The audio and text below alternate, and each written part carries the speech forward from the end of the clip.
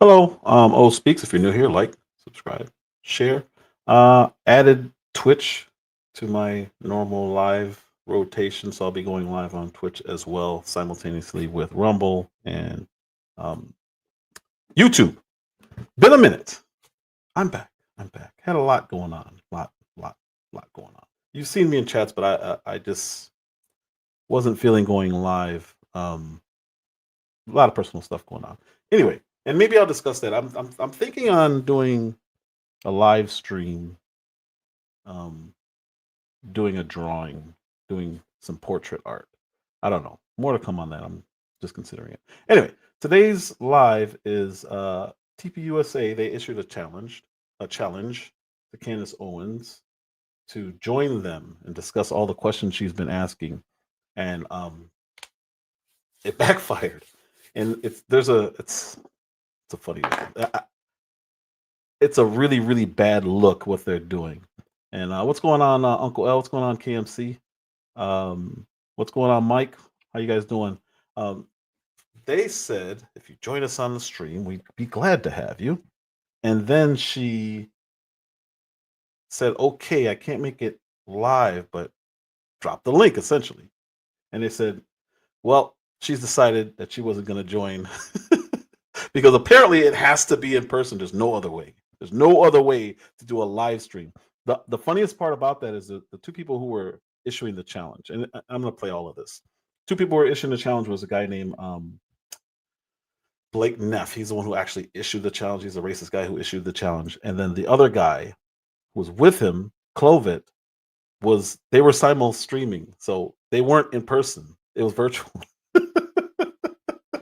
So they're issuing a challenge about the importance of being in person in order to be authentic, while Clovet was not in the studio with Neff. So does that mean they're not authentic? Anyway, so yeah, I want to go over that.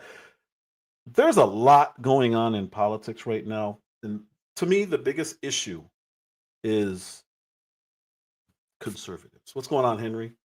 Conservatives. I'm losing interest in this more and more by the day because there's different factions. So right now we have the neocons, Ben Shapiro, even Steven Crowder. He pretends like he's not, but he really is. There's a lot of influencers who are trying to influence people into this. I don't even know what it is. It's all about votes. They don't care about what's actually happening. And I'm going to say this right now because I know people have been saying for years, oh, you'd never say anything bad about Trump. I'm not saying anything bad about him. I'm saying he's not doing what I put him in office to do. What's going on, Miss Phoenix? What I put him to do was a couple things. Immigration, which he's doing great on. Economy, he's not. I'm not even going to get into that. Economy, I believe he's doing well on. I do not like the 50-year mortgage. I do not like him issuing checks. I'll take the check, but I do not like him issuing checks just because when we are in the situation that we're in. I absolutely despise the money that we are still sending overseas to Israel and to Ukraine. Makes absolutely no sense to me. And I've been telling you guys, people, there's so many people who may see this who like, oh, he actually did. He actually did say that he was going to say if Trump did something he didn't like. I'm telling you right now, I absolutely hate the money that we are giving to these two countries in particular because it's billions and billions and billions of dollars for war. He's the anti-war president. It's a contradiction. I don't like it. I'm just saying that. The Epstein thing, that was another issue.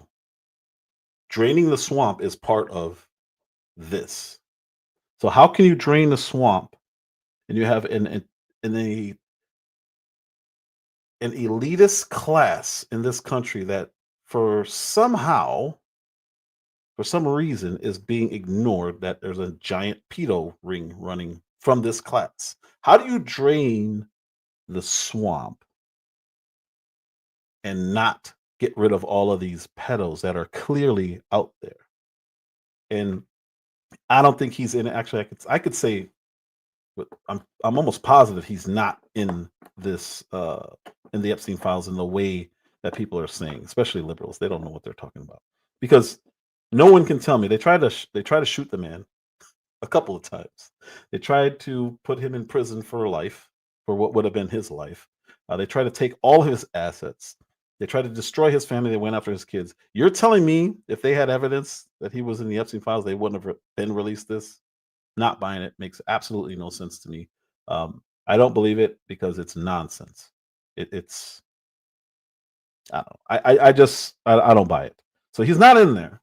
So the question is, what is he doing? Why would you get up in front of all of us, the people you work for? Because I told you guys this. I'm not a Trump supporter. He supports me, meaning he has to do what I put him in office to do. He ran on doing the job for me. How can you allow this and get up on stage and say, Epstein who? He didn't say that, but the gist of it was, can't believe that people are still talking about this guy. Well, it was one of your main objectives in your mandate was to out all of this stuff. Transparency, remember? So I have several issues with Donald Trump this term. There are areas where he's doing really good. Like I said, immigration, phenomenal. But the draining the swamp, he's not doing, which means when he leaves, everything's going to go back to the way it was. That should have been priority. Absolutely. It's not about catching. Well, it is about catching pedals, but that's not it. It's about catching elitists and getting them out of government so we don't have to deal with it. We know we can take people at face value. So when Kash Patel goes up there and says something ridiculous like there's nothing there, I looked, and then when somebody asks him questions about it, oh, I didn't know that. Well, then you didn't look. What kind of investigator are you if you don't know very basic things that even small channels like this knows? You didn't look good enough, and you're the head of investigations, the Bureau of Investigations. Like, you should be able to investigate and find things out, and it is a problem. It is a big problem when you get in there and you do an about face. So I have a problem with a lot. Pam Bondi has to be the worst of the bunch because she's in charge of going after this corruption, and she's going after people.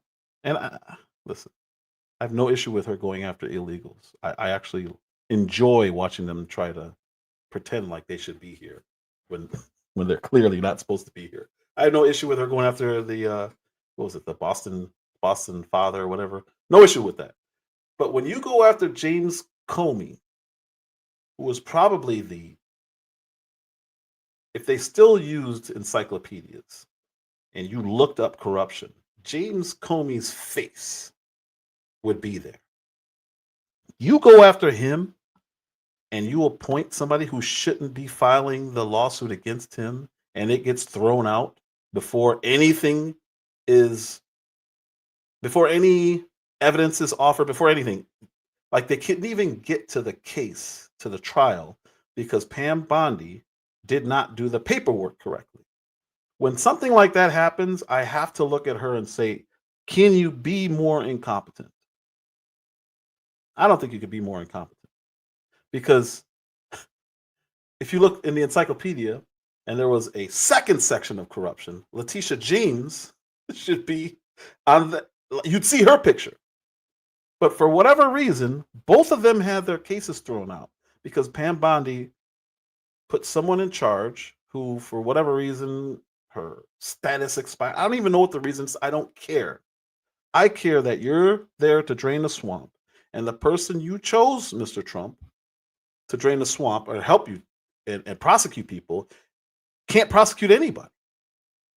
She's not prosecuting anybody except for illegals. Now, again, I have no issue with her going after illegals. My issue is that the absolute top, the elitists, the top of corruption, the people, the man tried to commit a coup, James Comey.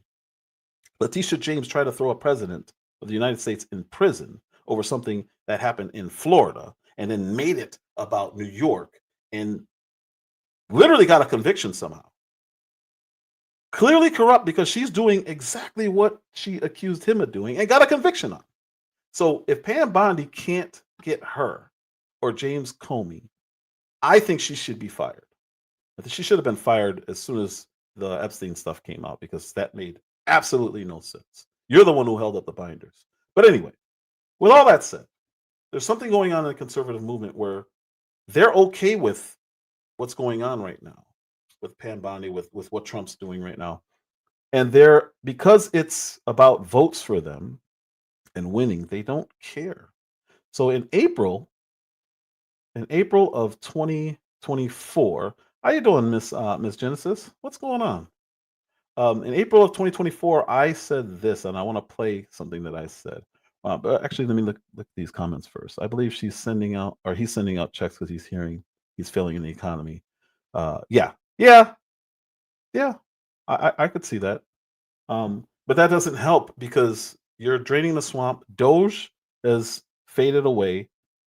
Nothing came out of it. Now, they exposed a lot. But can you tell me, or can they tell me, Mr. Trump, President Trump, can you tell me what came out of it? Who got in trouble for all of the things that were happening with those NGOs and all the waste? Did anyone get fired? Because if no one got fired, what's the point of doing all of that? It's just an exercise to say, I'm here, I'm exposing corruption. Okay, so who's getting fired? Who's getting held accountable? If nobody gets held accountable and there are no arrests, I don't care about the corruption because it's not going to stop. It should stop. When Doge finds, $20 billion going to Argentina for trans surgeries, somebody has to be held accountable. And if no one's held accountable, I don't care about it. Why tell me? Just to make me mad? Because I'm going to be more mad when you don't do anything about it. So yes, he's not failing on the economy. I don't know what I keep hearing that, but he's really not.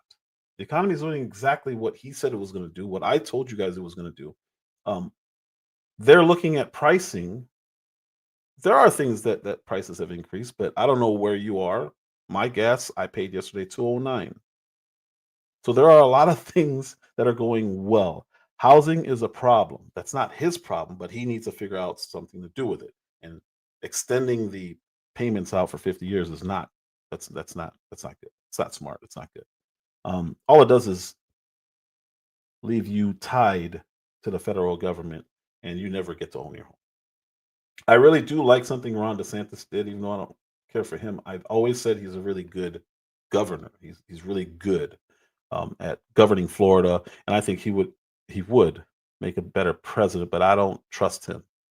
I don't trust him. But the no taxes on property makes perfect sense to me, because why are we paying a property tax every year on a home that I own, even after I own it? Essentially, that's not my home then. If I can lose my home at any time because the government comes in and just says, you owe us money, we're taking your home from you, then I never owned the home in the first place. That's not American. So there are things that I have issues with. The conservative movement, right now seems to only be worried about the midterm elections, and I've been saying this for so long. If you just do your job, the votes come with that. If you're always running for office, you're never going to get anything done, and that's what seems to be happening right now. Because Trump shouldn't be a lame duck president until after the midterms. But if they have success after the midterms, he should be strong all the way through, and then he should be able to get everything done that he said he was going to do. Why are we seeing the neocons concerned about votes? And that's what I'm going to start this off with. This is why I separated from conservatism. I took it off of all of my social media. I don't like the term. I completely disassociated from that nonsense. These are former Trump supporters. They've turned into Trump derangement syndrome prime examples. That's what they've turned into. So they're laughing at Trump. They're hoping he goes to prison. And they still seem to think that Ron DeSantis would have a chance if this happens. Is that what this is? Do you guys think that there's going to be this random uptick in support for Ron DeSantis? Remember, he fell down. He was not rising up. If anything, Nikki Haley has a better chance than Ron DeSantis. So why are they doing this? That's the part that bothers me the most. And that's the part that had me remove conservative from everything I do. Any platform I'm on, I don't call myself that nonsense anymore. Because they're about winning. Even if it means beating what's best for this country. They think he's what's best for the country. So he's gone. So now they're gonna root for Joe Biden against Donald Trump. But they're always gonna throw in, well, if he makes it, we're gonna support him. It's too late. They're trying to put this man in prison. They're trying to bankrupt him. They're trying to take all of his assets to pay off a bond just to appeal. This isn't to free him of this burden. When he pays that, then he can appeal. It is what it is. You're going to jail or we're seizing your assets. Whatever we can do to destroy you, we're going to do. To destroy your businesses, to destroy your life. And instead of saying, whoa, something is seriously wrong here, they are clearly out to get this guy. And why wouldn't they do this to you? People on the right are celebrating. And this was in, again, April of 2024. It's the same people. It's the Ben Shapiro's of the world. It's the Never Trumpers. They're all back now. And they are doing this weird thing where we're not supposed to see issues with how the government works. We're supposed to only be focused on votes. And it's wild to me. It really is, because I don't understand how they don't understand that if you just do your job, you will get a promotion. But in government, if you don't do your job, you get a promotion. You get rewarded for failure. You get rewarded for corruption. You get rewarded for unaliving people, apparently. I'm supposedly on the right. Conservatives. Frauds. That's what they are. They were never about you. They were never about this country. They were about winning seats. They were about power. They don't even care about these last 3 years. They're clearly not impacted by it because they want another 4. Well, it would be 5 because this year still has to go through. As long as it's not Trump. Anything but Trump. These Never Trumpers have been there the whole time. You guys, you people on the right, wow. That's all I can say is wow. Wow. Because while you're complaining about Trump and things he said, you're completely willing to ignore literal injustices. And precedent, legal precedent, doesn't just go away. It is this. And this was me warning the right, because the left, they're always going to be dumb. No offense, friend. The policies are dumb. They don't align with this country.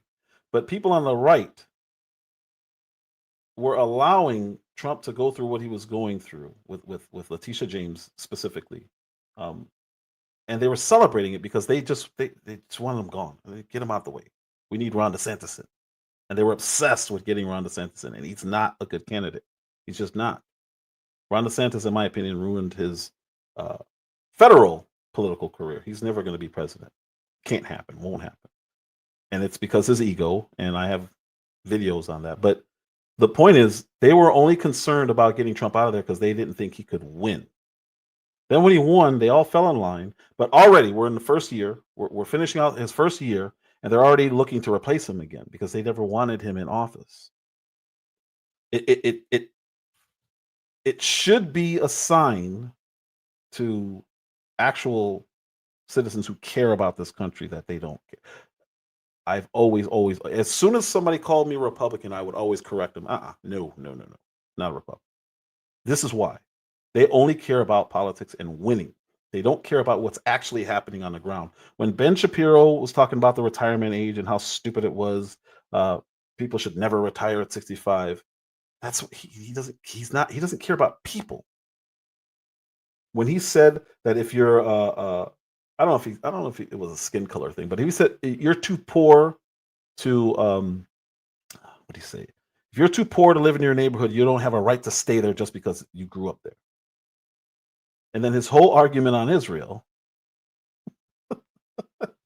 is that we should help them and keep funding them because they have a right to be there. Anyway, the point is, these people don't care about human beings. They don't care about citizens of this country. They don't care about anything. They only care about winning. But even when they get the power that they're looking for, they then focus on winning again. Because every 2 years, they have to run. They never actually get around to passing laws that would help us, or actually getting rid of laws that don't help us. Getting rid of these taxes, property tax, I don't understand it. DeSantis actually had a great point. Why are we charging people for something that's theirs already? They already paid for it. Doesn't make sense, right? So what are we doing? So instead of focusing on things that would help the citizens of the United States, we have governors all across the country that are more focused on getting in illegals because that they see votes. They only care about winning. The right has become the left. They're the exact same thing now. That's what conservatives are. I don't know what they're trying to conserve. It seems like they're only trying to conserve votes. They're not trying to conserve morality or this country or anything for us, for me and you. They don't care. They don't care. They just want to win. So every 2 years, every year they're running for an election the following year. So it used to be every 4 years, then it went to every 2 years, and now it's every year. There's going to be an election next year. We got to do this. We got to do this. They don't get anything done. I don't respect either of them. So when I see well, let's get to it. Dishonest to act as if this is brought on by Trump. Because if you really truly believe that, then you don't believe in freedom of speech. Well, he shouldn't have tweeted this, and he shouldn't have challenged the FBI, and he shouldn't have challenged the war machine. Is that what you believe? Is that American? All right. So now that brings us to the Candace Owens topic. Kind of, sort of. This is Tim Pool, who was a notorious leftist. Then he's a Bernie Sanders guy, and somehow he's now a voice for conservatism. I don't know how that happened, but whatever. I actually have no issue with him because he's come around. Yes, he did. They're the only ones who seem to benefit from. Anyway, I'm not going to read that out. Tim Pool is now somehow a voice for conservatism. And again, I agree with a lot of his takes now. He's evolved. But he's going crazy right now. And I'll let you hear it.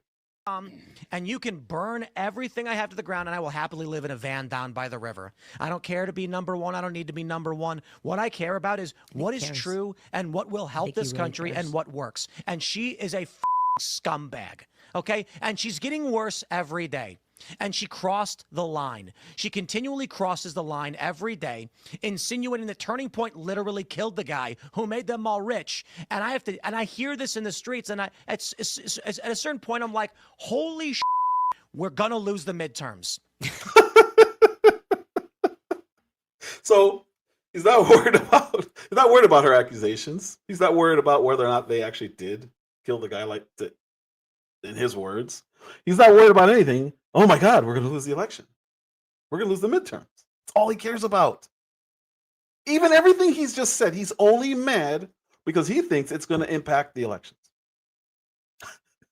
What difference does it make if Republicans have the majority in the House, in the Senate, in the executive branch, in the judicial? What difference does it make if you don't do anything and you don't get rid of corruption? Why does it matter?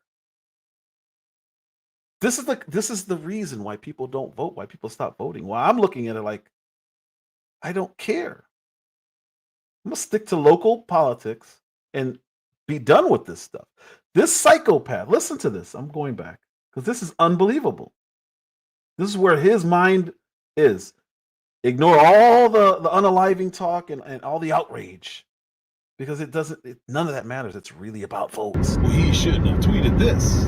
And he shouldn't have challenged the FBI. And he shouldn't have challenged the war machine. Is that what you believe? Is that American? You can come and you can burn everything I have to the ground, and I will happily live in a van down by the river. I don't care to be number one. I don't need to be number one. What I care about is what is true and what will help this country and what works. Is that what he cares about? She is a scumbag, okay? And she's getting worse every day. And she crossed the line. She continually crosses the line every day, insinuating that Turning Point literally killed the guy who made them all rich. And I hear this in the streets, and at a certain point, I'm like, holy shit, we're gonna lose the midterms. So everything he said doesn't matter. Midterms. That's all he cares about. So to me, that's hilarious. I can't think like that. Never crossed my mind that he would take that turn from everything. I'm sitting there waiting for the moral argument. I can't believe she would do this. It's not true. They deserve their day and whatever he's going to argue. I never thought it would somehow turn to midterms. But then it makes perfect sense. That's all they care about. And he does care about his numbers because he did a whole live stream on her numbers and how, well, really we really do get more views than her overall if you count this. He cares. He clearly cares. His relevancy is falling. It's been falling for the last year. And that is what it is. The streets were talking. They were talking to him and they were worried about the midterms. Then we're going to lose in 2028, and it's because she's a piece of shit. Because instead of saying, guys, let's come together and figure out how to work together, she says the stupidest, retarded crap, and now everybody's running around divided and broken. I keep hearing people on the right saying that she's going to be the reason that Republicans lose the next election, 2 elections, midterms and then 2028. How? This is over Charlie Kirk? This is excuse making. So here's what it is. They know Trump screwed up with the Epstein stuff. They know it.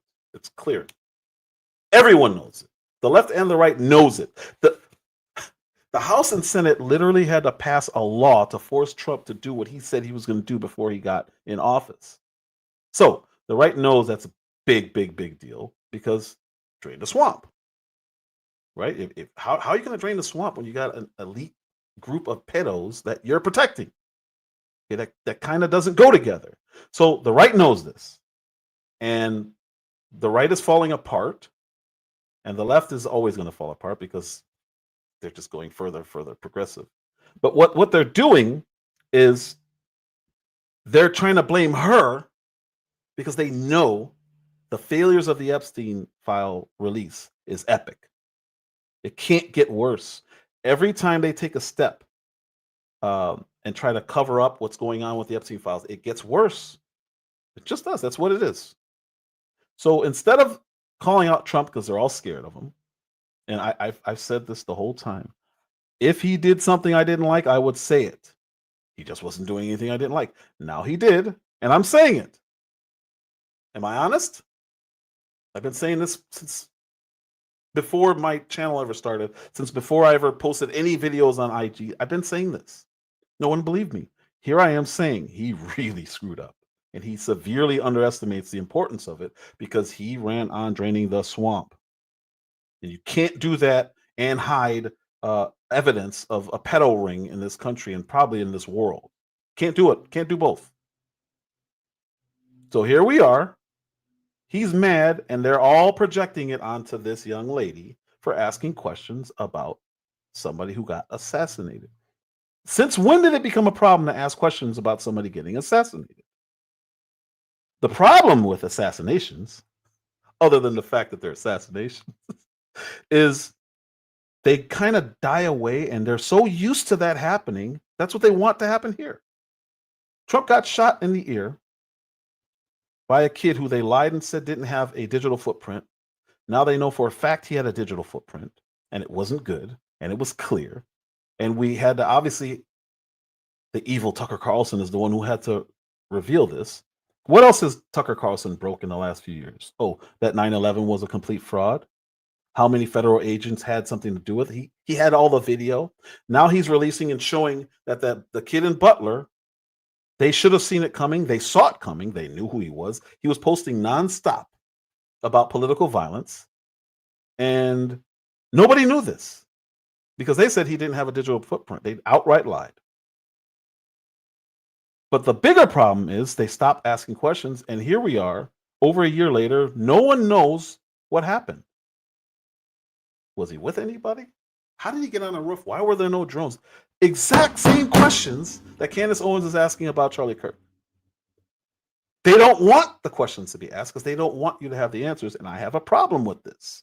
And I have a problem with anyone who's, oh, they need time to grieve. So his wife needs time to grieve. Why do you have to bother her and while looking into an assassination of her husband? I'm pretty sure she's grateful for it, which is why she hasn't asked Candace Owens to stop. But you have people like Tim Pool, who's only worried about elections. He's like, Charlie said, okay, let's move on. We have to win. For what? We have a Republican Congress right now and executive branch, and they're still not looking into who shot the man who's the head of the executive branch. What are we doing? Who cares who wins at this point then? I don't care if Bernie Sanders wins. I'm going to be honest with you right now. If nothing's going to change while we are in office, why should I care about Bernie Sanders being in office? Why should I care about what Biden did? What's going on, Jonathan Swift? Why should I care? I don't. I legitimately don't care who wins the midterms. I legitimately don't care who wins the 2028. Because there's no difference. Joe Biden was in office, everything was crap. Trump is in office right now, and we still don't know who shot at him and hit him. Does he not want to know?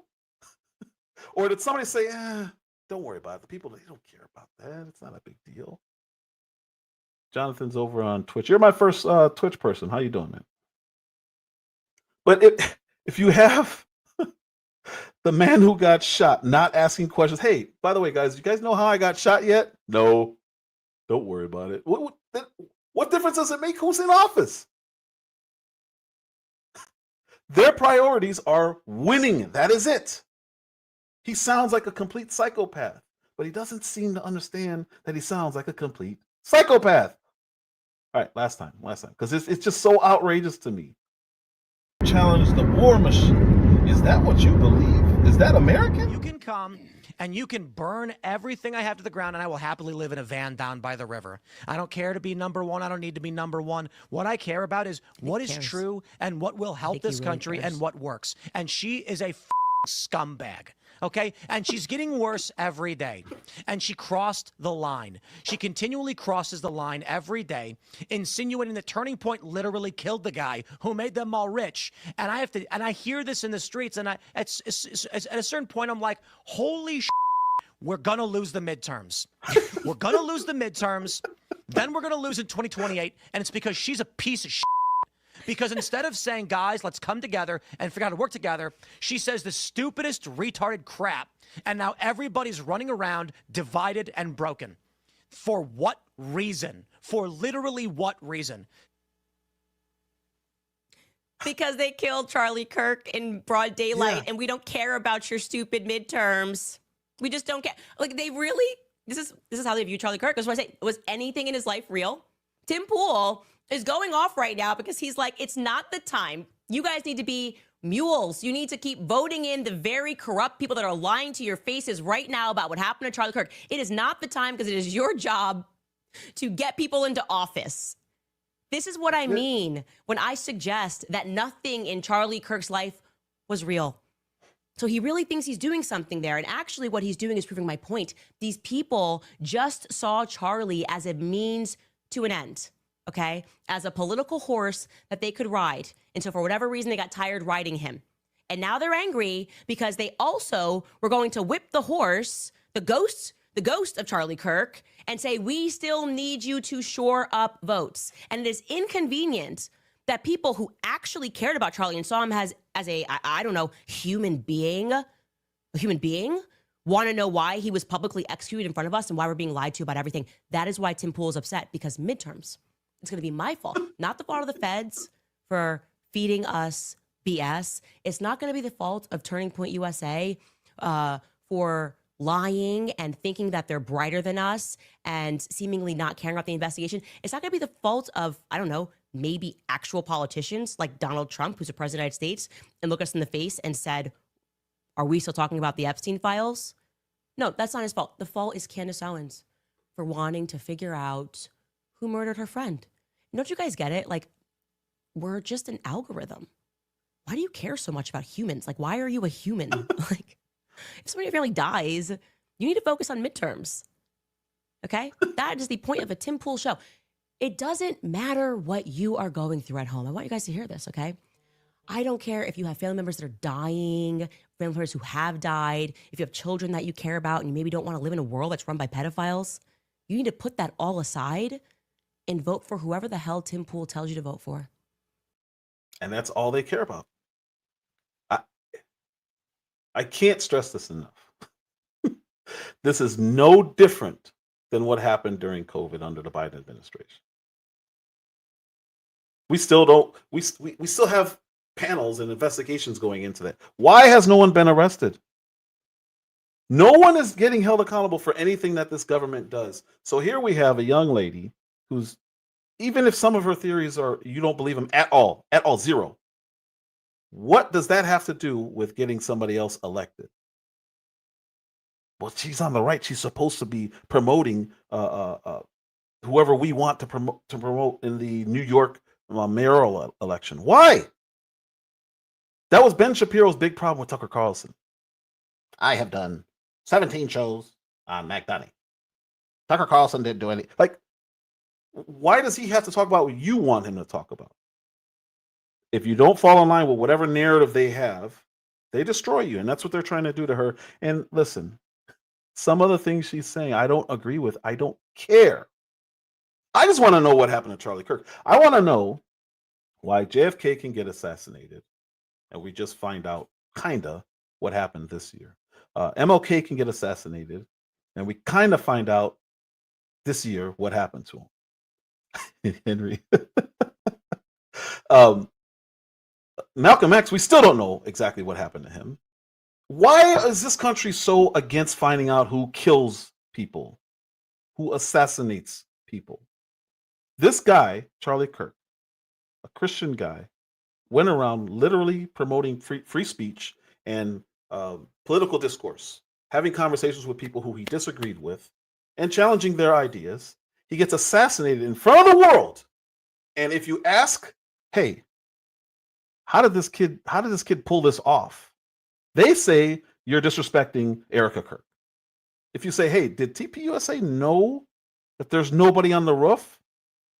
When you hear the security say that the school what is it, UVU, whatever the school's name is. The school said, don't worry, I got you about roof access. And he just took them for their word. If you ask about that security, somehow you're disrespecting Erica Kirk. But she's their boss. She's the head of TPUSA. Okay, the TPUSA, is this how you guys normally run things? You're disrespecting Erica Kirk. Somehow. I don't know how, but that's how they get you to shut up, because they threaten you by saying you're being disrespectful for asking questions. And here we are, what, 60? How many years ago was JFK killed? We still don't know.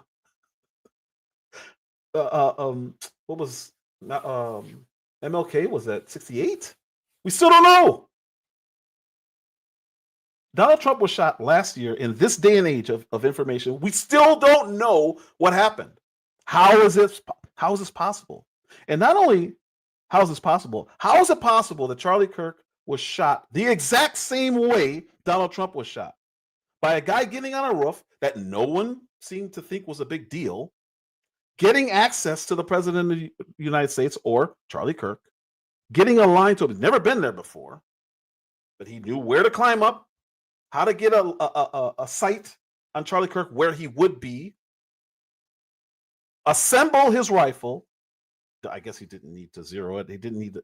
That doesn't matter. Let's not argue semantics. How did he zero it? How did he pull off his shot? How did he leave? Why would he have a drop spot for his rifle and then sit there and watch the rifle? Because that's what he said he did. He went, dropped it in a bush in a blanket. He said he had a drop spot. This is what he told his boyfriend. He told his boyfriend that he had a drop spot. For who? For himself? Why would you drop off your rifle, run to your car, then sit in your car and stare at the rifle? That's what he said he did. In the text messages to his boyfriend, who nobody knows who he is, who's disappeared apparently. Well, of course, he has nothing to do with it. He's got nothing to do with it. He's texting his boyfriend, I'm watching the police. They're by the gun. I think they're going to find my grandfather's gun. Then why'd you leave it there? Why did you leave the gun there if you're going to sit there and stare at it? What's going on, Vibe in my lane? Why didn't you just take it?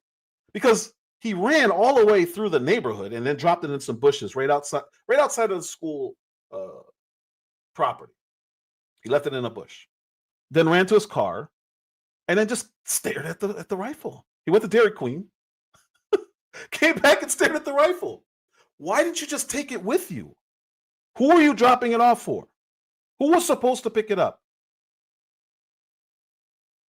He said there was a drop point. For what? From who? So now what we're seeing, and this is, I'm going off on a tangent. I understand this, but I need you guys to think about, this is where her mind's going. This is where my mind immediately went. This guy, they're saying, did not disassemble the rifle. He only assembled it with the screwdriver. Okay. Then why did we see him limping to the assassination? Why was he limping if the rifle wasn't assembled? What is there to assemble?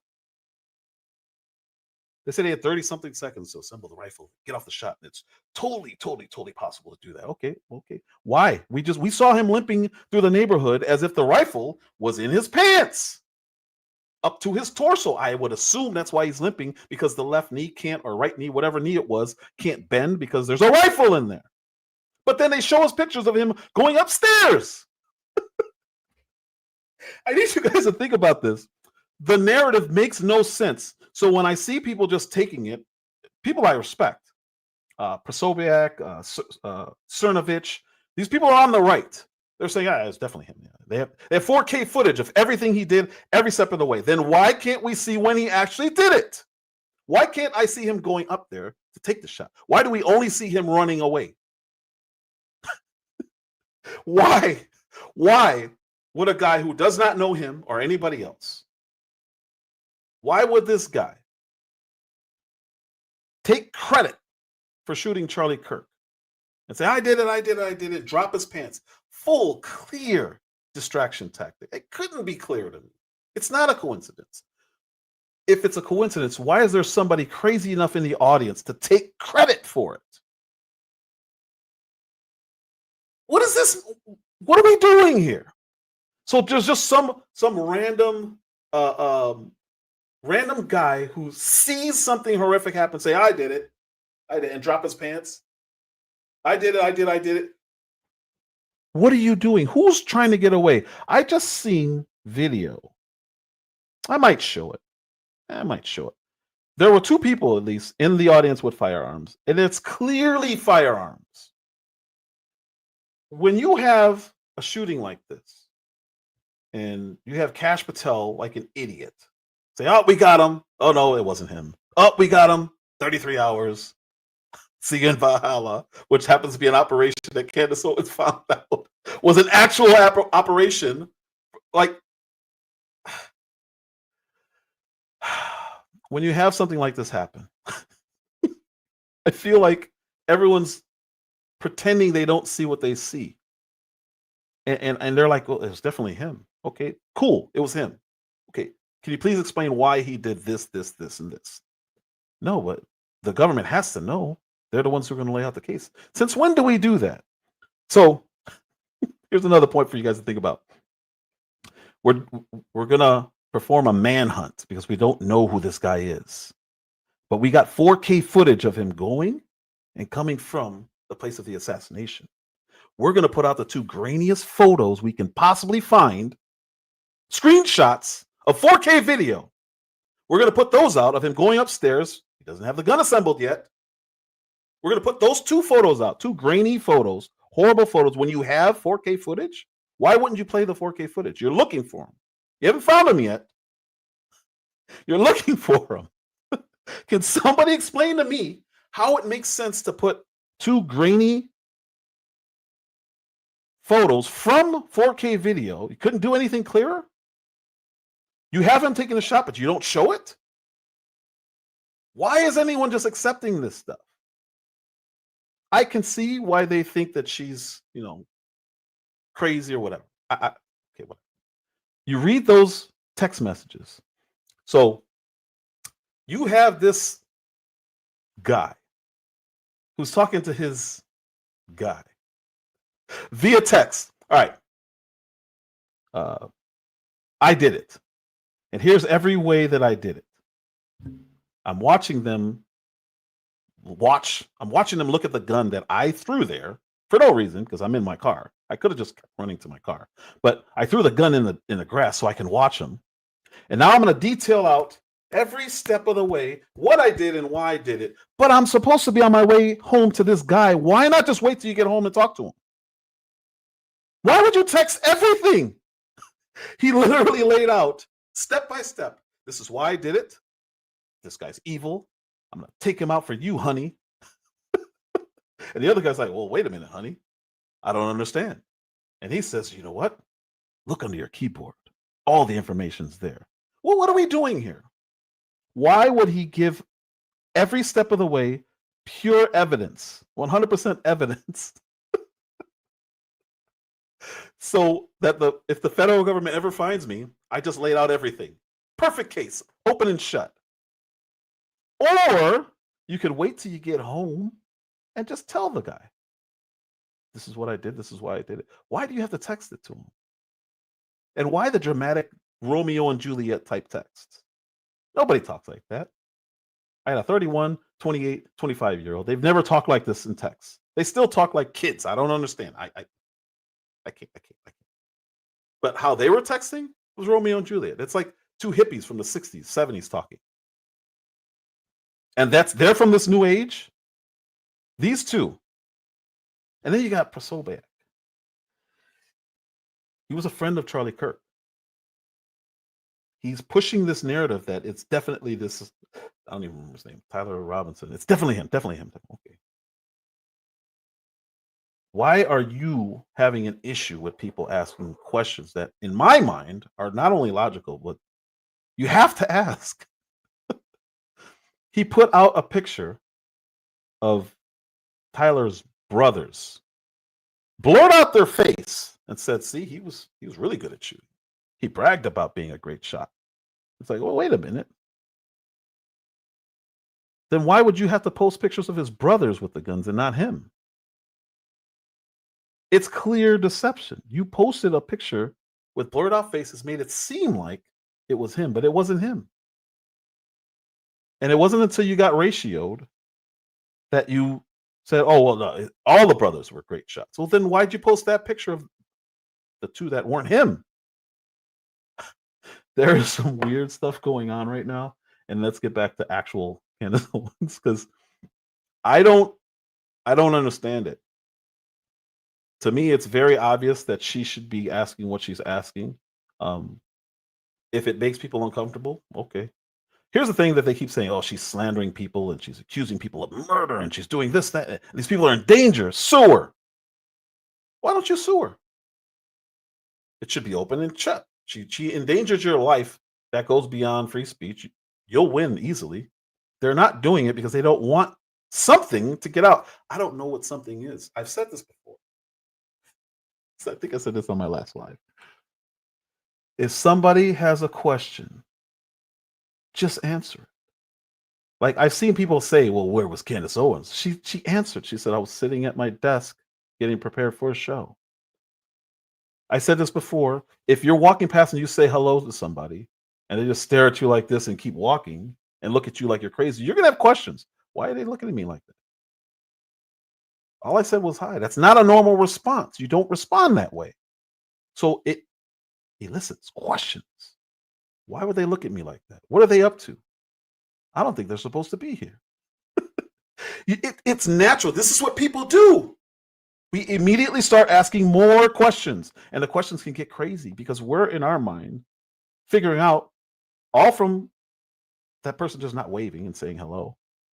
They didn't smile. Why wouldn't they smile? What have they got to hide? I talked about it. It's like they're at the airport. When customs asks you a question, if you answer it abnormally, they're going to ask you more questions. It's going to happen. Or you could just answer it and move on. She's never said, hey, did you kill Charlie Kirk? She's never done anything like that. She just said, hey, why'd you take the SD card instead of the whole camera? Why were you focused on the SD card?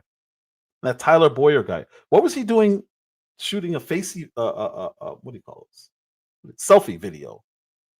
He declared Charlie Kirk, he's dead. How do you know? You ran. You weren't there. They're loading him into the car. This guy's over there doing this with his camera. Oh my God, guys, I'm telling you right now, this is horrible. Like, is that what we're doing now? Your friend has blood pouring out of his neck and you're taking a selfie? That Mikey McCoy kid, how he walked away when his friend, my best friend, just got shot, blood's pouring out of his neck, and you're walking away on your phone. Never got off your phone. Never got off. Your father lies about what you did, that he's blood all over him. He didn't. And then he called me and he called Erica Kirk. The minute after Charlie got shot, he called me and he said, Dad, you need to call all the pastors you know and start praying. We saw it. That didn't happen. It didn't happen that way. And then he took charge and he started directing traffic, and you do this and you that. None of that happened. So it's going to raise questions. I got to ask, hey, why would you say all that stuff? What was their response to that? Mikey McCoy said, yeah, I yelled at my dad because he was wrong. No, he lied. He was at the pulpit. He was literally in church making up a story from the pulpit. He's a pastor. The less basic questions you answer, the more outrageous questions you're going to get. It's human nature. Why? I don't know. I just want to platform that idea. I think obviously there's something wrong with me, and Tim Pool's got it figured out. His soul seems like it's really intact and it's not for sale at all. We wanted to use this segment at the top of this hour to say something important, something very important. For the past 2.5 months, there is a topic that has flooded our Freedom inbox. It has been nonstop on social media, but which we have almost totally avoided on this show. You probably already know what I'm talking about, which shows just how ubiquitous it has been. Ubiquitous. This guy's name is Blake Neff. He's the guy who got fired from Tucker Carlson's show for being a racist and saying racist things. But he, of course, he's not man enough to just be a racist out in public. He used pseudonyms to do it. And I'll prove that at the end of this. But Tucker had to fire him. Now, Tucker is a free speech absolutist. He doesn't care what people say. So if he has to fire you, you had to said some really stupid things. But while Tucker was at Fox, this was his head writer. So now here he is being the head, seems like, writer for the Charlie Kirk show. And this is the appeal to Candace Owens. And he's going to show you guys how outraged she was at all the accusations that she's making. It's so unjust. Or you could just answer, but so unjust. Ever since Charlie's murder, Candace Owens has leveled a flood of allegations against people at Turning Point USA, people at Turning Point Action, and people who work for this show. She's made them against some of Charlie's closest friends and against some of his most dedicated employees. She has suggested that Michael McCoy, Charlie's chief of staff, knew Charlie would be murdered, was happy that he died, and stayed silent because he was told he would be the next Charlie. She has suggested Michael is not his real name. It is. I have seen his birth certificate myself. She has called it suspicious that Mikey's wife, who works at Turning Point, helped plan the campus tour event where Charlie was murdered, which she didn't, by the way. She doesn't work on campus events. So I'm playing this. I'm going to play this all the way through. And then Candace is going to go over this and break each of these accusations down and correct them. Right. And I think that's what scared them. Why did he see Mikey McCoy's birth certificate? Anyway, sorry. What's up, Lou? Candace has suggested the Utah Valley University event was unusual and its details suggested a, quote, inside job. She has claimed that foreign aircraft have followed Erica Kirk around the country and that Turning Point has lied about this happening. She has accused us of lying about Charlie wanting Erica to take over for him if he died. She has suggested Charlie's security team intentionally denied him first aid after the shooting to ensure that he died. She has raised suspicions about the head of our technical team because he took an SD card out of a camera. She has spread absurd claims that Tyler Boyer, who we just had on the show, sexually abuses male interns. Tyler Boyer did get in trouble. I don't know if it was male interns, but he's a pervert. Anyway. It is suggested that TPUSA faith-affiliated pastors, like theologian Frank Turek, who we'll have on in a moment, and Pastor Rob McCoy, are part of a military, quote, infiltration of Turning Point, either because they are veterans or because they have family members who are. Even if not everyone has been named specifically, though, Candace has effectively tarred everyone here with complicity in Charlie's death by repeatedly saying he was, quote, betrayed by, quote, everyone. She has said Charlie's murder, quote, had to be approved by Charlie's friends, and then suggested those friends might have her murdered too for, quote, knowing the truth. She has made claims of financial impropriety and fraud at Turning Point, adding up into the millions of dollars, which, again, is not true. Charlie made sure the organization was audited by a third party every year. He personally reviewed and he signed off on every expense report, and literally every single bill paid by the organization down to a single United States dollar. We have never missed a 990 deadline. Candace has made other stranger allegations involving French paratroopers in maroon shirts, Egyptian Air Force planes flying out of Provo, Utah, and potential underground assassins traveling through unseen tunnels. At one point, in early November, she started wildly throwing suspicion on members of Utah Valley's soccer team for wearing hoodies. I could go on. There is always something new coming up, and none of it ever pans out, because from the start, there has been nothing there. The attacks and allegations from Candace are either lies or they are innuendos thrown around with a total, reckless disregard for the truth, so that Candace can manipulate and string along an audience of people who don't realize they are being played. Instead of being able to grieve properly after one of the most heinous murders in American history, a murder many of us had to witness, my friends have had to endure harassment from people who have gotten whipped up by what Candace is saying. In fact, I would say we have suffered more harassment from these people than we have from Antifa supporters who overtly celebrate Charlie's murder. And just like a lot of those Antifa members, many of these people take this delight in how gross and unpleasant they can be. What our friends... This is an interesting appeal because it's fair. If that's what's happening, that's fair. But she hasn't accused anyone of anything. She's asking them questions. Hey, Rob McCoy, why did you lie? All Rob McCoy has to do is say, hey, you know what? I made a mistake. And then maybe people wouldn't harass him about being a liar, especially from the pulpit. Wouldn't that be easier than dealing with all of this? And here's the thing, like, so they're saying their lives were put at risk by Candace Owens. Again, you can sue her, you can, or not, or you can just answer questions. But when Tim Pool makes a claim that he was shot at, who did they blame? It's Candace Owens' fault. So they do exactly what they're saying is so offensive and terrible that Candace Owens is doing. They didn't just suggest it. They said if Tim Pool didn't come out against Candace Owens, one of her people wouldn't have went and shot at his home. Is that how it works? So at least she's asking questions that are relevant to what she's talking about. Tim Pool has nothing to do with Candace Owens. He inserted himself in this, called her psychopath. Somebody supposedly shoots at him. They don't question it, of course, because we don't question anything. We just accept it as fact. No one's saying, hey, Tim Pool, did you report that to the authorities like they keep telling her to do? She said, yes, he didn't say anything. How do we even know what happened? I don't believe Tim Pool. I don't believe him at all. Now, I'm not saying he didn't get shot at. I'm saying I don't believe him because he's been shot at before. I don't believe this has anything to do with Candace Owens. And if it did, why are you now complaining here or before complaining here about things that she said? You're doing the exact same thing.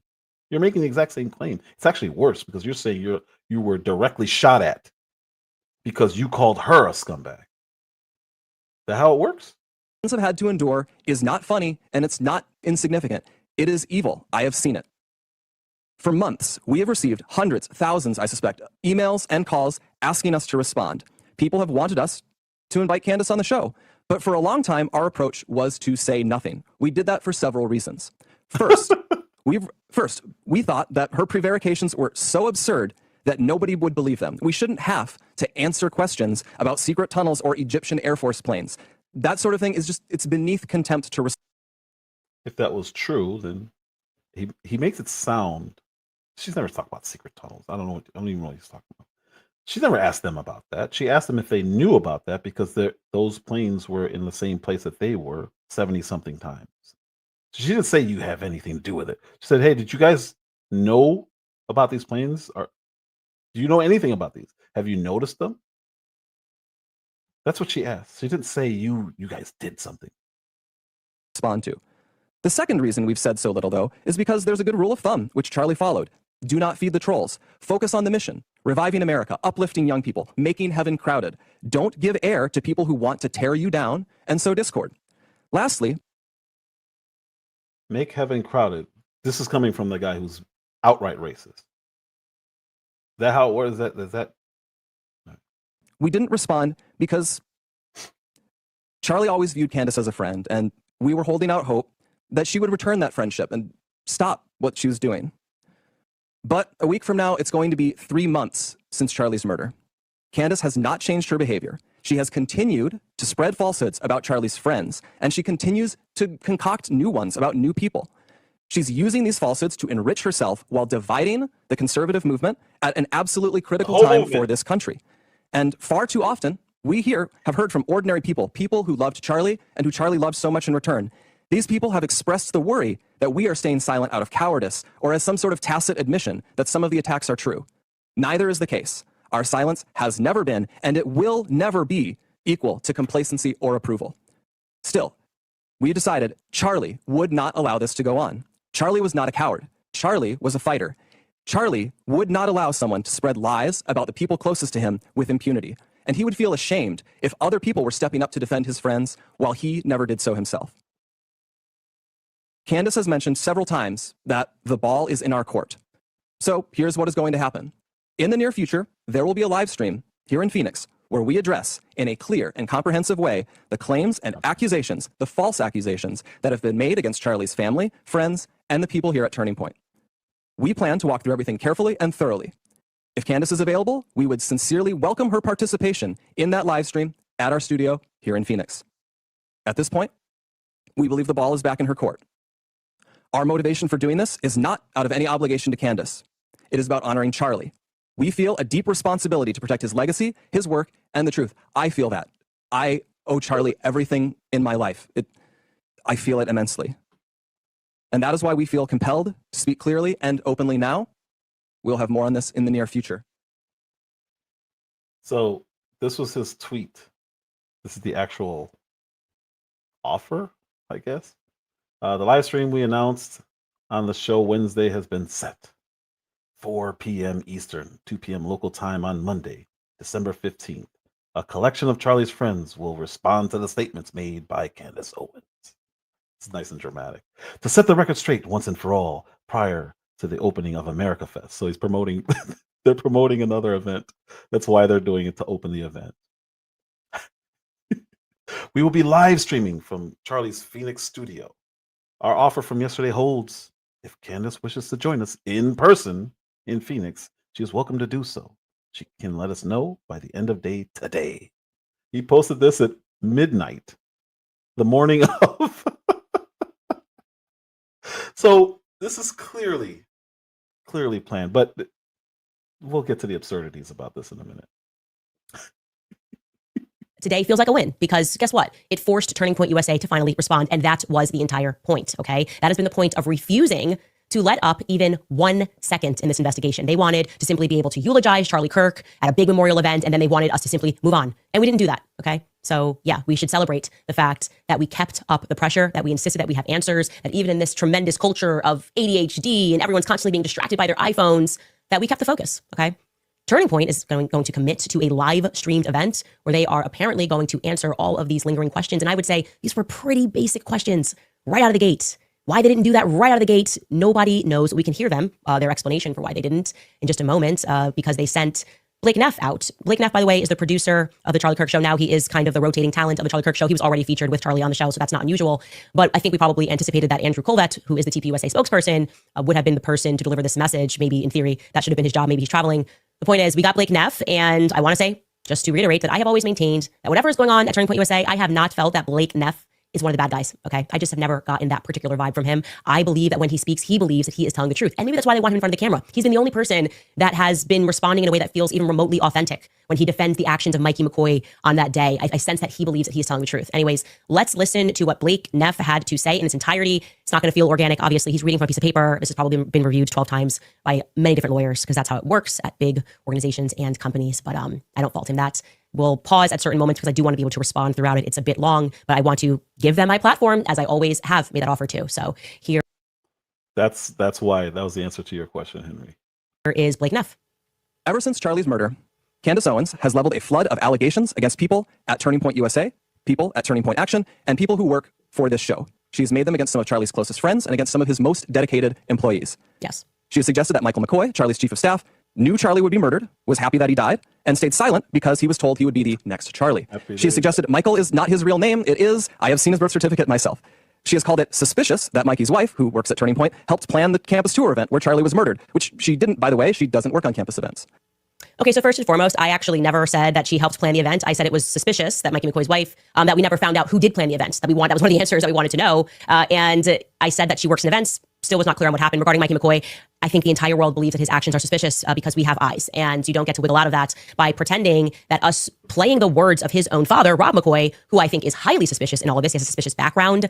We played his own words as he tried to sanitize someone who spent time in prison for being a sexual deviant, right? For trying to take photos of young girls. I don't think he's a good guy, and you're not going to make us forget those things because you are trying to pretend like Mikey's actions were totally normal that day. They weren't. That's why I didn't make the public feel that way, okay? I may have voiced how they felt, which everyone else is refusing to do, but I do believe that Mikey McCoy should have to answer for who he had on the phone right when the shot went off. So yeah, his own father, is the one that spoke about Charlie's notebooks and spoke about how Mikey McCoy was talented. And it was Mikey McCoy who then jumped on Liberty University's stage for an event that was scheduled for Charlie Kirk. So there you go. That's our perspective, and I'm going to stand by it. Let's keep it rolling.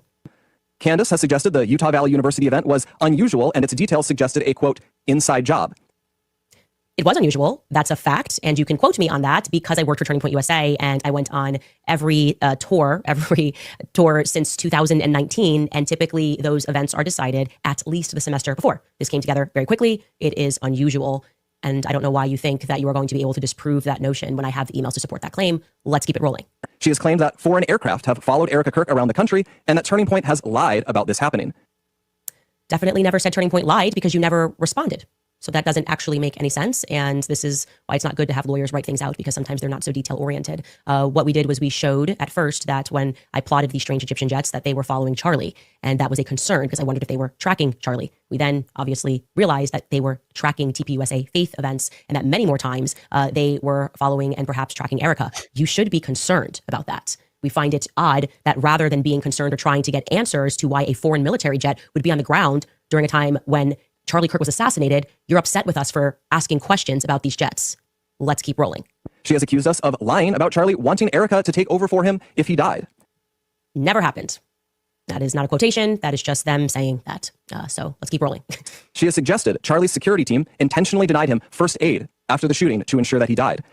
When you say suggested, it means that they are interpreting my words. What I said is another fact. They did not issue him first aid. When he fell down, there was nobody who pulled out any gauze and tried to stop the bleeding, and they've admitted to that. In a sit-down with Sean Ryan, Brian Harpole said it was because of the severity of the injury. I'm sorry, again, that we noticed something that stood out as unusual, given the expertise and the amount of money that he was paying that supposed to be an elite team.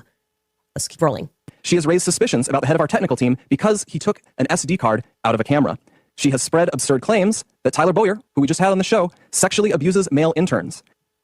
Okay, so yes, the SD card thing is unbelievably suspicious. It's not something that you would do. Neither would you just run up onto a grassy knoll and record yourself. Again, these are unusual actions, and rather than trying to pretend like it's normal to record a selfie video of yourself and to prematurely announce that somebody is dead, maybe you should answer why all of that took place, because you guys told lies about, verifiable lies about why that took place. Because don't forget, Andrew Colvett sat next to you and said it was because people were stealing. If people were stealing, you probably would want to grab the very expensive cameras and not the SD card for an event that was being live streamed. Regarding Tyler Boyer, I'm so glad we're going to do this live streamed because I'm happy to present to you the exact name of the intern. And I didn't say that he abused him. I didn't say it was not consensual. I said that he likes younger boys. I don't mean like younger as in they're not of the legal age. I'm just saying they're a lot younger than him.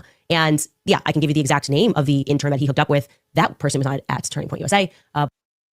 Remember this part here because I think this is when they decided we can't have her on that live with us. Because she's saying things that they know is true. She said, I could provide the exact name of the intern. Do you think they want that out? Remember, this is TPUSA Faith. Mikey McCoy has an accusation out against him from a guy, an intern.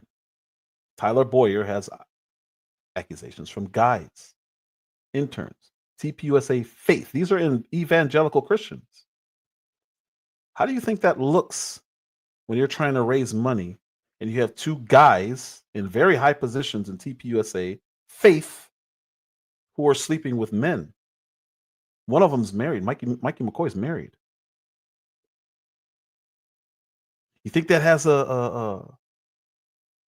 think that has any weight when you're talking to a donor? I think it does. I think it's a lot of weight. I think they're going to want to know, whoa. What do you guys got going on over there? These are legitimate questions. Hey, TPUSA Faith, you have two guys trying to sleep with all the male interns. Is that something normal? Is it like, you want money from me? I think that's a problem, which makes sense. But it also makes sense as to why they're not answering questions. The problem is the more you ignore the questions, the worse the questions are going to get because they're going to want to know. But I can also give you more than that, as well as people that are currently working for Turning Point USA who said that Tyler Boyer, and these are young men, tried to hook up with him after some events. So I'm glad we're going to live stream that. Keep going.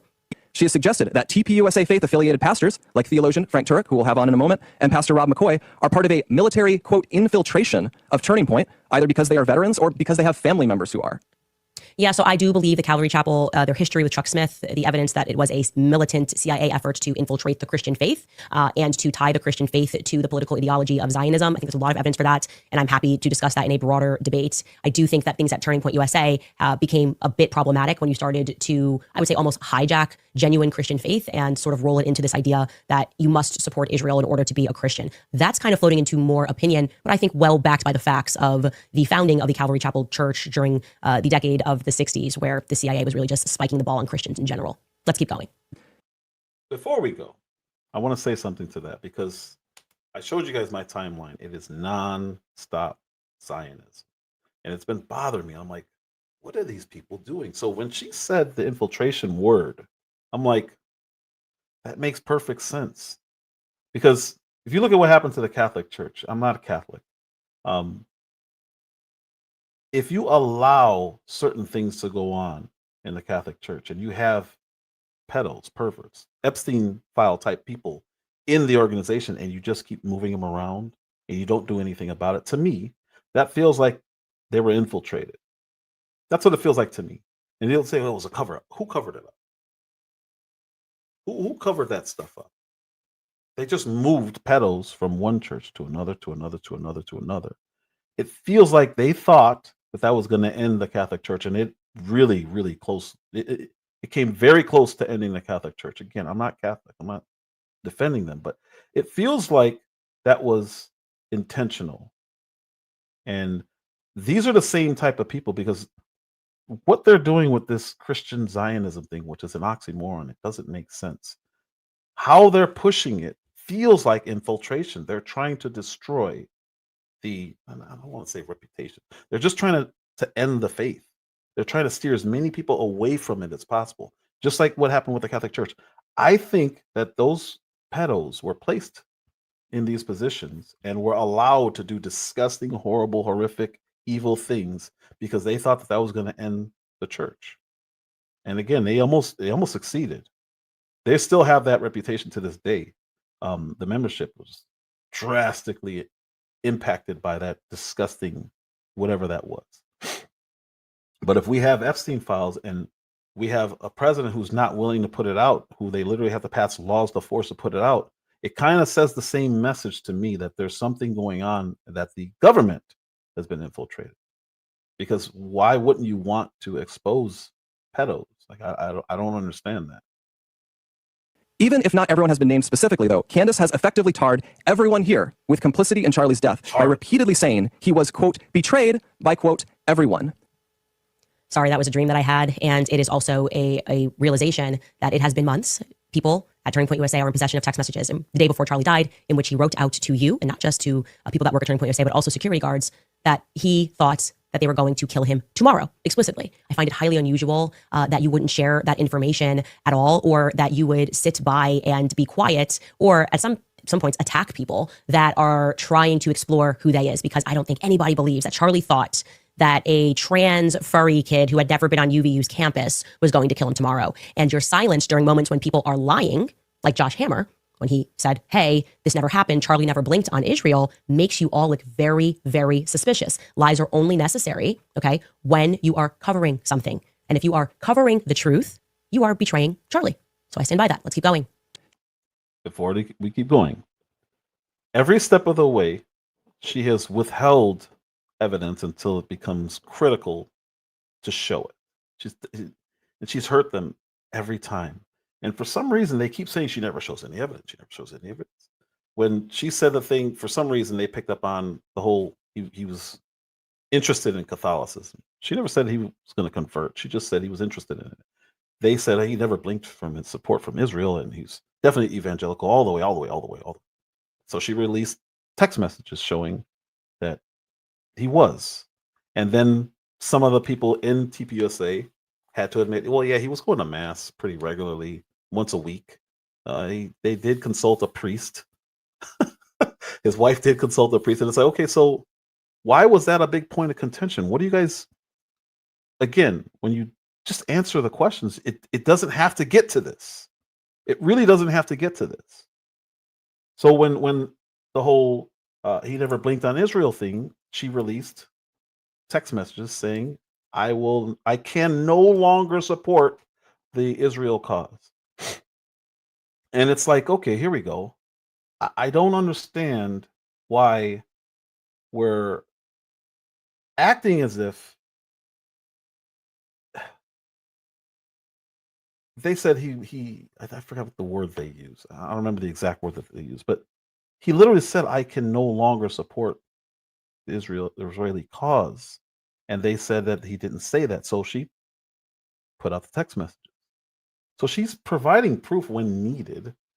Right here, she just said, what's going on, Patriot? Is that supposed to be Patriot? I don't know what that says. I don't speak liberal.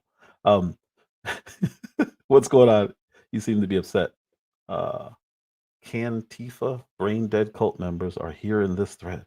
Are you a Cantifa? I don't even know what that is. Always ready to defend their cult leader. Pathetic, gullible idiots. Hey, you want to hit the link? Want to hit the link? I have no issue talking to people, man. If you want to. Hit the link. I would love to talk to you. Or are you a bot? Are you a real person?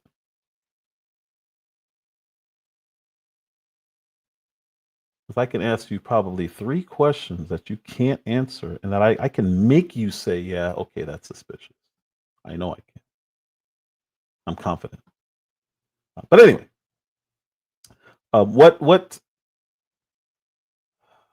when he overtly says, I am no longer supporting this cause, and then they come out and say that's not true.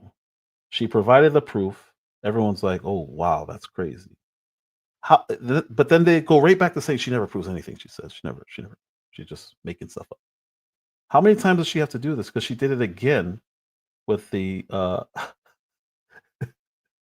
when, and it's funny because for some reason they act as if just saying somebody's lying over and over and over means that they are lying. And when she talked about I can't remember exactly which one it was, because she's done it several times. She just released the text thread, and they can't say anything. They can't do anything about it. They just get mad at her, and then they get mad she released the text messages. I think it was one of his dreams or something like that. It's funny watching her disprove them, but she doesn't do it, and she dares them. Say I'm lying. Say I'm lying. I dare any of you to say I'm lying. Like she just did right there. She said, you guys have the text messages saying that he knew somebody was going to try to kill him. The day before? Did you know that? No, so what do they say? Well, she didn't prove that he said that. She's daring TPUSA to say that he didn't text them that, because clearly she has the text. She clearly has it. Oh, there's another one.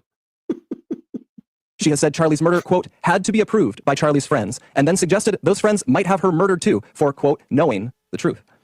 So you notice that's like a Snopes tactic. When he says the quote, it's actually not a full quotation. I never said that, obviously, in the context that he put it in, that Charlie's friends, quote, had to know he was going to be murdered. Did I say the sentence, had to know he was going to be murdered? Perhaps, but we're going to need to hear the full sentence because you're trying to context it in a way that is just untrue. And I don't think it's necessary. If you're willing to have a conversation that you need to lie about anything that I've said, people have watched the show. They know exactly what I've said. And I tend to stand by what I've said. And I do stand by everything that I've said. Keep going.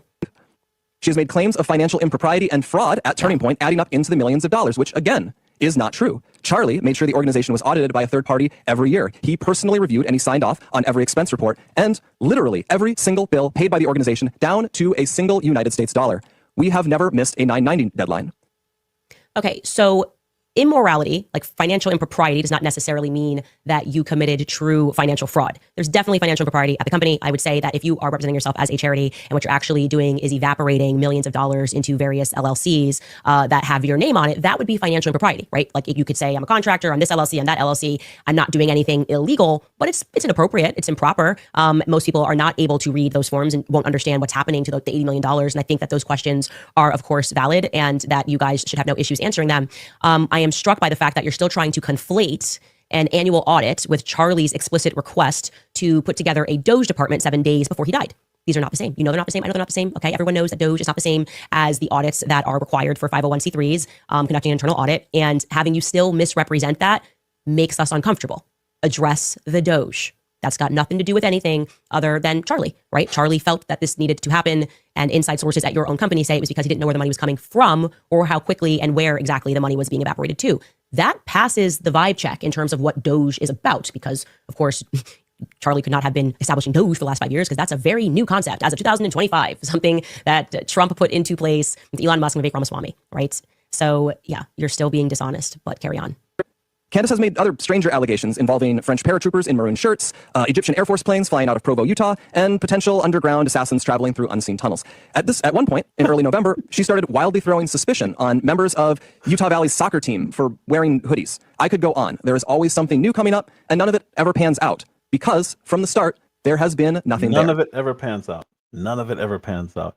Hey, Poodles, there's a link. It's pinned at the top of the chat if you want to come up and have a conversation. I'm not going to insult you or anything like that. I would love to have a conversation. I would like to show you something. I would like to ask you 3 questions, and I will make you admit that they are highly suspicious.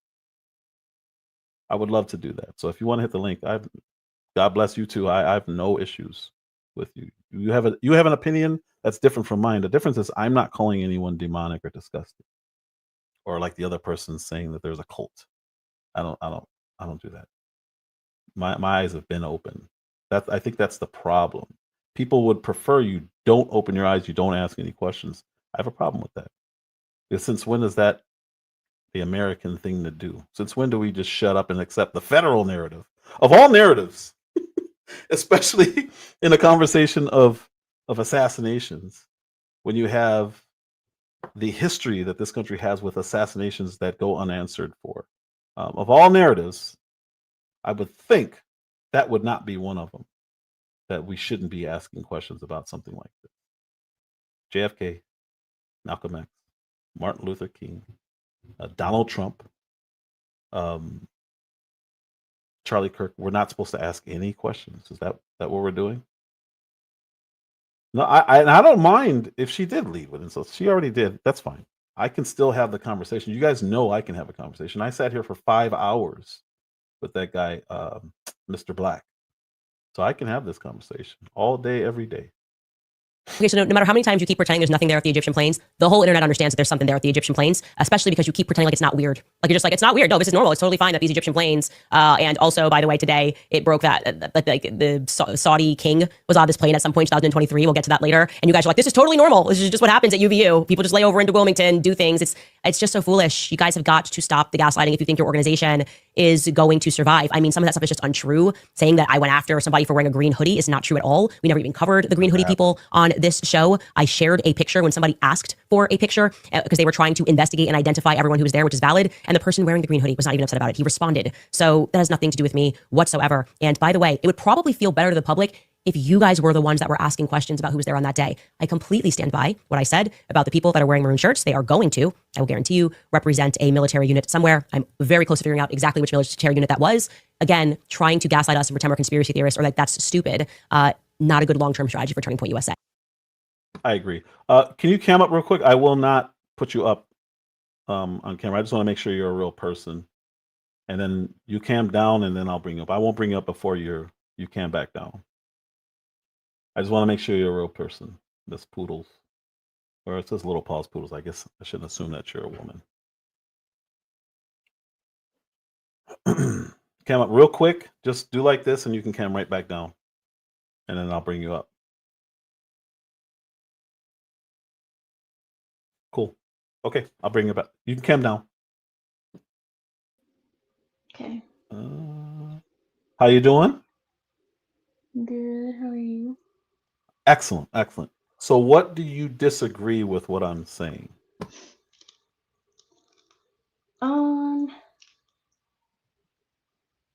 I guess I don't understand why she is backing down for where she doesn't want to go now. Well, she never said she was going to go. She said she would be there virtually if they'll have her. She said she could do it. Well, today it's not today. That day she was willing to go live with them. So she never said she was going to go there and be in person. They want her to be there in person. But she said any time, any place, right? Right. Yeah, absolutely. If you don't mind me asking, what state are you in right now? No, I'm in California. Okay, and I'm in Houston. We're in the same place right now, right? Same You see how that place. works? That's right. So you don't have to take something literally. And here's my issue. They know that they can do it because while they were making that proposal, Andrew Clovet and Blake Neff were on the same panel, but they were virtually on the same panel. So they were already doing that virtually. Why can't she do the same thing? I think it's because she wants to have her producer in her ear, or because I don't know if you know, but her show's not. It's not recorded live. That's It's fine. always You could tell. Yeah, you could see when you could tell it's edited. yeah. But what does It's that not have to do with recorded talking to live. them? So it's scripted. So she has to, I think it's a little bit harder for her to actually like see them eye to eye, and without having her producer in her ear, or you know, I don't know if you saw the CNN interview that she did. Yes, I did. She came off very like ignorant on some of the topics. I don't think she came across as ignorant. Like, can you give an example? I don't know. It was just it wasn't the Candace that I'm used to. Because I used to be a really good I love Candace, and I still do. I just think she's going through like a postpartum something psychosis. No, I really do. Like, I'm a nurse, and I've seen these things happen, but like I love her, and I really do hope So she gets what better. questions do you think she's asked that are out of bounds? That she's asked. Yeah. Because if you're going through psychosis and you're demonic, you have to do something that would that would trigger you to say something like that. Because that's a little. Yeah. Or are you just saying that to be hyperbolic? Do you really think that she's demonic and psychotic? No, really, like she's one of the main symptoms for psychosis is like people like they think that the government is out to get them, and that they're gonna die, and I've heard her say things like that, and I'm like, whoa, that's a bit much. And then So do you believe Tim also Pool? Do you know who Tim Pool is? No, I'm not familiar with him. Okay. All right. So Ben Shapiro, you know who Ben Shapiro is? Yes, Ben Shapiro. He says almost every day that people are trying to kill him. Is he psychotic, or is he just stating that people are trying to kill him? I think it's just being, realistic, because people are trying to kill him. But So you don't think that people are trying to kill her? I don't think he's ever gone on Twitter and actually said like, oh, the French government, and then they're colluding with the Israel, and So you really have a problem with her being specific about who's trying to do it, not that they're actually trying to do it. No, it's not that it's specific. It's just it's very confusing, because first she said that the government, our government, like Trump, was not, we should not trust them. And now Well, that's not the same. So she didn't she's accuse our saying government that of trying to kill her. Right. She didn't say that our government was trying to kill her. She was very specific. That's why I asked the question I asked. Do you know what's going on with her and the government of France? Yeah, she's trying to prove that Macron's wife is a man, I guess. Right. So they've tried to do cease and desist. They're suing her right now. Is that not motive to try and get rid of somebody? I mean, now, could she be wrong? Yes. But if somebody's trying to kill you and you place it on a person who has the biggest motive, wouldn't they be the person with the biggest motive? Yeah, but if I was suing someone, I've just so they could pay me, They're suing her. She's not suing them. They're suing her. She's Well, not.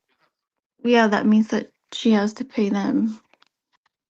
Right. So yes, for defamation. So if you think that she's smearing your wife and you're the president of a country and you've called the president of another country and you've had, ironically, Charlie Kirk reach out to her to say, hey, maybe we shouldn't be talking about this right now, because there are some negotiations that are going on. You don't think that that's a big enough deal? Like, why would he call the president of the United States if it was just about money? Charlie Kirk? The president of France called Donald Trump to ask Candace Mhm. Owens to stop talking about his wife. President Trump asked Charlie Kirk to talk to Candace Owens because they're best friends. Charlie Kirk talked Oh, to I get her. what you Yeah. mean. So Charlie Kirk So talked to her. So if it's a big enough deal that you would call the leader of the free world Donald Trump, you don't think that it's a big enough deal that you may want to get rid of a person who's doing something like this? I think um the reason why that happened is because I know the Macrons, it does cause emotional distress when someone calls you a man and you're a woman. And I feel like they've been through a lot of emotional distress. And they probably called Trump and were like, hey, you know what? Like, my wife is going through it. Been been getting looks, and it's kind of messed up. And I I know agree with everything France you're is the saying. United States is like, they're friendly. So Trump was like, you Yeah. know what? Yeah, I'll tell her to calm down. And the only So person that can get through to her was Charlie. So that's what they thought, but then she didn't stop. So, well, she she did stop. didn't. She stopped for a couple of months and then brought it back up because she told Trump when he called her personally, because she told Charlie no. So Trump called her personally and said, "Hey, I need you to stop on this." And she said she would for now because they were doing those negotiations, trying to get funding from one of the wars. I don't know if it was Israel or Ukraine. Either way, she agreed to stop temporarily, just not. She just wasn't going to stop permanently. So when she started back up again is when they got mad again and they tried to sue her, or they're suing her now. They didn't try. They are suing her. So who is the Yeah. person with the most motive? If you get a credible death threat, which she says she has, and she says the government has, the only people who can dispute that would be our government. But she says she has a credible death threat. Who would you believe it is?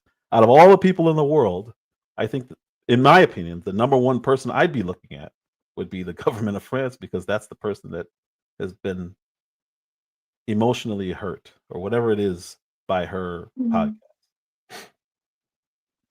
But don't you think that if Candace is hurt, or God forbid anything happens to her the way Charlie went out, obviously the United States would look at France right away and be like, oh well, it's definitely you. And I'm pretty sure Trump would Yes, you I know agree with you. do I could something. not agree with you more. But here's the problem with that.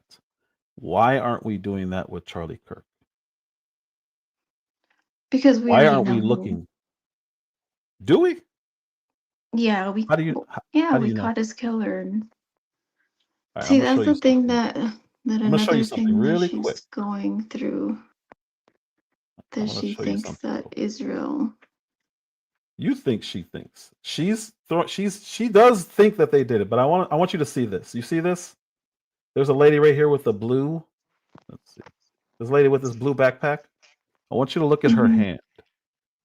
This is right when Charlie got shot. Everyone just started running, right? What is that in her hand? Mhm. Do you see this? Mm, yeah. What do you think? If you were to guess, what would you think this is in her hand?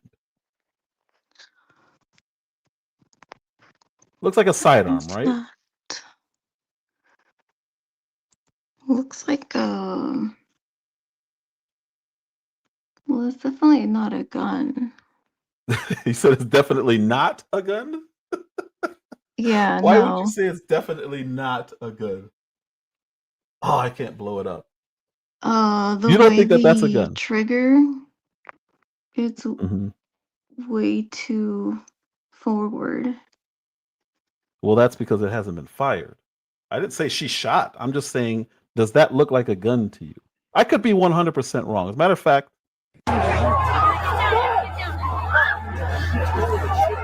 Is she a Hold on, she a hold on, one police second, one officer? second. Now, this is the video while everyone's running. Does that look like a firearm to you? Is it possible? It's possible that she was, you know, especially as a woman. I don't know if it's as open carry state. Well, on school campuses, there's no open carry. That's a gun-free zone, no matter Open what state carry. you're in. Yeah, I know about that. So my question is, she's not security, she's not police, she has not been questioned. As far as we know, she hasn't been questioned. Would it be outrageous for me to But how say? do we know she hasn't been questioned? Okay, let me correct that. It has not been released if she was questioned. Let's See put that? it that way. Yeah. So What we could her don't. possible answer be that would relieve her of any kind of suspicion when she's illegally carrying a sidearm on a school campus, right when somebody else gets shot, and she's got it drawn? What could the Well, possible excuse be? well, number one, it could be something else, and then number two, if it is a firearm, she should be questioned. And number three, she probably was questioned. And number four, that information is not for us to know yet until the trial. So You see what why I'm do saying? we have to wait until the trial? Because we're not part of the investigation. Who put out the photos of Tyler Robinson and told us all of his business? Was it the government or Well, was it Candace Owens? well, I mean, even the what's it called? The killer who killed the four students in Idaho. They had to show his face every time there's Why? like a shooting or school shooting. They have to show the person's face because once you're in jail or you're no longer you, you're just a number and you're Okay, part perfect. of. I agree with So you. you can, so Yeah. yeah, the government has right to let Yes. So people their see. reasoning for not wanting to answer certain questions is because it could taint the jury, right? Yes, Okay, so for they sure. put out his photo. They told us that his father turned him in. They told us that his mother was shocked that he's the one who did it. They're the ones who Yeah. told us all this information. We don't know anything about it. They told us about his trans boyfriend. They told us about his texts. They told us how he supposedly got on the roof, took the shot. They told us he had a screwdriver. Candace Owens didn't tell us any of this. So if anyone's tainting a jury, wouldn't they be the ones doing it by giving all this matter of fact information? No, because Come on. when they do a press I'm having release, this conversation in good faith because I believe no, you're I know, genuine. I understand. Like when they do a press release, they have to Mhm. say all these things, or else the public is going to go in a frenzy and be like, "Oh my gosh, the killer's still out! Like we don't know. What if this?" And I think that's what Candace is doing. She's causing like a frenzy of like, oh no, what if this? But what if it was this? And what if it was that? So she's doing the opposite of what the So government wants we us did to not know who believe. he was until they told us who he was. It wasn't until after they say they knew who he is before we learned Mhm. all of this about his father and his neighbor and his sheriff and all the stuff that we found out is after we knew who he was. The text messages, the supposed discord, all this stuff was not out first. It was out after. That would be tainting the jury pool, in my opinion. But you're saying no, it's Mm. Candace Owens for continuing to ask questions as to why we're told all this stuff. And some of these things have been wrong. You know that some of the things have been wrong that they said, right? Yeah, Or do well, you believe all of it? tainting the jury would be like if you have a juror that does not believe that, like, for example, you have 8 jurors Hmm. and 5 believe the evidence in front of them, Okay. and 3 believe Candace's theories. So right there, it would be okay. So even if one juror does not believe the evidence, they could throw out the whole case out. So Right. they could let Tyler free. Correct. So But do you see how that taints the?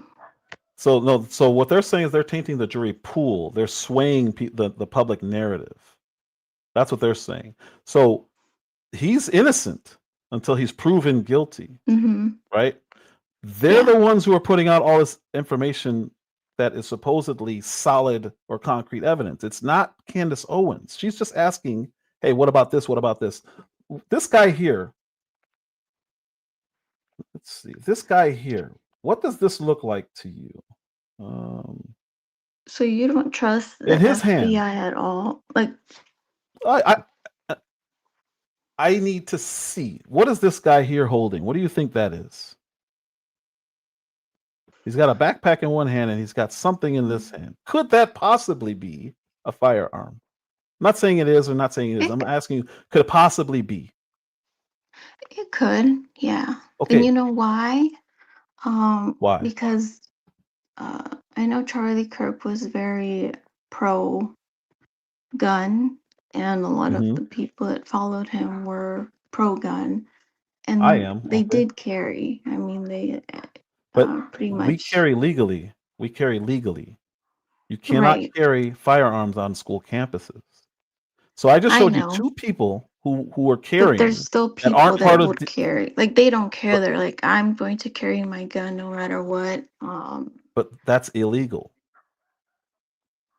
So this I guy know. that I just showed you is Hmm. illegally not only carrying, but he's illegally brandishing.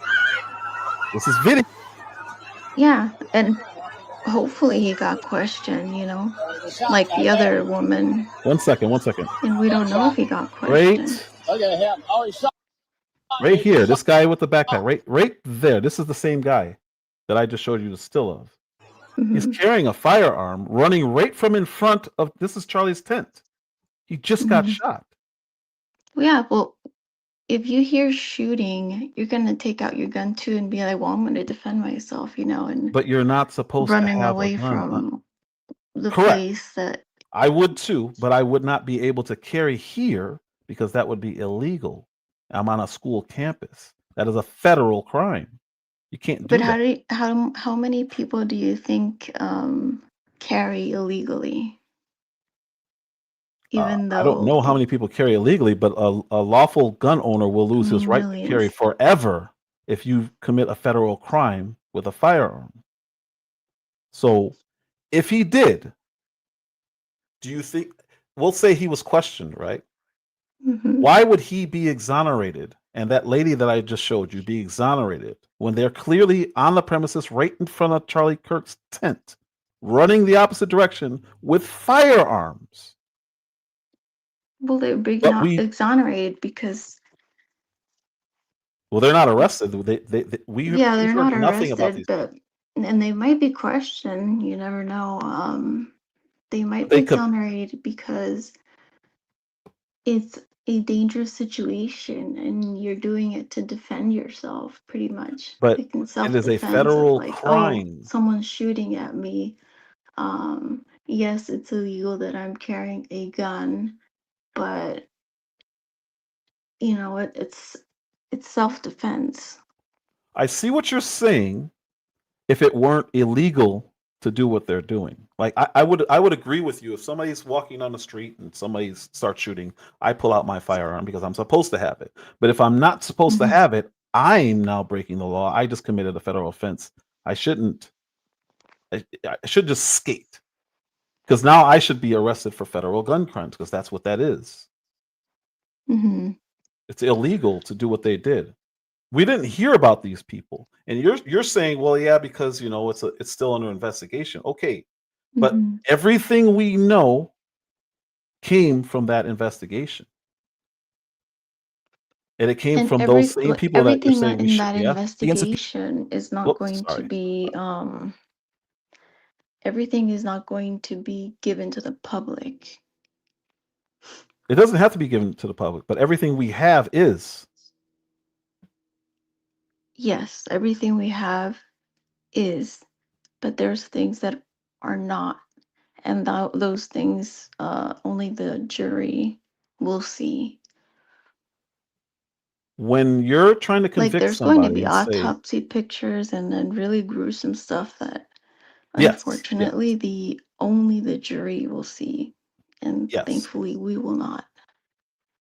I don't know about thankfully, because I want to know everything about it. Because Well, I don't want to see, Okay, yeah, you don't Charlie have to Kirk's look, but neck. it should be available. Let's put it that way. It should be available. I should be able to file a Freedom of Information Act request, which is where Oh yeah, Candace is no, getting this of information, course. I mean, if which you is want to to see this it, guy's point. it's up to Yes, you. yes, But yes. to have So those pictures out for his kids, I don't think that would be. I agree. But I blame whoever shot him, which is why I want to know who actually shot him. I don't want to dismiss that there's two people that I just showed you running Mhm, away from the tent that Charlie Kirk was just shot in with firearms and mhm. say, well, it's not them. It's got to be this guy over here who had a 30-06. Mhm. You know what a 30-06 is? Yeah, Okay. Do you know how powerful that rifle is? yeah, it'll blow your head off. Right. But it didn't blow his off. You know why they say it didn't blow his off?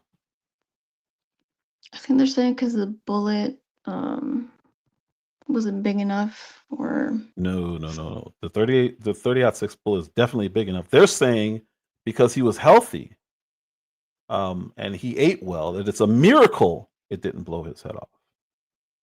And to and it me, also that hit his doesn't pass. spinal cord and his Yeah, it should have went through all of it. I'm gonna show something. Hopefully I don't it get in trouble for it this. did help it hit his spinal cord, and that's what Right. it made it shatter. So it was found under the skin. Correct. So it didn't There's cause it no, to exit. yeah, which is impossible. So I'm gonna show you something. Well, Show you another. no, it's very possible. It's not possible. It is. I know a lot of people that have that weapon for like to That kill round. squirrels and foxes and No. things like that too. You use 22 for squirrels. You don't use 30-06 for squirrels. If you shot a squirrel with a 30-06, it would literally blow up. There would be nothing left. That's what I'm trying to get you to understand. So this here, let me show you something real quick. What just happened? Oh, I got to pull this one down. Sorry. This is a 30-06 at the same distance. And like I said, let me get the volume off or down so I don't get in trouble for playing this. You see what it just did? That was a makeshift human body. They put a skull in there. All right. They So now put we're the gonna throw spinal in about cord. 10% slow mo for you. This is gonna look super cool. But Now, where did it what happened hit? Did it was hit the head or the neck? It does well if it hit the neck, the whole head would come off. That's the point. It doesn't matter where it hit. A 30-06, It hit his carotid, right? which is The right. whole neck. The whole neck. If Charlie would would have separate from the been body. leaning a little bit more to the right, it would have probably just grazed his neck. But it That may be true. went into his But neck if and you it hit his watch, carotid. So it didn't, but it no didn't. matter what it hits, I've shot a 30-06, a car rim, and it went through the car rim. So what I'm trying to show you is it doesn't matter where it hits. Mhm. This is the result. There's nothing left. So if it hit the neck,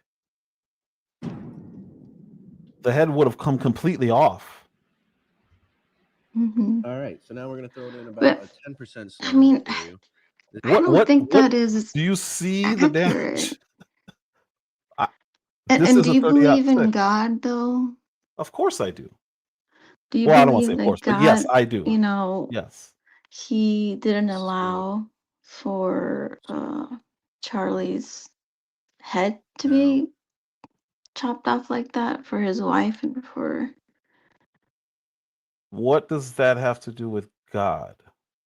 Why do you think God would not allow his head to be chopped off, but he would allow to lose his life in the way that he did? I don't know. I guess I'm trying to understand what's the what's I the think connection? because What do you mean? sometimes there's car crash victims that they look horrible. They're just like mangled Oh yeah, yeah. and for the funeral, I mean, it has to be closed casket. And for Charlie, I think it was the fact that his wife was able to see his face one last time, I think was, as sad as it is, I think it was Well, what the about the Holy people in the Spirit car that kind accident? of was like, okay, I'm gonna see my husband for one last time. I want to see his But what about the face. And people in the car accident that you described, where they were mangled? Why wouldn't they receive the same blessing? with the car accident, Yeah, you said there are car accidents where people get mangled and they're unrecognizable, or however hmm you phrased it. What about their family? well, sometimes they can get, facial reconstruction done, but it's not the same, you know. But there are a lot of people who And there are there's a lot of nothing people that left. don't believe in God too. Yeah, yeah. But there are people of faith who die in horrific ways where they're unrecognizable. That doesn't. I don't. I'm trying to understand the God connection that you're making. I'm not saying anything. I'm not criticizing. I'm trying to understand it. What does that have to do with a Well, 30 I 6 and mean, whether or he not it died in takes such his a head off? public way, and it was, I've seen how Erica, and I've lost, people before too. And I think God gave, Erica that the grace and so that she could see her husband one last time. And you know, I don't know why God does things because God is God. I don't know Okay. why God, lets one person look a certain way in a car crash and then, that this happened to Charlie. Like, I don't know. That's why But God is God.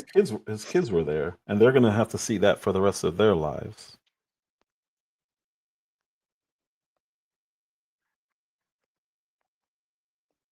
But his kids are not going to see, their dad's face in little pieces. I don't think it matters to a kid. I think what matters to them is that they lost their father, and it will be on the internet forever. You will always be able to look up exactly what happened, and it is gruesome what happened. Yeah, and thank God that his head wasn't exploded, you know. Thank God that maybe, well, unfortunately, yeah, they are gonna have to see it, and thank God that his head wasn't, didn't explode, So it's and he better to died. see all the blood gushing out the left side of his neck. I'm making a point. I'm not. I'm not. I'm not between a trying head to. exploding and that, yeah, I think he bled out of his carotid very quickly, which caused him to pass out and caused him to die very quickly, which I'm sure brings them peace. And they were It's a able to good. see his their If I were going to pass away, I wouldn't mind going that way because he pretty much did die instantly. yeah, he died But what I'm instantly. saying is, I don't know why you're attributing it to God. I don't. I don't understand why you're attributing it to God. And not. Because it was a We don't have to. painless death. So is passing in your sleep. Yeah. You know. So, I but I don't understand why that would. What does that have to do with Candace? what does what have to do with it? I showed you the That head God, exploding. No, you brought God. I didn't bring God into this. no, I like showed you a what is? 30-06 and the effects that it Mhm. has on a normal head, and you're saying, well, maybe his didn't do Miracles that. It's for happen. the kids. Yeah, miracles happen. Okay. Mhm. I don't see why that would be the miracle. For me, the miracle would be surviving a 30-06, not being decapitated, because that's what should have happened with a 30-06 bullet. Now, the gun that those other people had, whether they're 45s or 9mm, that makes way more sense when I see the injury that he had.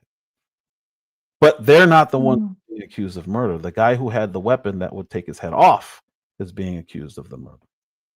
That's But my have we issue. And seen the autopsy? I haven't seen the autopsy, no.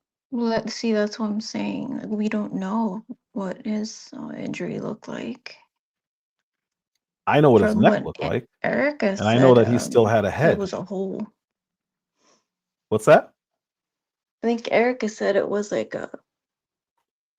a hole or something like that Okay. But at the memorial. that doesn't address that doesn't address the type of wound from that weapon, which is why people are asking Mm-hmm. how it's humanly possible that was the bullet that they're saying it was. Yeah, it wasn't humanly. Well, we don't know Well, if we you don't shoot, know you why. know. And I'm saying like, oh well, it wasn't humanly possible because God, that's where God comes in. Um, but But why does I'm God come in saying like, there? what does that have to do with what Candace believes and like that she's gonna be killed, and why doesn't she want to go in the? Right. So we can get to that. But Mhm. she also believes what I believe is that it wasn't a 30-06. So all these questions are coming because we're being fed things that just aren't true. But she believes that, but she believes a lot of things, but we I don't don't know what she know. believes. I know she does not believe that Charlie was killed the way we're being told he was killed. She believes that the Egyptians killed him, Israel killed She's him, never Trump said the killed Egyptians killed him. him. She didn't say She Trump or believes the Egyptians killed him. She didn't say any of those things. that they are all But you just said that was a things that truman aren't show, true. that he was living in that everyone pretty much around him was betraying him. And She said everyone around him is suspicious. That's not the same thing as everyone around him is betraying him. So suspicious is I don't trust this person, this person, this person, this person, this person. It's but not why does accusing she them of think that? doing anything, because It's the when same thing with when the gun, it's like, why does she believe these things if there's the no proof? gun in every other instance, which would be proof, does not Look, we react don't the have the way. autopsy. We I don't don't need the have. autopsy. We're gonna know the extent of the wound and the damage when we get the autopsy report. Right. But if you take a 30-06 out right now and shoot Yes, 100 I heads, understand. Like okay, you so can shoot something but it's not gonna be the same with every single object. yeah, We because don't know the extent of the the injury of damage will be the Charlie's. damage. What won't happen is less damage. Right, but we don't That's what won't know. happen. We don't have the autopsy, right? We Okay. don't know what happened. We can't see. We don't have the photos. We If I don't see an know. autopsy that says that a 30-06 could not break his spine out of all the spines and all Well, the it did animals that break have it. been shot with a 30-06, I'm going to be suspicious of that Mhm. autopsy because that's not normal. It's not normal. And anything that's So you're abnormal gonna be requires questions. suspicious of the autopsy too? If the autopsy says that a bullet this large could not go through his neck and only his neck that I've seen go through metal, 1/4 inch thick metal, yes, I'm gonna be highly suspicious of that. So then so then you don't trust anything. I did say I don't trust anything. I would not trust that autopsy because it's specifically going against all that we know about a rifle and a round, specifically. So if I had a 9mm and it blew up a house, and somebody's trying to convince me that that's normal or it's just a miracle, I'm not going to believe it. I don't care what evidence you have, because that's not normal. That's not how that round normally acts. Now, if there's an explanation that it went through something else before getting to him, I'm open to it. I'm totally open to it. But if somebody tells me that a 30-06 at the range that it did, we just saw what it does, and that's consistent. I'm going to have more questions. I think they did say that it went through his carotid and then it hit his spinal cord, so he died instantly, and then it hit his C center, one of Whichever his vertebrae. bones right here in the back, and that And made it shatter. I would submit to you, if it was metal, it would still have went through. That's where we're differing here. It doesn't matter where it hit on his body. But If it was metal, it would have went through. We'll see when the autopsy comes out. How about We that? will. I agree. We'll agree to disagree on that one. Yeah. Like we'll see. I don't when the know autopsy- any other claim that she's made about that, about Charlie Kirk or TPUSA, that would make me call her demonic for asking. Because I don't think it's demonic what I'm saying about the 30-06 in the round. Well, no, I mean demonic in the way where she's been going around instead of unifying the, I don't know if you're conservative or in the right, but I used to be conservative. the conservatives and the Republicans right now are very divided because of this issue, and we're very just like right now. Instead of being united, this issue has everyone just like against each other, and also So is it Candace Owens? Erica That's and the all of issue on them the right? haven't mourned. I mean, she's been blaming TPUSA for so many things, and they haven't mourned properly. And TPUSA was What's very the proper time unifying, frame to and mourn? I'm sorry, What's the proper time frame to mourn? the proper time frame. Yeah, you said she hasn't mourned. When will it be okay to ask these questions? Or is it never okay? What do you like to, like if someone dies, like if my husband died, and I was trying to mourn, and then someone's like, it was you, like you're suspicious, and what if it was this? I would be like, wait, why are you blaming me? And then a bunch of other people are like attacking me too and telling. So that's Do you not know a good how analogy. damaging that would be for me? Yeah. I would be like, oh my gosh, so many people think that I killed my husband, and If that were true, I would agree with you, but she's never accused Erica of doing it. So the better analogy would be there was a bunch of people around your husband who have gotten in trouble in the past. But you see how that would and blaming cause them your or looking mourning at them and to saying, be "Hey, different too. what's that?" Like if you were that paranoid and be like, oh my gosh, what if it was this person? You wouldn't mourn in peace. So when can you mourn in peace? When you know that the person is already caught. And you're like, okay, the person is in jail, they're caught, like now I can just like mourn properly. So Tyler Robinson is guilty before being proven innocent, is what you're saying. That's what it sounds like you're saying. Not innocent before proven guilty. He's guilty before proven innocent. He said that he did it. And his You heard him say parents he did turned it? him in. Wait, you heard him say he His did it? own parents turned him in because he told his parents, and his parents looked at the photos and said, "Yeah, that's our son." And that's. Where did you hear that? I mean, obviously, Where did you hear that? it's not on news. His parents turned him in. Did his parents say that? Who told you that happened that way that you just described it? I mean, that's how it is. That's how it's always been described, that his parents turned him in. By who? By who? By the authorities. The authorities said, So the federal okay, government put out a narrative yes. of guilt. But right? it's not a narrative. I mean, that's literally what happened. How do you know that that's what happened? You're saying this as if you know this for a fact. Because it is. Or else Then he shouldn't have a trial. federal If what you're government saying wouldn't is have said it. absolute, the federal government is who said it. That's So correct. you don't trust the federal government at all?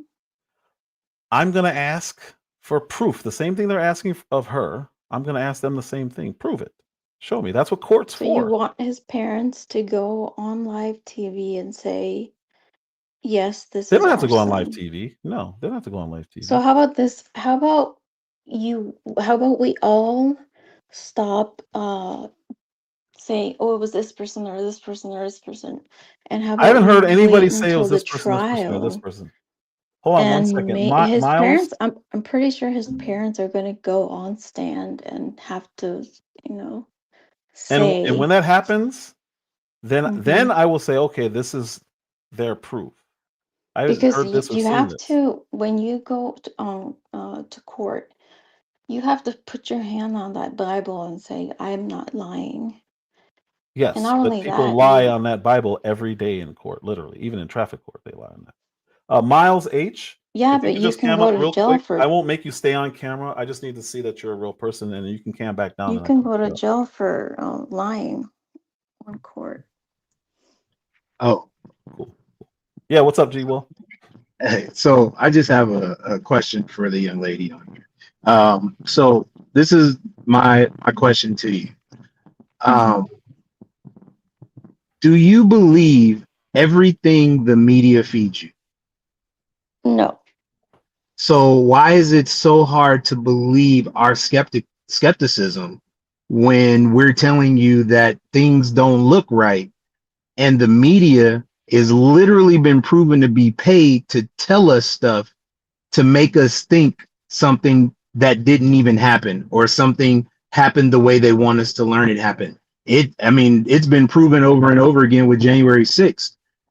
So I'm just trying to figure out, like, how come our skepticism is so hard for you to believe? Because to us, who've been listening in the chat, it just sounds like everything that the media has said, you have bought into, and that's 100% fact. In No, I'm your not mind, saying that's the what it seems media. like to I'm us. saying the government. But the government is who feeds the media. Yeah. The government's who The feeds the media. government? Yeah, The of course. federal Yeah, government, the United yeah. States of The America. United States of America federal government feeds So the then media. you don't They trust told the you to government believe. No, why would you? at Why would all. you trust? You can't. You can't trust the What do you? government. That's why I tell people to do all their own research, because the government feeds the media. They tell the media. I mean, I literally, this is what happened through the 4 years Biden was in office. They told the media what story to tell, and they would all say the same thing. Every last liberal media outlet, which is most of them, would say the same thing verbatim. Same thing. So, I've played So videos of so that. you don't trust 2-3 minutes. anything, pretty much. The government, like the I United don't trust. States. I don't trust You any. don't trust the United States. I don't trust the people. I don't trust the elected officials of the United States. No, I don't trust the people of the United States know what's best for themselves. But how do Because you they trust continue to Candace vote. Owens Because then? they continue to vote for idiots. You know why? You know why I consider Candace's opinion. This is why I consider Candace's opinion, because Candace, unlike most people, Candace does a whole lot of research. And No, yeah, she doesn't. maybe hold on. That's your opinion. That's your opinion. Like Mhm. from what I've watched and from what I've seen, she does a whole lot of research because she came out with a whole lot of information Well, the about whole plane Kamala thing Harris was that fake, though. the what was fake? The whole plane situation was fake. And the address she How do you gave know? was her lawyer's. That's what I'm saying. Like you're So she saying didn't do her something. research. You're How do you saying know it's something that fake? you don't know. You don't know it was fake. You don't know. Yeah, we do. Well, I mean, we do because How do you it know? came How do out you that know? the address she gave was her lawyer's. No, so those are the lawyers who are filing her petition, but that has nothing to do with anything. The Exactly. address But why didn't still she was a say? I federal, mean, she kept repeating that address in that episode. right? But that Never address not once is saying, "Oh what yeah, she and by said the it way, was. my lawyers are in that building." Why didn't she say that to What difference does it us? make if her lawyers are in a federal building with 3 federal agencies? Because So she I'm made it gonna seem like that building was like something evil. She didn't say that building. I'm gonna say what's up, Miles. I see you up here. Yeah, what's up, Miles? Miss Poodles. It's been a pleasure. I'm gonna go handle some business. I'll continue to listen. I thank you for engaging, and Yeah, you all have yeah. a good day. It's rare to get people that Hey, engage hey, and stuff. thank you. I appreciate it. What's up, Miles? Yeah, what's up? So I'm assuming we're talking about Candace's potential. Well, she's not. She's not going on the show anymore. But her There's still a accusations chance. for TPUSA. Yeah. Yes. Yes. Yeah, like I'm just gonna side on little pop poodle side here because, Okay. quite frankly, I think what Candace has done has been disastrous towards people For who are who? genuinely for TPUSA for one, and just in general for the conservative movement.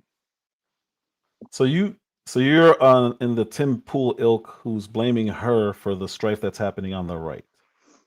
Yeah. I mean, she's a large component as to what's been going on. It's one thing to say that the right should be united entirely. I don't believe that.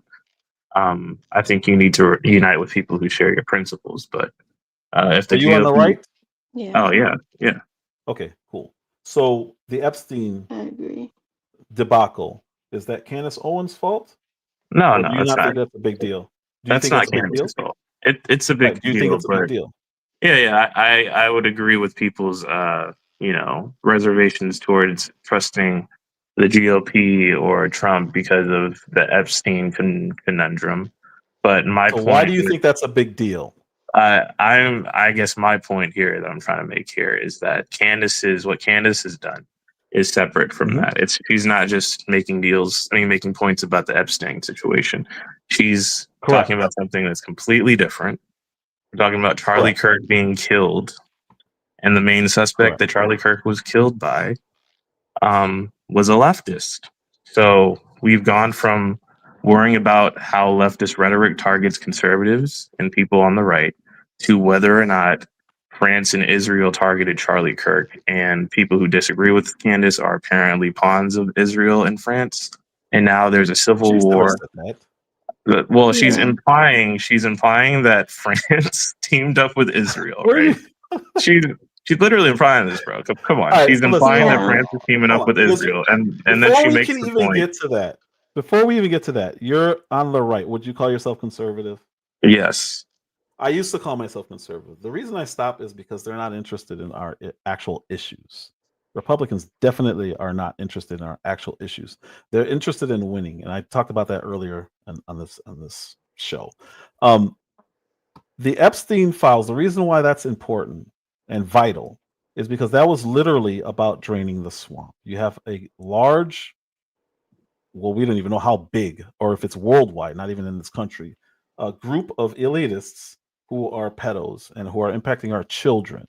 And God knows how long they've been doing this, right?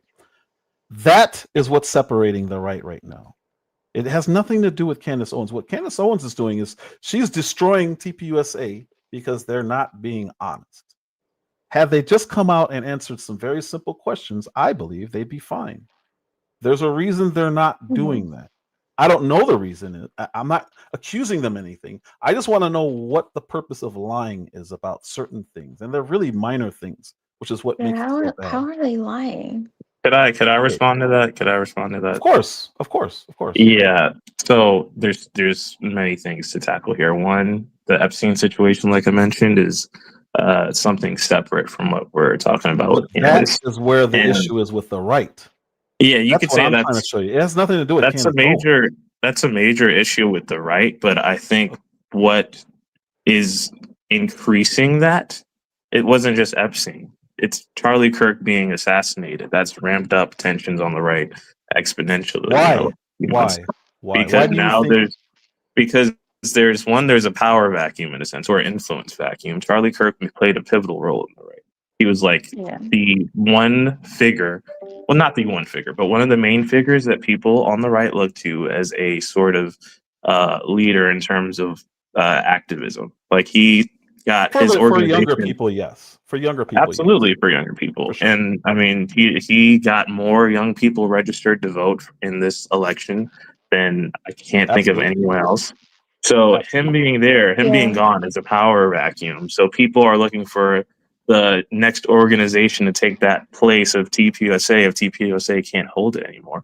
So Couldn't agree with more. Charlie being gone leads to more discourse around what we should be doing. And when there's a conversation about who killed Charlie, and then people are being blamed who are on the right as to for Charlie's death, that is like that's throwing gas on a fire. So Who's blaming people on the right? Candace Yeah, Owens. it's horrible. Who did she Candace blame? Owens. Who on Candace the right Owens. did she blame? Okay, all right. So do you want me to go down the list, bro? Like Just give me one started- person on the right that she's blamed for Josh killing Hammer. Charlie. Josh Hammer. She mentioned Josh Hammer.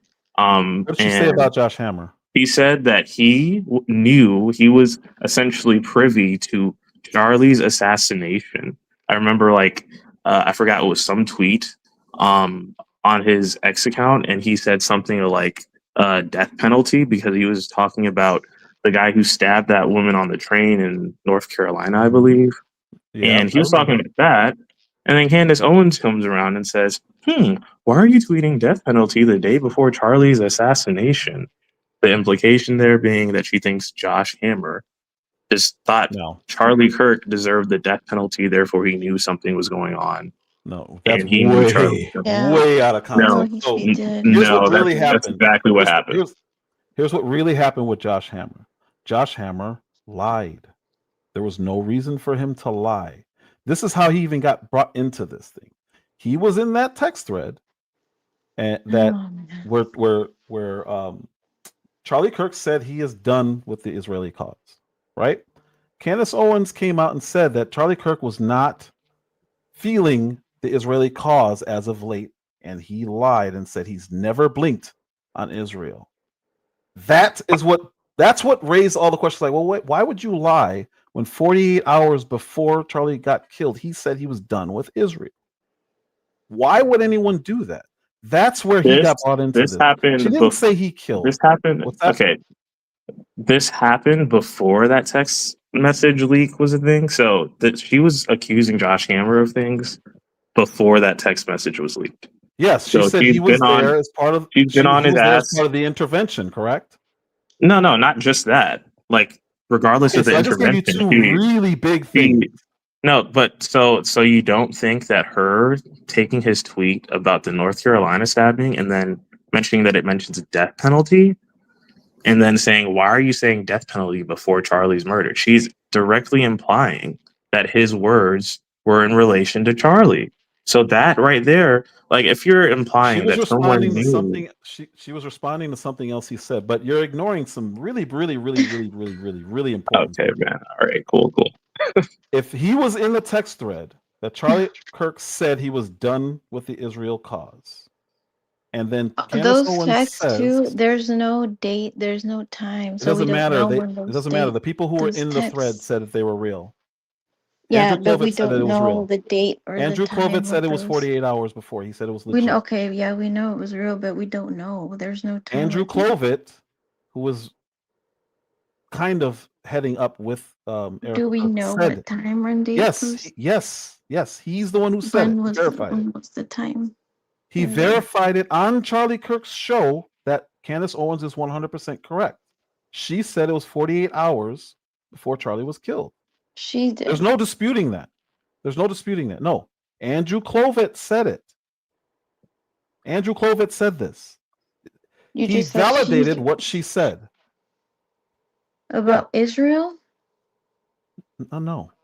About the what Charlie text, Kirk or- said about Israel. Yes. The He text said read. Listen, hold on one second.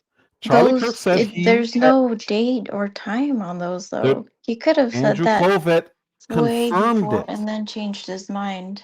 No, TPUSA confirmed what he said. Here's the problem with Josh Hammer. He lied and said that didn't happen. He did not expect Candace Owens to release that text thread. That's why he got into all of this. He had nothing to do with any of this. No, All he Candace does- Owens was on him before that text, man. You have to be Because honest. he was calling everyone an anti-Semite. No, that's That's why not just, that's not it. That's not just the reason. Candace was on his ass because she was implying, like you mentioned that intervention thing. She was implying that he was part of that He was there. intervention. And He denied it. supposed one, he denied that it was an intervention in the sense that Candace was framing it, but that's not even the point. That's not the It point. is the point. No, my point is that it was not just that. She was implying Charlie that saying it was an intervention. Okay, she was implying that intervention was a thing. Okay, and then she also implied that because of that supposed, she said it. Okay, yeah, and then she then said because of that intervention going sideways, people like Josh Hammer knew there was a plot to take out Charlie Kirk. Well, Charlie Kirk said she there said. was a plot to take out Charlie Kirk. Well, okay then. So you're agreeing that she said that about Josh Hammer. So what I'm saying is she didn't imply anything. What she said was based on what Charlie Kirk said. So I don't understand how this is her. What did Charlie blowing Kirk say about Josh Hammer? He didn't say anything specifically about Josh Hammer. He said that was an intervention and it was moral blackmail. Then how is that No, valid? Charlie Kirk never said anything about it being an intervention. Yeah, and being I black. don't think that Charlie. But Kirk Candace said- Owens, He I'm absolutely trying to did. get back to the accusations of Candace Owens because we're gonna get But sidetracked. because you're making them about her and not about Charlie Kirk when he said these things. This is entirely about Candace Owens. That's why I came. That's what I came to But discuss. Charlie Kirk said it. So it's Charlie not Kirk about never what said it was an she intervention or a said. blackmail. Charlie Kirk never said that. Okay. I'm not trying to get bogged down by that because there's no evidence for it, but that's going to get us distracted from Candace. Well, so you don't. Candace So you think Megan Kelly just lied when she said? Well, that? Megan Kelly, I don't Carlson think just she's the lied. most. I don't think she's the most trustworthy person to begin with either Yeah. way. But Megan Kelly. Yeah. What does she have to gain from jumping into that and saying that he told her the same thing? I mean, I don't know what she has to gain, but I just know she has a lot to gain by avoiding conflict with Candace Owens as she's done for the last 2 months. So there's that. So you think it's better to get in a conflict with Ben Shapiro and say that he lied? Are you talking about Megan Kelly getting into conflict with Ben Yeah. Shapiro? I think her getting into conflict with Ben Shapiro is a lot less risky for her than doing it with Candace Owens, to say the least. So you think that she's just trying to err on the side of caution? Yes, I do. Then I why think would she say what? Then why would she enter herself into the Charlie Kirk thing by saying no? He told me the exact same thing right after the podcast where he said he will not be morally blackmailed. Charlie Kirk, you're He talking said about this. morally blackmailed in terms of him supporting Israel, Yes. or something else? Because No, there's about him two. There's supporting two. Israel. He did not mention anything about being essentially interrogated in that intervention. That's told what I was Megyn referring Kelly- to. Yeah. And He told Megan Megyn Kelly Kelly, the same thing. Megan Kelly, if she said that, there's no evidence for Charlie Kirk saying that. But if she said that, Right, one, I'm going so- to have to see that. And two, Well, she has to regardless, provide I don't think evidence she's. also. Who has to provide evidence? Megan So Kelly? you're saying Megyn Kelly has to provide evidence that he told her that? Yeah, and I think that's pretty reasonable. I would assume, but I don't She even. just said that I this don't is what he think. told me. I don't think that Charlie Kirk ever said that. But I'd like to see the evidence. And regardless, I don't think that Megyn Kelly is the objective source here, and we're kind of getting distracted from the fact that it's No, Candace this is Owens. the point. We're talking about You want Candace to blame Owens. her, and I'm saying she's repeating words coming straight from the horse's mouth. You don't want, for whatever reason, you don't want to acknowledge Megyn that. Kelly's not a very. I mean, Like, I would. are we Well, going she to is lying. believe Megyn Kelly because it's Megyn Kelly? Because I could say people close to Yeah. Charlie said this, but Candace Owens does not take those at face value at all. I Like, mean, we're so putting words in a dead man's mouth. I mean, I don't think that's very. No, Did he say it's it or not did putting not? words I in mean, a dead because, man's mouth. He said it to people. You don't believe that those people. but how do you know that You don't he believe said he it to said it to people? these people. They said it. Okay. People who have nothing to do Kelly? with any of this. She had nothing to do with any of this. It doesn't help her to join 3 people who have been essentially excommunicated from the right: Dave Smith, Candace Owens, and come on, Tucker man. Carlson. Candace Why would Owens she is the join #1 Tucker podcast in the Carlson? Excommunicated? world. Okay, Who Tucker does Carlson she has not voting been for? excommunicated. Sorry, little pause. Really? Keep going. Really? Tucker So you Carlson? don't think? Yes, Tucker Carlson. He's not been excommunicated any more than like Tucker Carlson being excommunicated in the sense that you're not going to see him on Fox News, I guess. Well, that doesn't mean jack in today's political environment. Like, he is still, quite frankly, one of the most influential people on the right. And if anything, going Oh, he directly is, but ahead, he's also listed as going one of the top anti-Semites on the right. well, I mean, yeah, that doesn't change what the fact is. I mean, Candace Owens is as Mark well. She's Levin, incredibly influential. Levin, Dinesh D'Souza, Ben Shapiro. All these people have been saying he's a Nazi. They've been calling Tucker Carlson a Absolutely. Nazi. I mean, yeah, they're saying he's Is that not being anti-Semite, excommunicated from the right? That's no, because he's still a pivotal member in the right. Like, you could say they're That's opposing because him. nobody's believing them. Excommunicated in People what on the right are saying that. in what material sense has he been excommunicated? He still has major influence. Politically, You're still politically. no. He's not even. He's still part of TPUSA. You'll see him at TPUSA meetings. Not even Why political. is he part of? You just see Why him. is he You part just of have tension. TPUSA? Why is he I don't know. part of Ask TPUSA. If he's excommunicated, Because he wouldn't be part. Charlie said he was Okay. going to be there. Okay, so you're just admitting that he's not excommunicated then.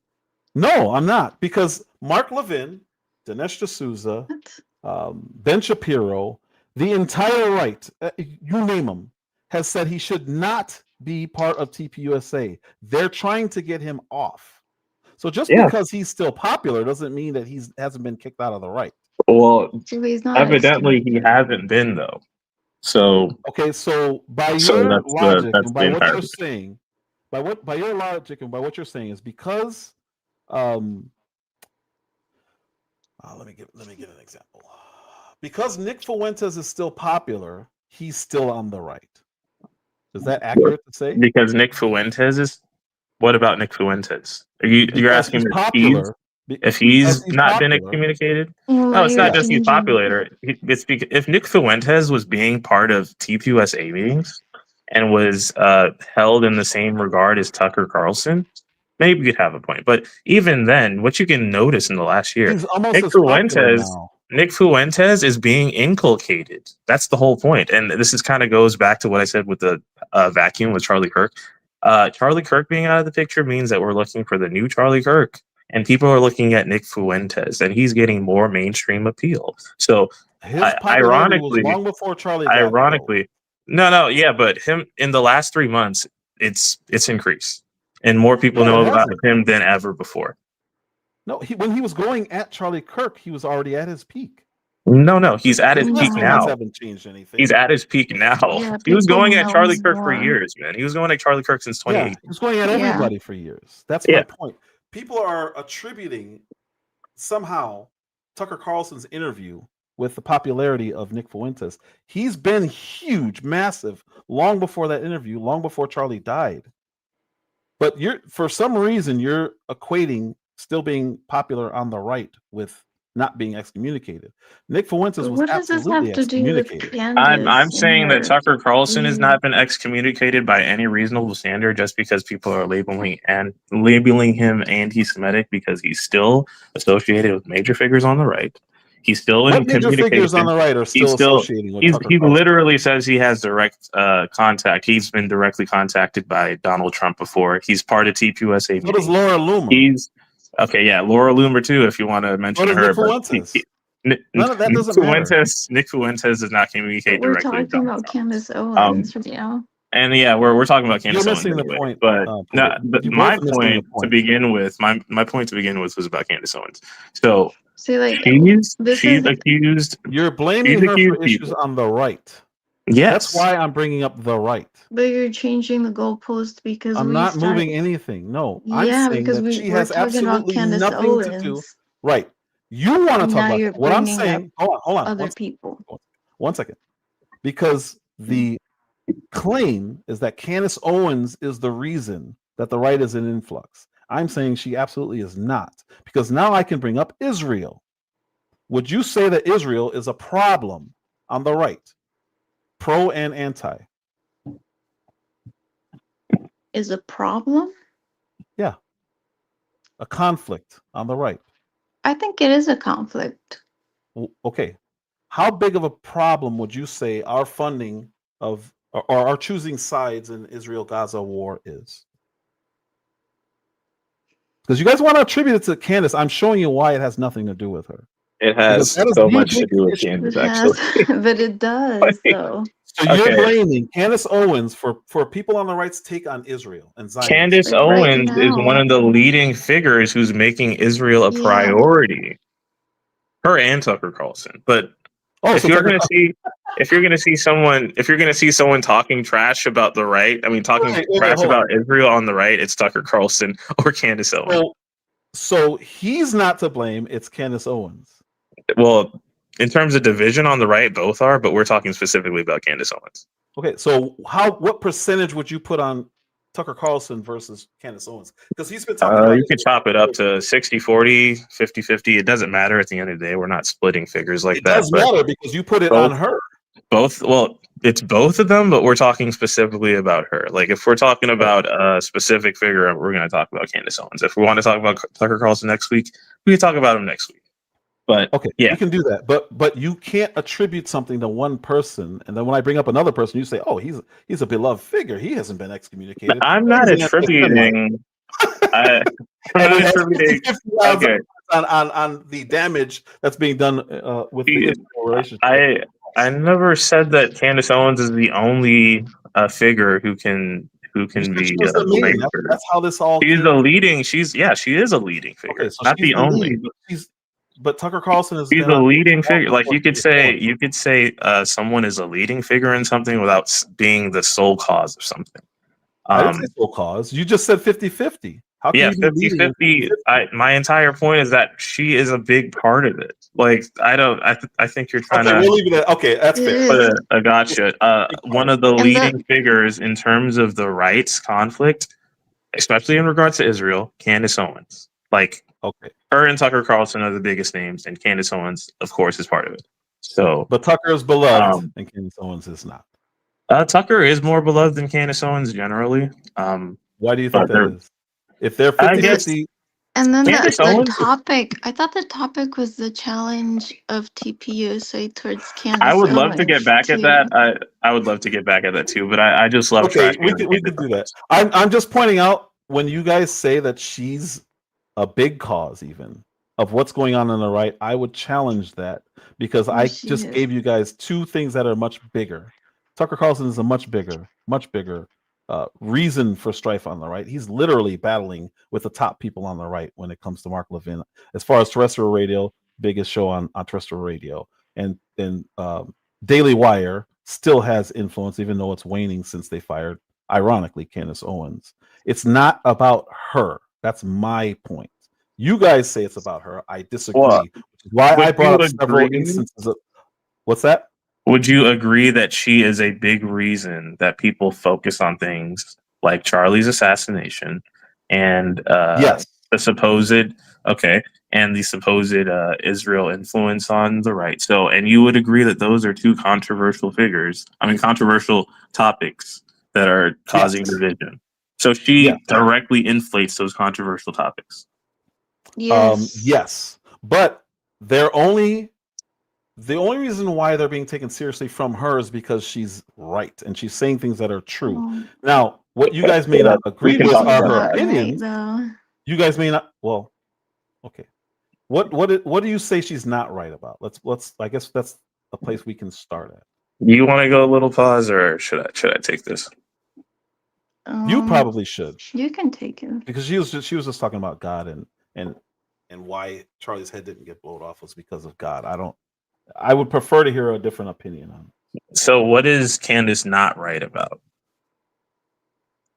That's what I asked you. That's the question. Okay, so if you want to talk about general things, we could talk about general things. Whatever you think is causing the strife on the right.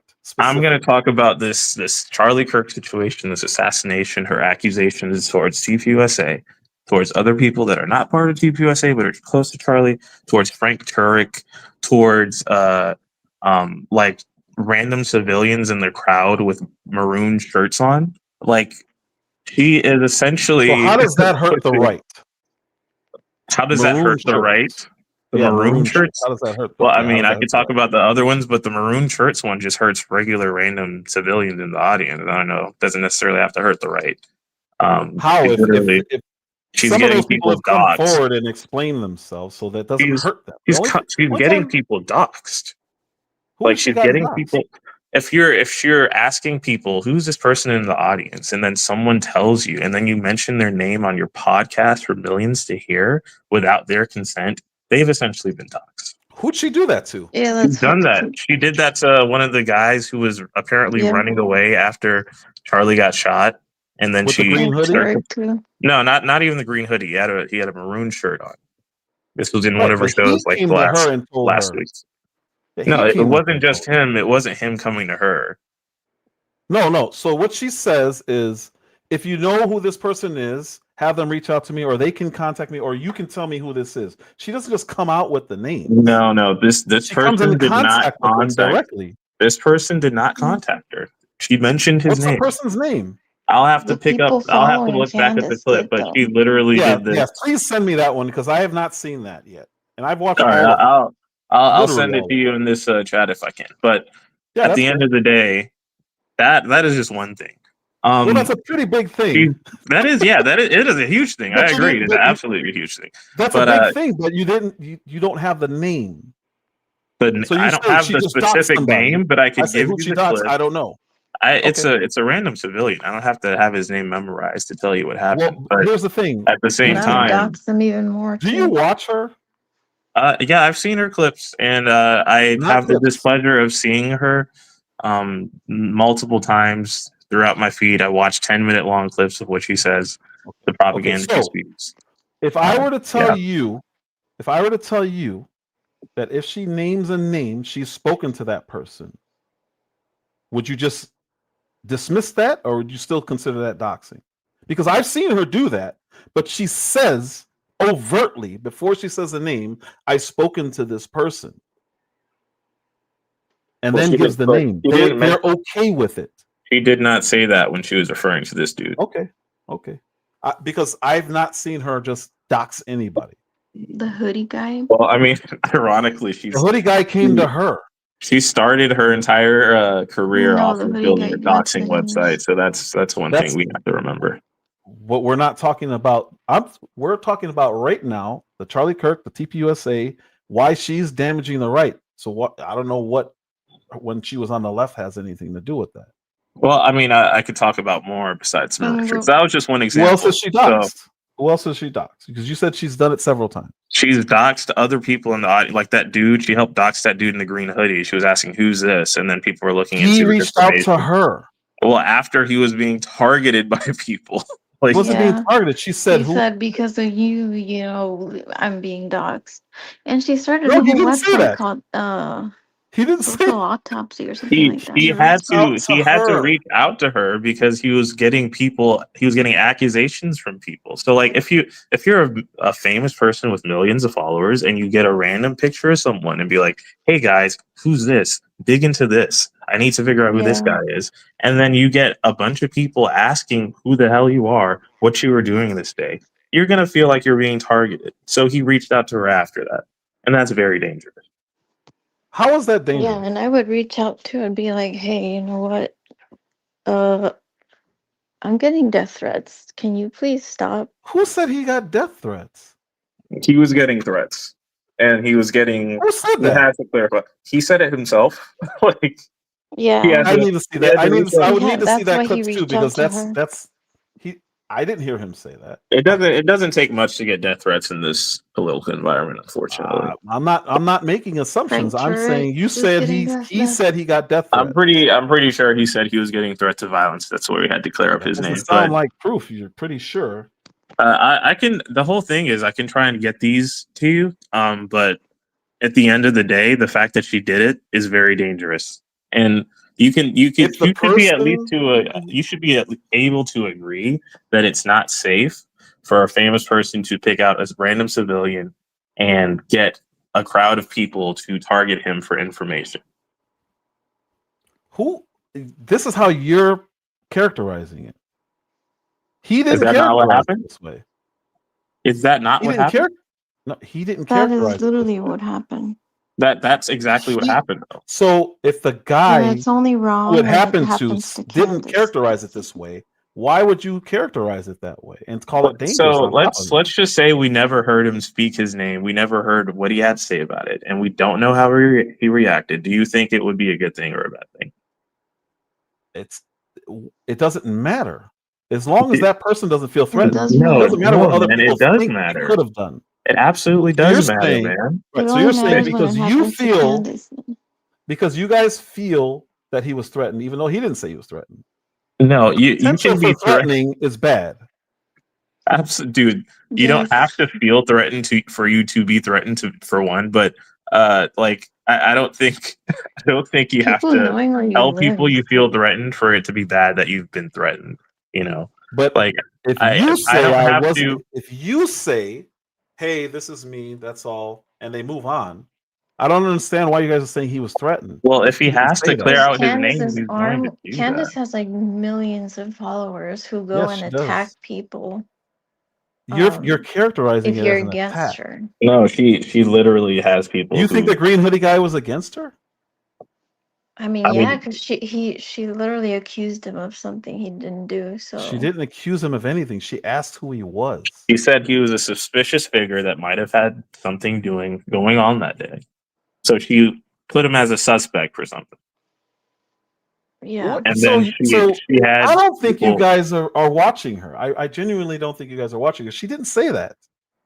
What did she say I about? want to know who this person. I want to know who this person is, and she's done this several times. Who is this person? If you guys know this guy, have him reach out to me, and then she gives the info that they can reach out to you. That's it. You She don't does think not that's make the accusations problem? before. No, That's not. she doesn't do that before. I see you, Lou. She doesn't do that before. She makes accusations. She just asks, "Who is this person?" Well, okay, I want to know so what they're doing here. if you're this is like standard stuff that even like if police officers are doing stuff like this, we'd have problems with. Like there's a whole controversy around stop and frisk for a reason.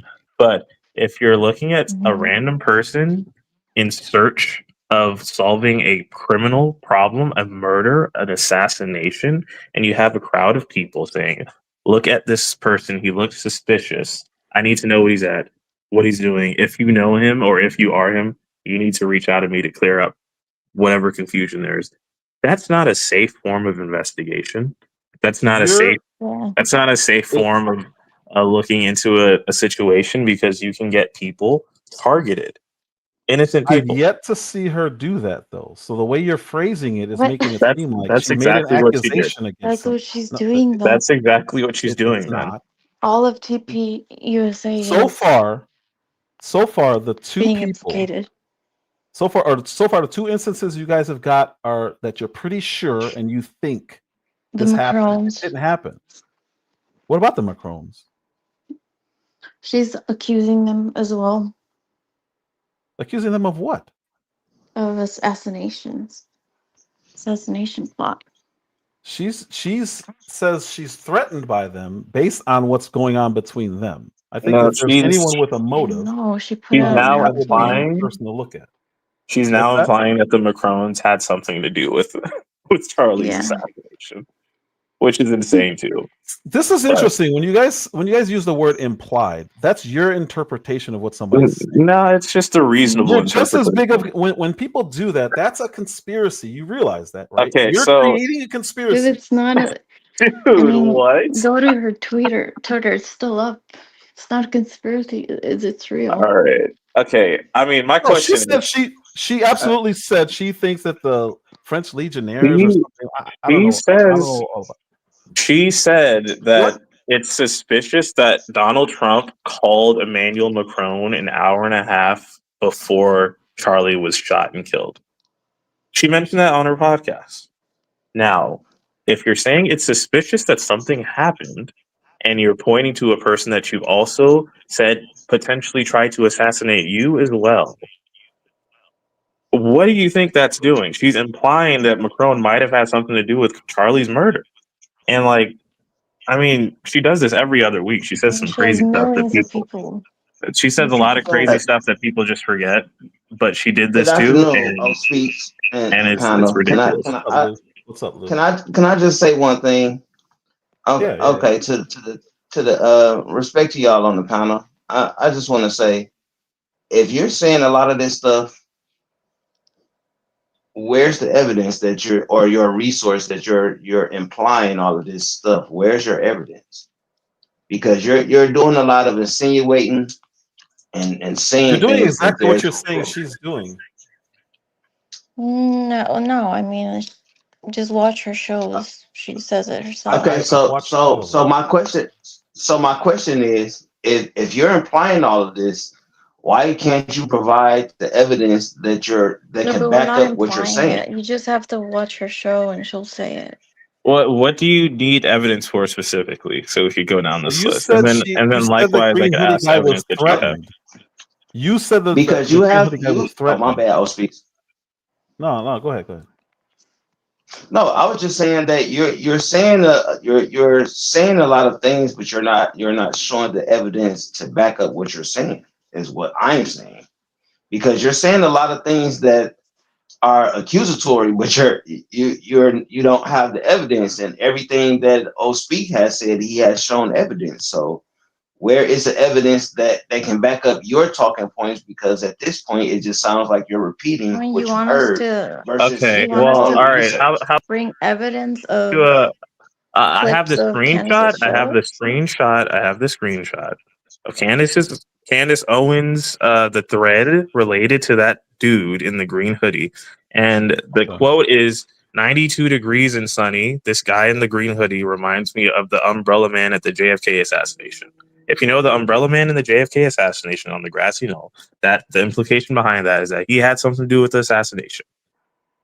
Okay. They're saying that this person in the green hoodie looks like he had something to do with this assassination. Candace Owens says, and then Candace Owens says, here's a clearer photo for you. So she's egging on the people that are looking at this guy as a suspect. And she zooms in and puts this guy's face out. And then and what happened with then it? you What don't happened think with him? and you don't think that this is something that is Let's not dangerous. talk about what we think. Let's talk about what we know. What happened with him? He had to come out and clear his name. What did he do? Yeah. He said, "Hey guys, this is me." He said, "Hey guys, this is me. My teammate and I were just on campus to get food. Stop by the events. We always wear silly stuff like that. Sorry, guys." He had to come out and clear his name. Whoa! Stop right there. Why are you saying he was threatened if he literally said, "Hey, it's just me. We're Because good. people were literally threatening him under the tweet. People were like, "This guy looks suspicious. We have to figure out who this guy is." If he basically, they're saying he looks like he killed Charlie Kirk. They said, "Do you know who the umbrella man? Do you know who the umbrella man in the JFK assassination?" Yes. Okay, so if someone is saying you look like this person, if someone is saying you look like this person, was threatened, did not say he was threatened. You're saying he was threatened. Okay, so people actually threatened him under the tweet, though. I don't care about the tweet. He did not say he was threatened. So if someone is literally threatening someone under the tweet, that doesn't count as a threat. He never said I was threatened or felt threatened in any way. He just you have to hear from his mouth. We've heard nothing about him since. People literally are threatening him under the tweet, my guy. Excuse me, brother. excuse me, You're brother. talking So about I want to social media. ask. Can I ask you a question, bro? And the So if room he too. said Yeah, that, sure. can you show? Can you show where he said that? I Didn't have a happen. video of her It's how they feel about saying. what they're looking at. I have a video of He her did not say saying he that was the threatened. maroon They're looking at social media. He was shirts and he was okay. pictures of the Paul, you can students go, wearing but he was maroon literally shirts. He had no problem with what she did. That's what I'm trying to get you to understand. Who? You How have do a you know problem he with what had she no did. problem? Who are Because you to he say he didn't had no problem? say what you're saying. You're saying. So it's because he didn't say that he had a problem. He had no problem. So you're implying that you know Yes. how he felt. Because okay, so Yes. for you How to would you say, feel? I for you mean, to have to go out of your way to I clear don't your deal with name, feelings. for you He to didn't go say out his way. He just did it. he literally did have to go out of his way. That's by definition he had to clear his name. Or he just Because wanted to say, "Hey, if he didn't say anything, this is people would me." still be suspecting him. Read his tweet again or his post again. This is hilarious. So him Exactly saying, what he "Hey, said, this not how is you feel about me. it. My Yep. teammates and I were just on campus to get food." Him having to say that's him going out of his No, way no, to no. say, I don't want to hear your "This is not interpretation. me." Keep going. What else did he say? That's literally what he's. It's not an interpretation. That's what happened. We always wear silly stuff like this. Sorry, guys. That's We exactly always what wear he said. silly stuff like this. Is that the words of somebody who's scared or somebody who's saying, no, that's not what you think? And I moving would on. assume so. If he has to go out of his way to tell you guys, "Hey, this is just me and my friends. We're just acting There's silly. another Leave us assumption. alone." You just made you could another be assumption. You're scared and literally say that asking me too. to make an assumption, though. You know that, right? No, I asked you to read what he said. Yeah, I'm reading You it threw what that he in there. says. He said You're it. Right. saying He read so it already. your question is based on what he said. Does this seem like someone who seems threatened? No. I'd No. have to be I asked you to read I'd what have he to said because you assume. guys keep adding to what he said, and you're Okay, you're so crafting a fear onto him that he's never said anything about. what is the more logical assumption here? Okay. You are under a thread where people are suspecting that you are guilty for murder. And then you get messages from these people on a random day on Twitter, and your face is plastered on social media, retweeted by a person with millions of followers. What are you more likely to be tweeted. feeling? Anxious? I don't care about feelings. Listen, Anxious? I'm he asking reached you out a to Candace Owens. logically, all I right? This is understand not what even you're feeling. asking me. Do you think that someone would It is not feeling. feel threatened in that moment? You just said you're not asking about feelings, and you said ask me how he felt. It's a What logical I'm saying question, to though. you, it's not, because what I'm telling you is he reached out to her personally at her tips line, and he posted that. Never did he say he felt anything other than to say that's me. We dress kind of silly. He didn't reach Sometimes out to her we were personally. eating. He had to put it under the He hit her. tweeter. He contacted her at tips at Candace Owens or whatever her tip line is. He did that also. The first time he had to say it, it was under the tweet. I don't know what order it was, but what I'm telling you is he reached out to her, and whatever he did on X, anywhere in there did he say he felt threatened? So you the don't fact think that he had to reach out to her was he didn't have to. He literally had to, otherwise people would still be thinking he was part of it. Do you think that if he didn't clear his name out, people would not be feeling suspicious? To this day, they would. You guys talk a lot about feelings. I don't No, understand that I did not even mention the word feel in my Well, question. literally she just has a said lot feelings. she said I she said, has do you feelings think? I about said, do you Charles. think? Like, it's a question, bro. Okay, Like, so I just want to know, can you provide everything that can you back up what you're saying with evidence? Is what I'm saying, because claim at this specifically? point, what at this point it's just you're speculating. You're speculating how someone feels and how someone thinks. If a person didn't say directly, I feel threatened, then you can't assume that they feel threatened because they didn't Oh my say it. goodness gracious! All right.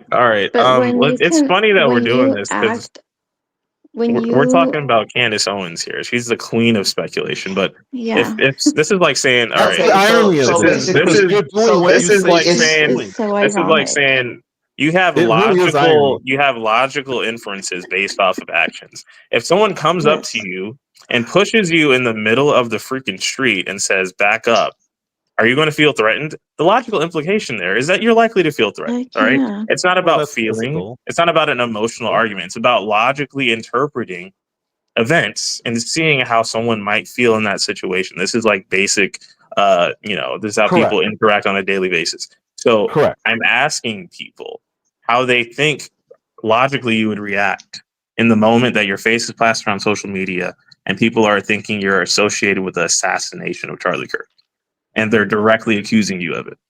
The problem with what you're doing is the guy himself did not do what you're doing. That's the problem.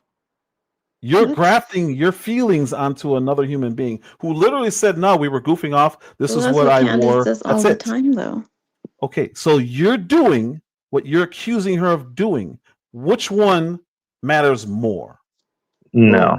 I'm not He doing went anything and close to what told she was her. doing. You just He now said that this literally guy felt went threatened. and told How do you her know if to he didn't say he stop felt because threatened? he was feeling threatened. How do you know he was How do you feeling know a anything? person? Do you think a person has to say they feel threatened if they've been mugged by a person with a freaking ski mask on? No, Yes. If I you go to don't. the All right, we police got and you say conflicting like, answers "Oh, here. Perfect. Yeah. Let's No, go with mine. a person. I don't- No, my thing is a person who feels threatened says it. Yes. They said they specifically say I felt threatened. No, nobody can tell that person that they felt threatened if they didn't say it themselves. That's why I said yes. He And I'll has tell to you say why that I say- felt threatened. And I'll tell He you why it has would be. to say, "I feel I'm going to threatened." give you both motive for him to say he felt threatened. So That if is you the go to the easiest police lawsuit. and you get mugged, That is and the you're like, easiest lawsuit on earth to say, you know what? I felt threatened. Millions of people saw his response. You know what he didn't do? He didn't say, I feel threatened.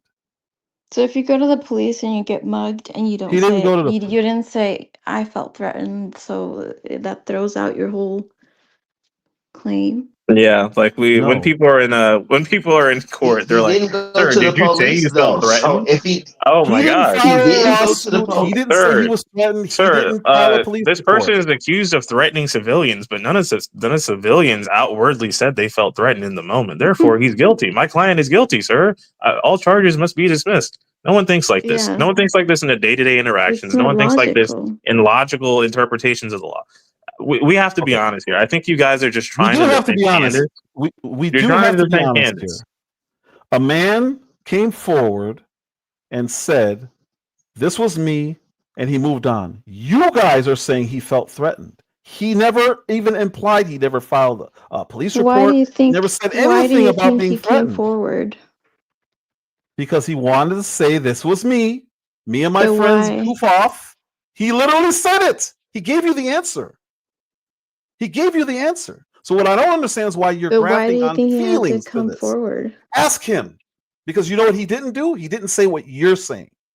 Oh, That's the Did problem. he feel You guys are threatened? literally making stuff up. I think You're literally this making is this up. this. No one. Oh So my gosh. let's just assume that this guy did not feel threatened at all when his face was plastered on social media.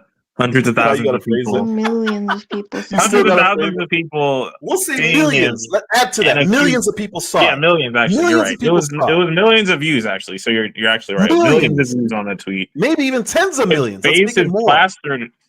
Let's just assume he wasn't threatened at all with people directly accusing him of murder and saying that we have to figure out who the hell this guy is.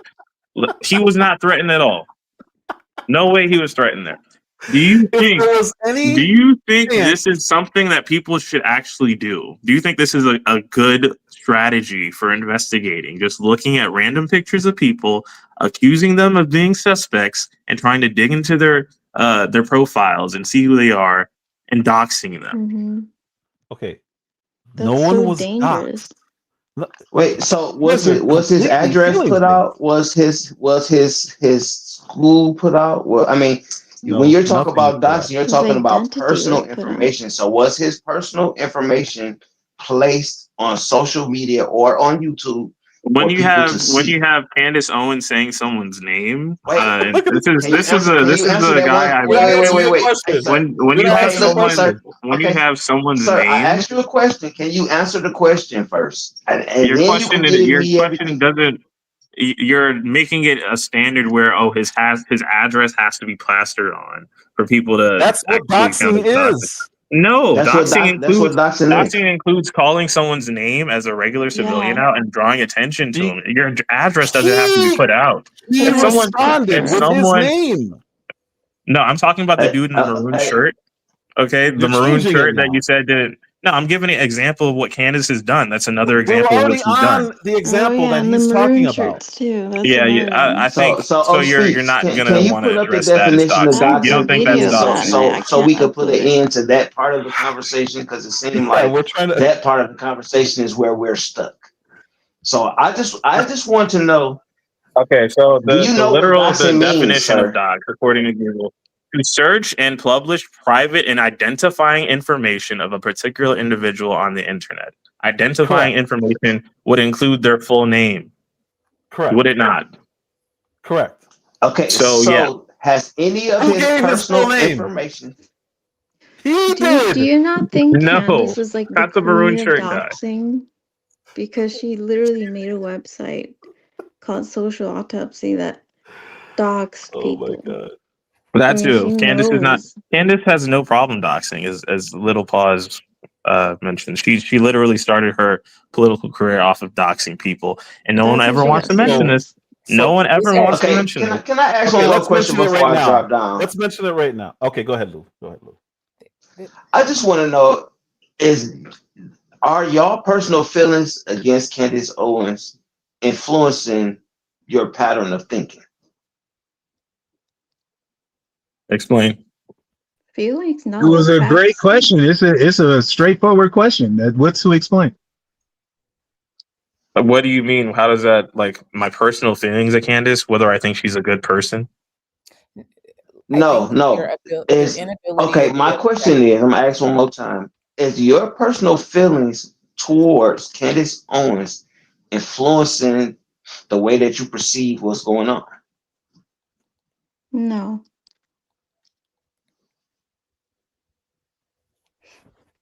Sounds No, it's like it not. is. My I don't personal know if feelings you're are not. if you personal feelings. I'll tell you how I personally feel about Candace. I think she's very dishonest. I think she's done despicable things in her past and her present political career. And those are I maintain those. But I also look at Okay, this as an individual case. so your answer I is look at what she yes, does as right? I look at what she does, and that's enough for me to declare as that. So it's like saying, do my personal feelings towards a corrupt businessman make me feel a certain type of way when he does things that are corrupt? I guess, yeah. I mean, doesn't change anything. Okay, It's about what they're actually doing. and It's about And what I he's love doing. and I I asked you love that. Candace. I She's asked you literally the that reason question why I because became a the reason why conservative. I asked that question is because it seems like I'm saying what it seems like. It seems like your personal feelings towards her is are like making you oblivious to the facts because you feel a certain way about her. That's What what it facts am seems I like. I'm not oblivious? No, I assuming. love I'm Candace. not She assuming. was the one I'm that. saying that it just seems like the way that you're responding. Okay, well, You know, it it's like you seems have an that adverse way. feeling for her. So your It adverse seems feeling that is allowing way. you to disavow the facts and the truth. It may seem that way, but it's not because I love Candace and I really do. And I said this at the beginning. I feel like she's going through some things, and I used to look up to her. She was an You still look up amazing to her. role You're just model talking about how she for doxed. women. She has a website of But doxing people. yeah, because I Is learned that what that you admire recently. I about her? didn't know that about her. I'm gonna say something real quick, then I'm gonna What's go. going on, Amber? What's going on, I Amber? Respect to you, sister. Hello. I think we have to be honest, right? When we're having conversations and we're trying to make our points, it's clear that there are adverse feelings when it comes to Candace. If you go back and you pull that she created a doxing website and you use that to support something you're trying to say now, even though she's no longer on the left. Like, there are a lot of things that have transitioned and a lot of admissions that she's made along the way. I think the point of what everyone is saying is just be honest that your bias against her is influencing what you're saying. And I think it comes off more genuine, right? If you can just say, you know what, I really don't care for her as a person. And then that kind of lets everybody know like where this is coming from. But if you I sit care for here him. and you continue to bring up like all these things of the past, and then when a comment is made, you can't even be objective. I think O Speaks a number of times has not conceded, but said he understands. Not once that I've been listening have you been able to do that, either one of you. So I think, and then, it's kind What of do like you you guys are mean? feeding off of each other. So if you can just really be honest about where you are Can you give us an example of when we were um feeding off of each other. well, yeah, I mean, Girl, every time he said something, you'd be like, yeah. Like, if you have to if I go back agree and with listen someone, to of the show, course, every you know. time this man says something, you're co-signing it. And then you guys keep going back and forth. And then he'll go, well, she was saying something. Like, we've been hearing this the whole time. And really, I don't have a dog in the fight. I just want you guys to be honest and transparent about what your real feelings are when it comes to Candace. Because you are But we not just said being it though. objective in the least. He just had his That's feelings, and I right. just had my feelings, and you still don't want to. You don't want to accept it. I'm Well, your sorry, say that actions one more are time. showing Hold something. on. I didn't hear what you Yeah, said. okay. Like, he just told you, and I just told you mine, and you don't want to accept it. No. I didn't say that you. Okay, you said you dislike. You said that you like her, correct? Mm-hmm. Okay. Yep. You said that you like her, but then you brought up the fact that she had a doxing website, or you co-signed that she Yeah, I had a just learned doxing that website. recently. Ma'am, I've heard you talk. Just let me get it out because I'm gonna drop down.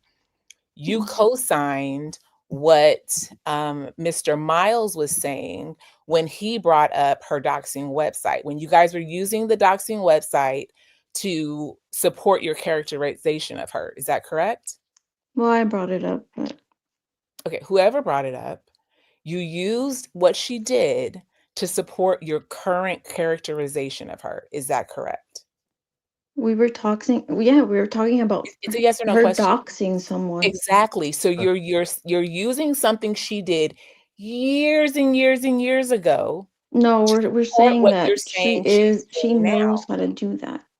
I can't hear you if we're talking at the same time. Oh, So I'm well, going to we're say it saying again. that she knows how to do that. That's what we were Everyone referring knows to. how to do that. Everyone knows how to do that. Since when is doxing like you have to go to school and get a degree to do that? You don't. She's Everyone can dox. privy of that can happen. Like, if you put He out has a experience picture of doing it. someone, Do you guys know what that's PII information is? I work in education. It's personally identifiable information. I know what it is backwards and forwards, right? Everyone knows what a name is. Everyone knows what a birth date is. Everyone knows what an address is. People drop names all of the time. If you are trying to tell me that every time someone says a name, they are doxing someone, in front that of is millions of people. And I'm Yeah, sorry? She of didn't regular do it. Okay, doing something. but she did not do it. Here's the comment. This is exactly what She happened. did. The guy, hold on. The guy came forward, confirmed his identity. People were inquiring. Candace specifically said her team wasn't interested in him as a lead. She saw people were asking and showed a clear picture. That is exactly what happened. So when she said his name, it was after all this happened. That was recently when she said his name, not when that happened. She said it So after she the we're she fact. we're actually talking had about a two different show cases and was for like, one. "Oh, I'm We're not. sorry. I We're was not. wrong I'm about talking this about guy." there's two cases that were mentioned in this What discussion. were we talking The about? one I mentioned this to you. We were talking about it too. The maroon shirt where she actually did say his whole name. Okay, We were and talking about the green shirt then guy or green hoodie green guy. hoodie He said his name also. Yeah. No, But he said we his were name. on He that said his topic. name. He said his name. She He went said out it of it also. and cleared. Yeah, because She he said was it also. trying to clear the air on the accusations toward. But I'm trying to understand and help me It out. wasn't 'Cause on for the life of me, accusations. There I were cannot accusations, bro. understand how this doxing piece of what we're talking about, how that became so important. I think when we were initially having the conversation, we were having the conversation talking about Candace is her role, right, in this movement on the right. And and then we go here where we're like it's like this 30-minute debate on who's doxing who. Like, can we please get back to the point at hand? I would love Like to. I where agree. are Let's get we? back to the point in hand. Oh, okay, and Miss Poodle, let me tell you something. I am this is what when I was saying you were co-signing, this is what I'm talking about. There are these comments that you keep making while everybody is talking. First of all, nobody can understand. We can't hear it. But I'm just saying, like, you have to be when you're on a panel, you have to let everyone talk. And if you're talking, the assumption is no one can hear you if someone else is talking. I'm going to drop down. If you guys can kind of let's talk about the importance, right? And make your points on the importance of Candace's role in this right movement that you guys keep talking about. Okay, can I speak after? I'm done. Okay.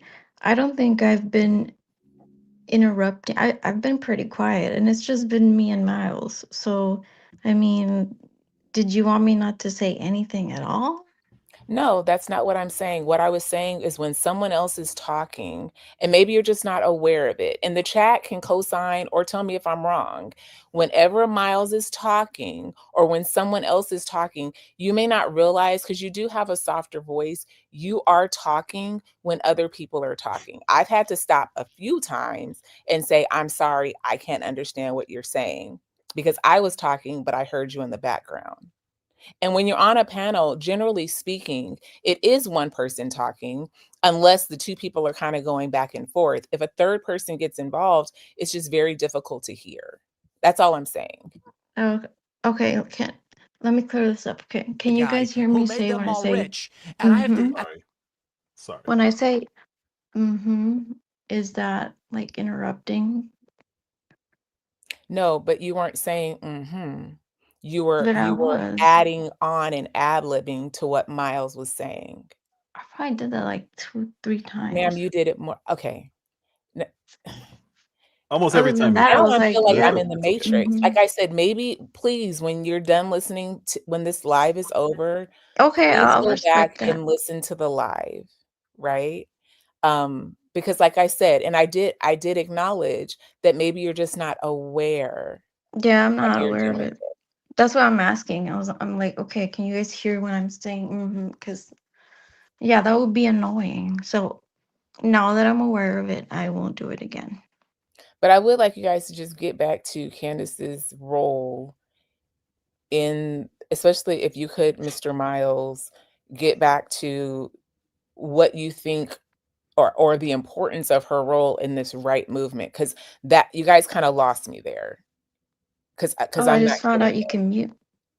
Yeah, I would love to actually. Because we went like through 8 different topics in the span of 30 minutes.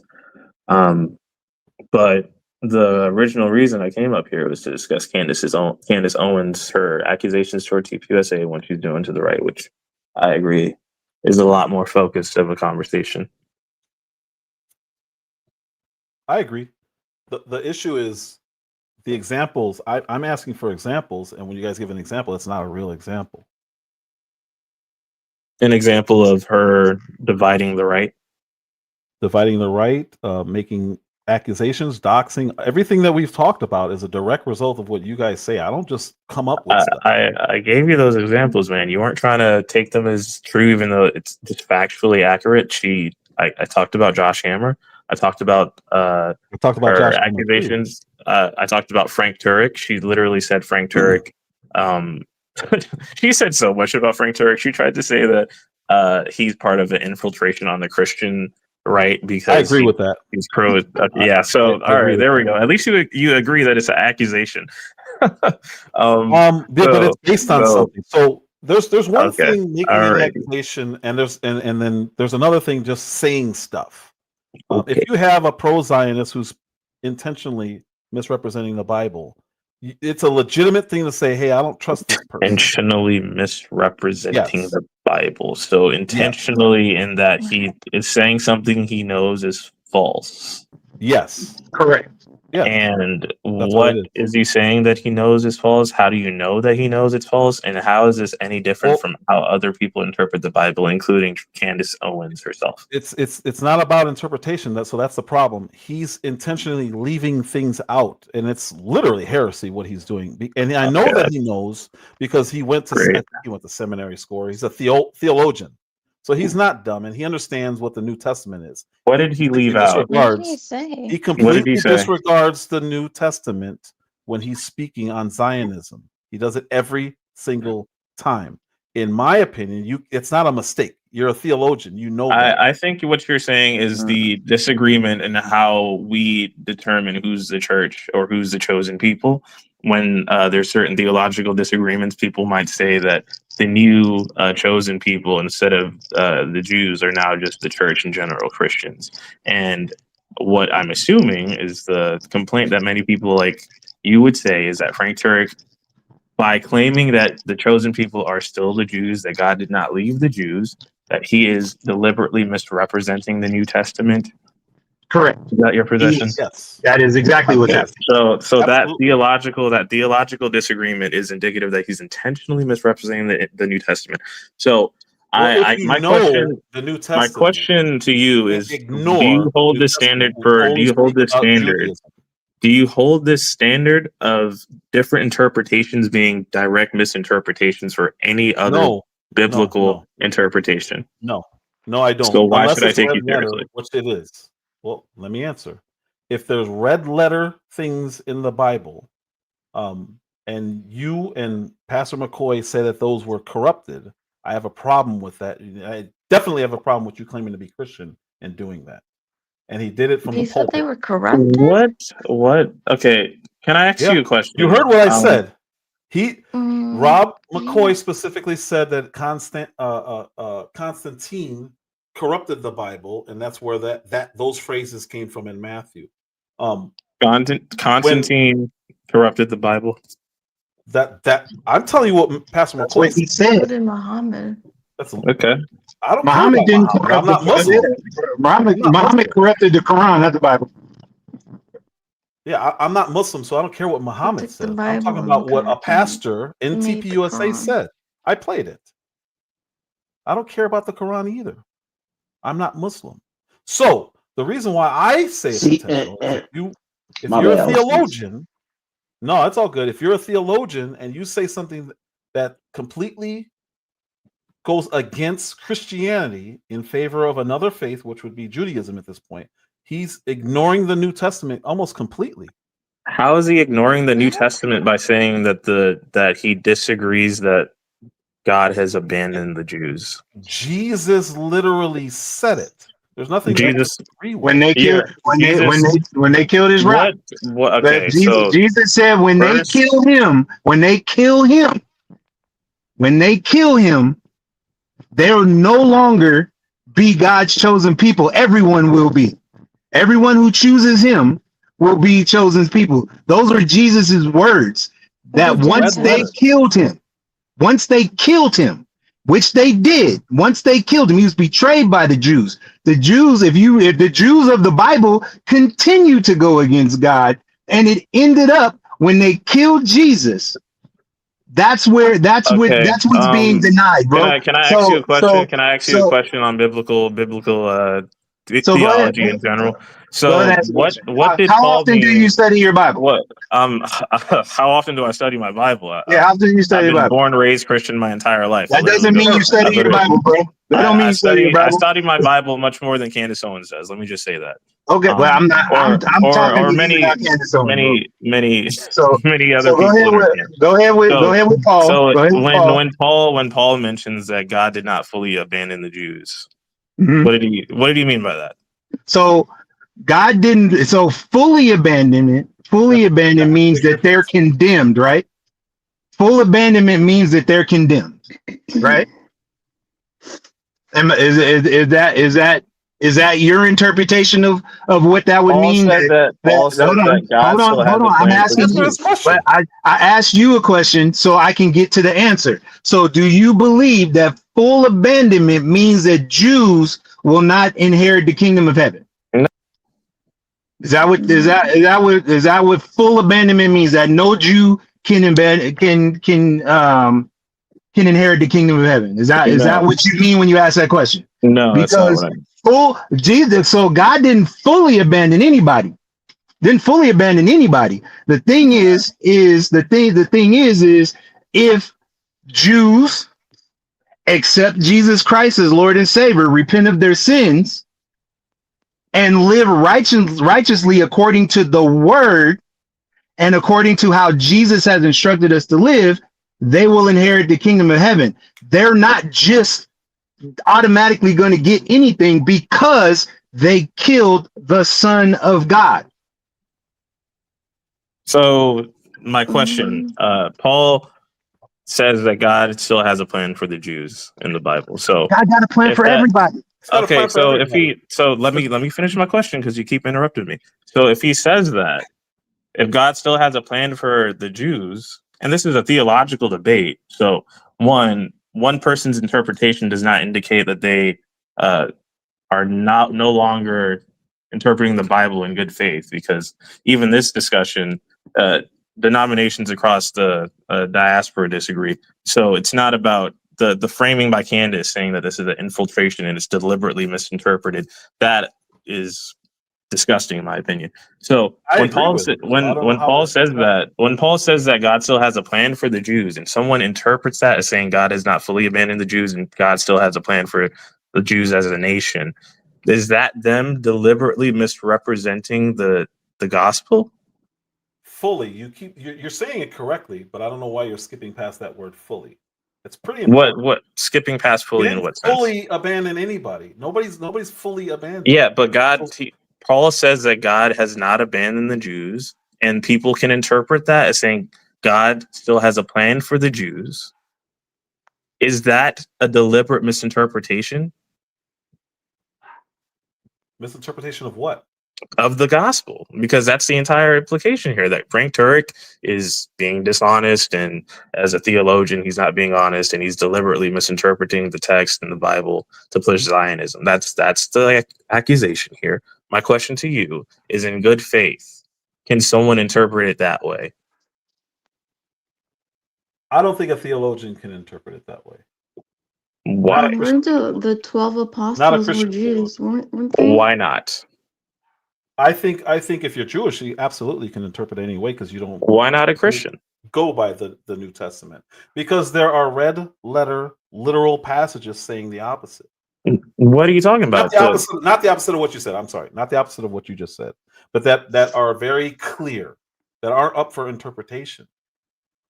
This is funny because, like, according to any, most theologians are at least somewhat agreeing that this is not a cut and dry biblical topic. Okay, so especially coming from someone like Candace Owens, I don't give Candace Owens' theological interpretations are nonsense. She literally just tried to put a blood libel curse on people in the area of Israel that might have been raised in the coming years around Gaza, depending on what happens with Trump's plan and Israel's plan. She literally put a blood libel curse on them.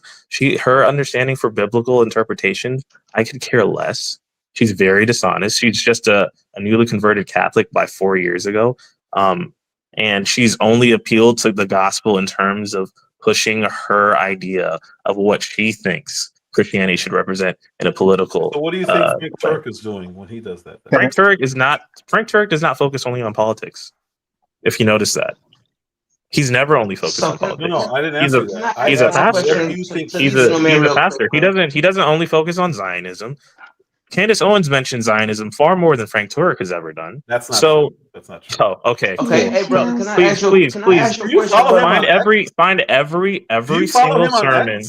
Find every single sermon Frank Turek explicitly mentions Zionism as a political ideology and pushes it towards his congregation, versus Candace Owens explicitly mentioning Zionism and condemning it.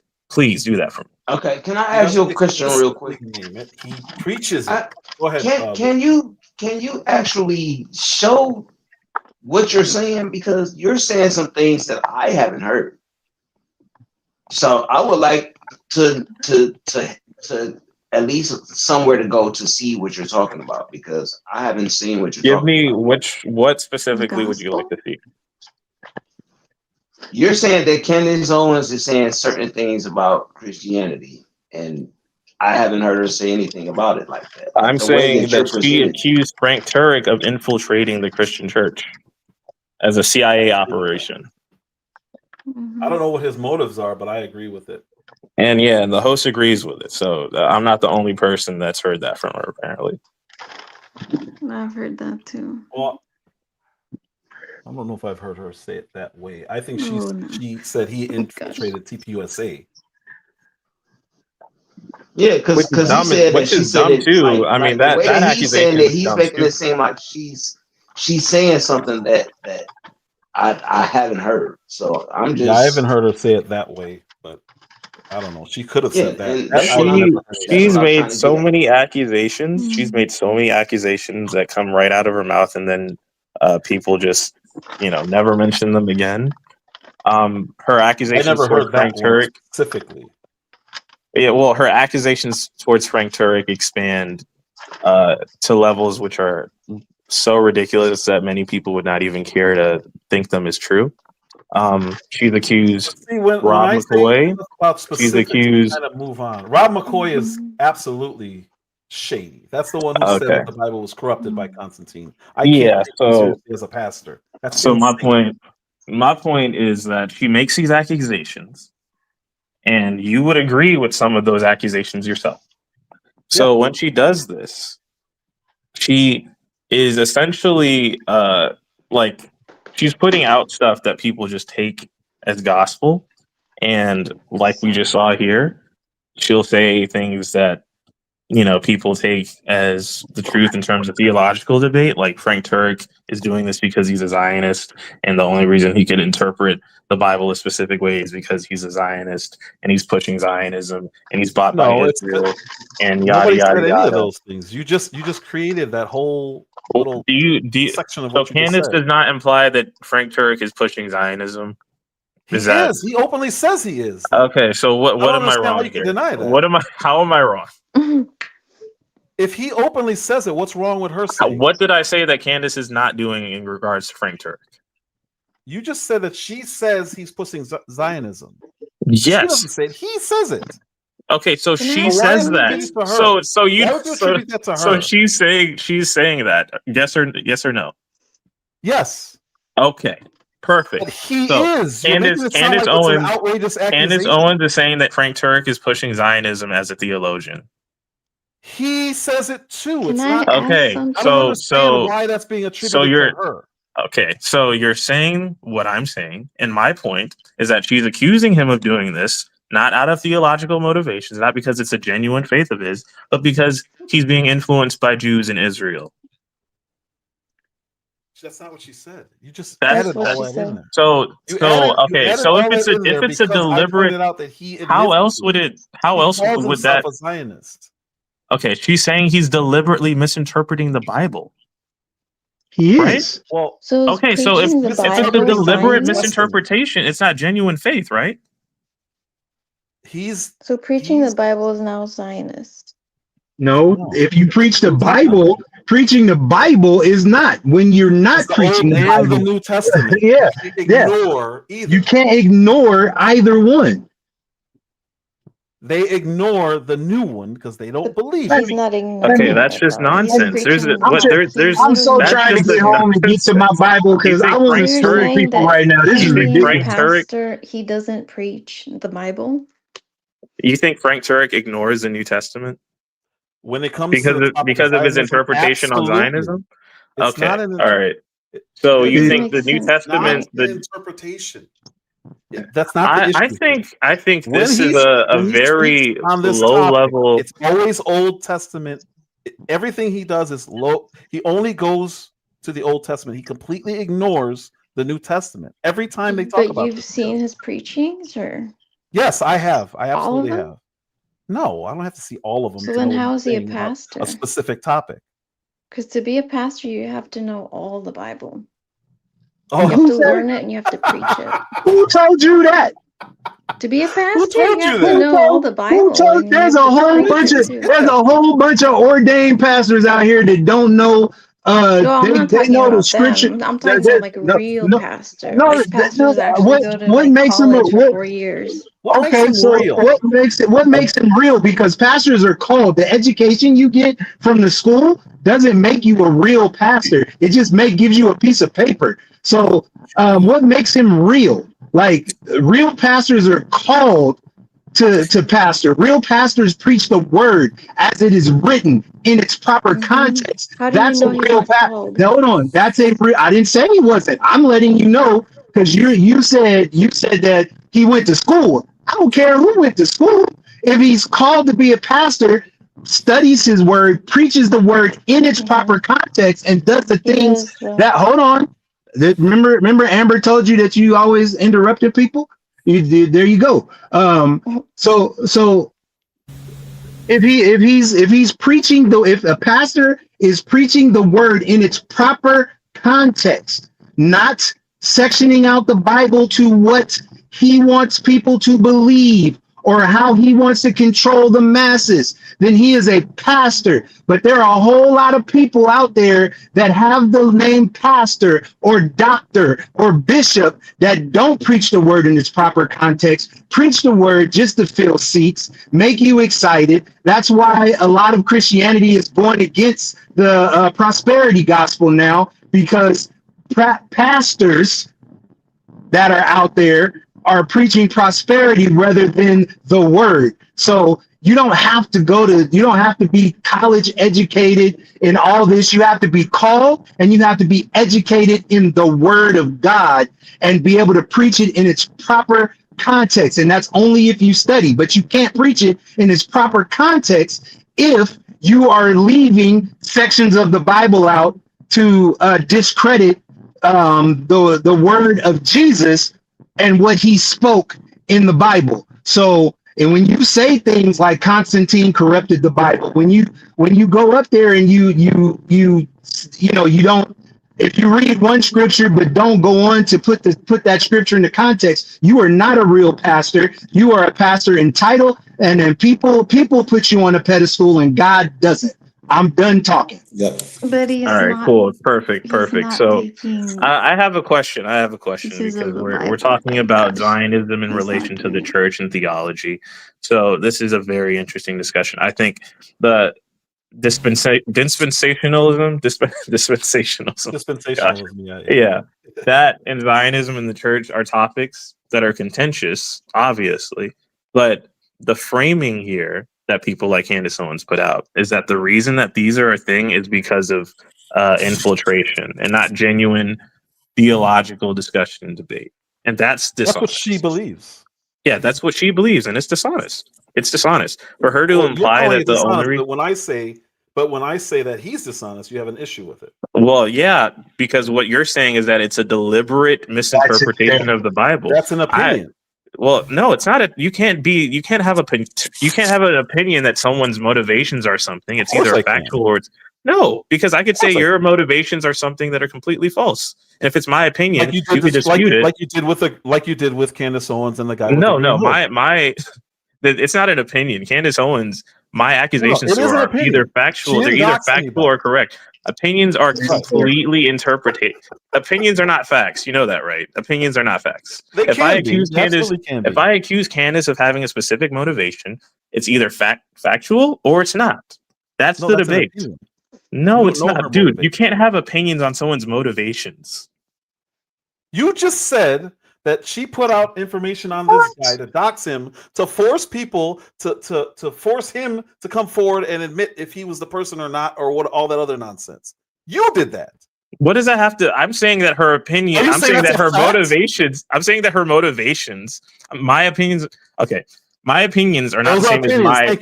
My opinions are not the same as my accusations based off of facts. Okay, my accusations towards Kansas is that she's doing something with this motivation. Either it's a factual My opinion statement and or her it's not. opinion on Frank. It's not My a that's opinion. not Hold that's on, not the hold same on. thing as his My opinion. hold on one second. Regardless, Hold on one second. you're getting me Hold on one second. distracted from my main point about One second. theology No, I'm not. because One now we're second. getting One second. completely off the rails. One second. Please, 1 second.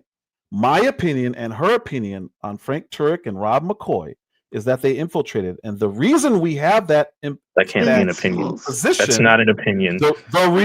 It is an opinion because it's based on evidence of their behavior and things that they have said. It takes one Google search. It says. Okay, you're muted. My opinion is that the reason why they're doing what they're doing is we think that there are other motivations. That's why we have the opinion. We could be wrong, absolutely.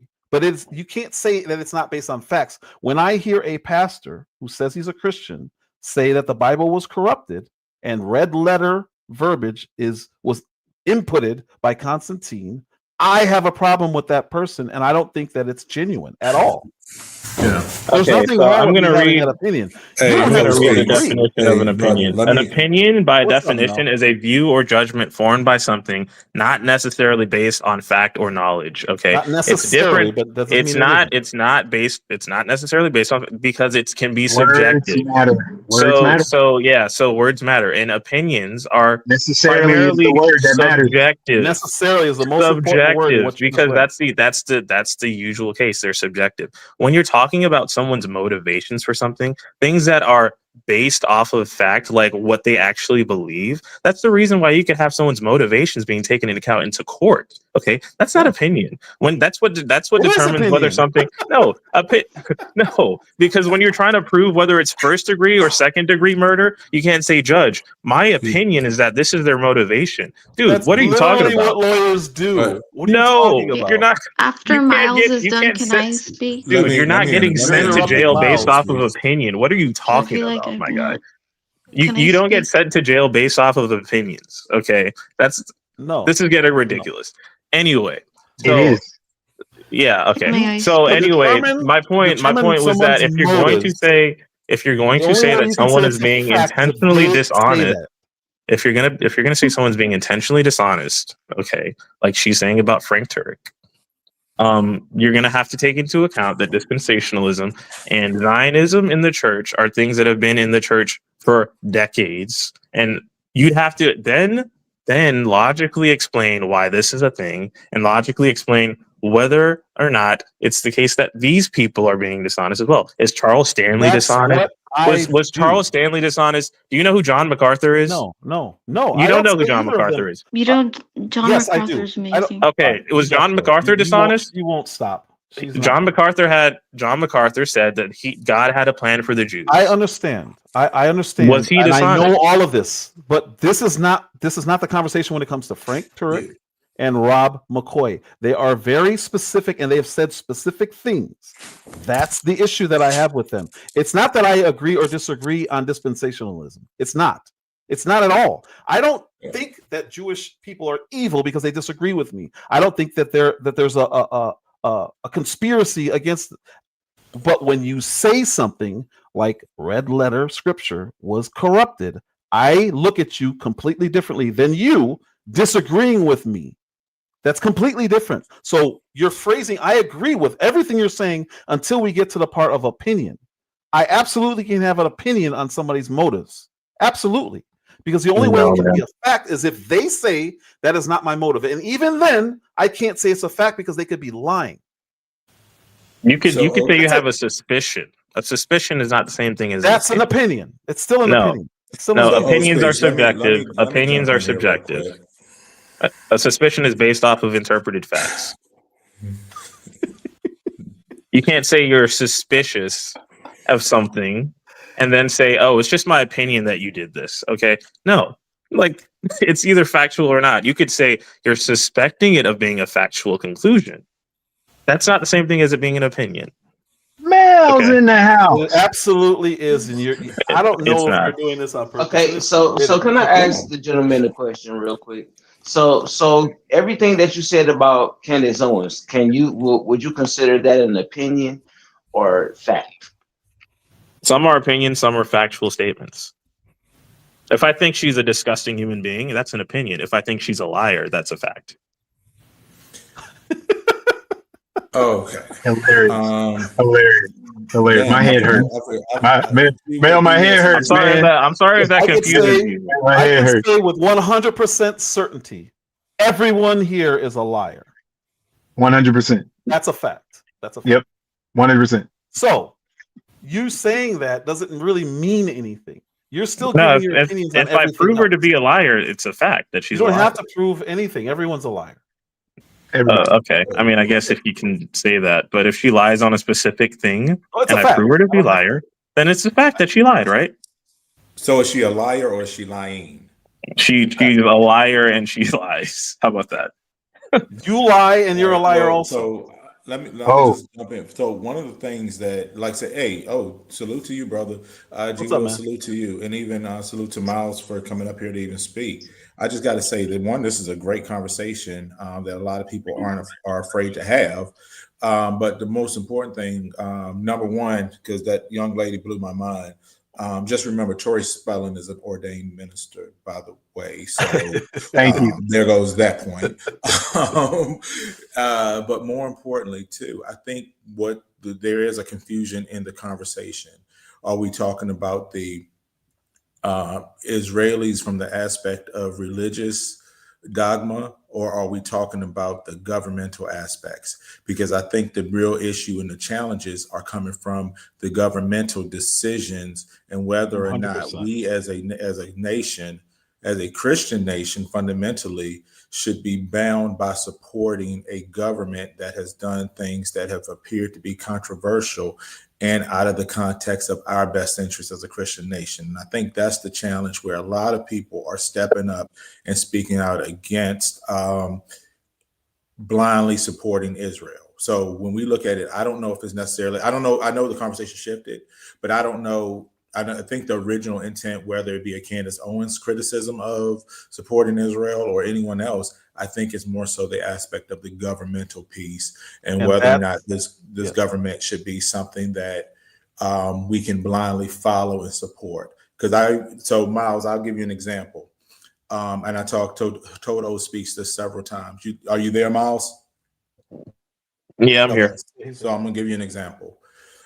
Israel a few months ago conducted an airstrike in Qatar. Qatar has not been in conflict with Israel, the country. They're a Muslim country, Qatar is, but Israel conducted an airstrike in Qatar against Hezbollah operatives who were in Qatar. That would be an international war crime in most counts because they went to a foreign nation that they did not have a conflict with and did an airstrike. That would be the equivalent of China conducting an airstrike in Chicago because there are some Taiwanese government officials in Chicago. This is some of the issues that people have with Israel making these decisions and then expecting the United States to either back them or protect them. So, O Speaks, I know you had something you had to add to that, so go ahead. No, they did the same thing in Iran, and I forgot my point now. I forgot what I was going to say, so you can keep going. Yeah, I know that whole Tori Spelling ordained minister thing threw us all for a loop, to G. Will's point. so I guess the point of what I'm saying is this. Miles, I guess I'm a little bit confused on your point because we're talking about dispensationalism, and we're having these discussions about Zionism, but I think you may have a lack of an understanding of where our Christian duties are when it comes to understanding and interpreting the Bible as a whole. So we operate on the New Testament. I'm pretty sure you already understand that, but that doesn't necessarily mean we have to support bad policy by a government that can act recklessly at times. So do you believe that the Israeli government has acted in counter production of what's in the best interest for the United States at times? Absolutely. I'm not going to say the Israel government is infallible. All right, that's not my argument. I'm not like the type of person, the straw man understanding of the average person who disagrees with Candace Owens might say about Israel. I don't think Israel is infallible. I don't think we should even necessarily be committing to Israel with $4 billion of funding. But that's a different discussion from whether or not people who disagree with Candace Owens are paid by Israel, whether Israel is responsible for the killing of Charlie Kirk. Like stuff like that is completely separate. But is she talking about the religious groups that are paying people, or is she talking about the government?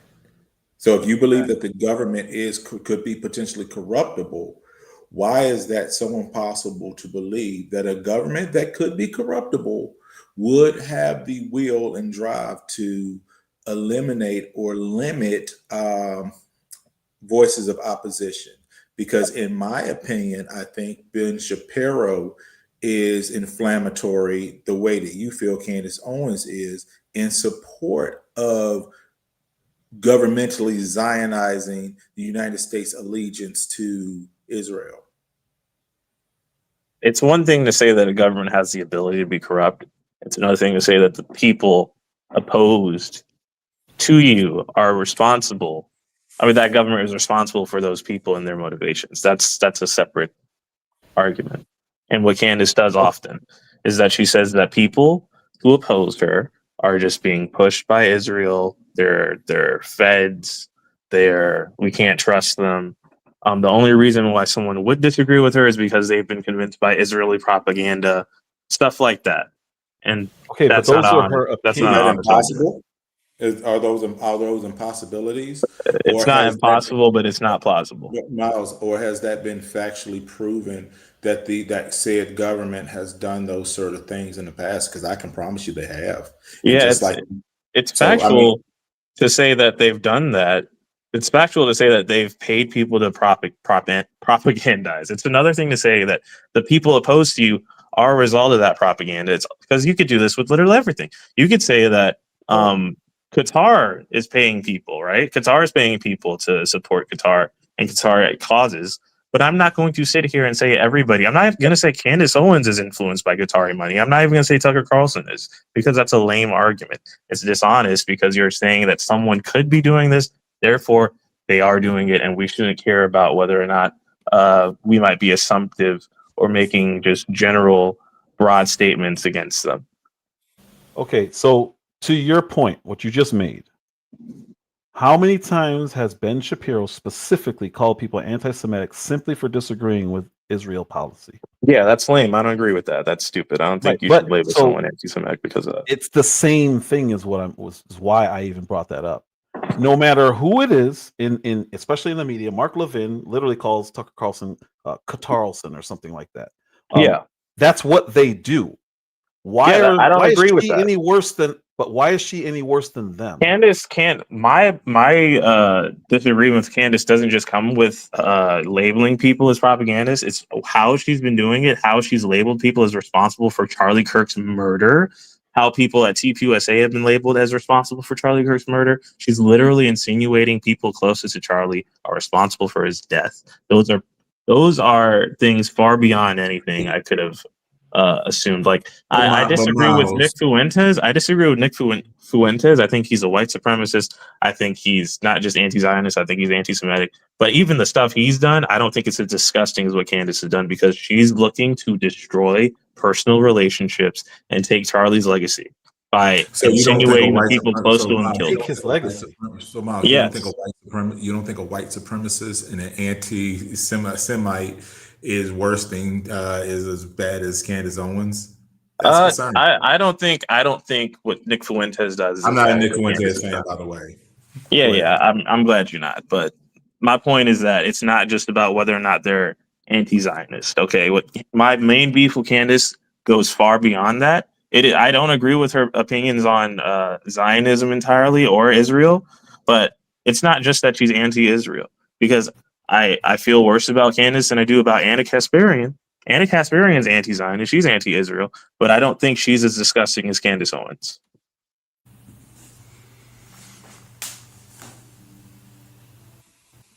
Sorry, I'm typing. No, you're fine. Okay, then I guess I can just follow up with that.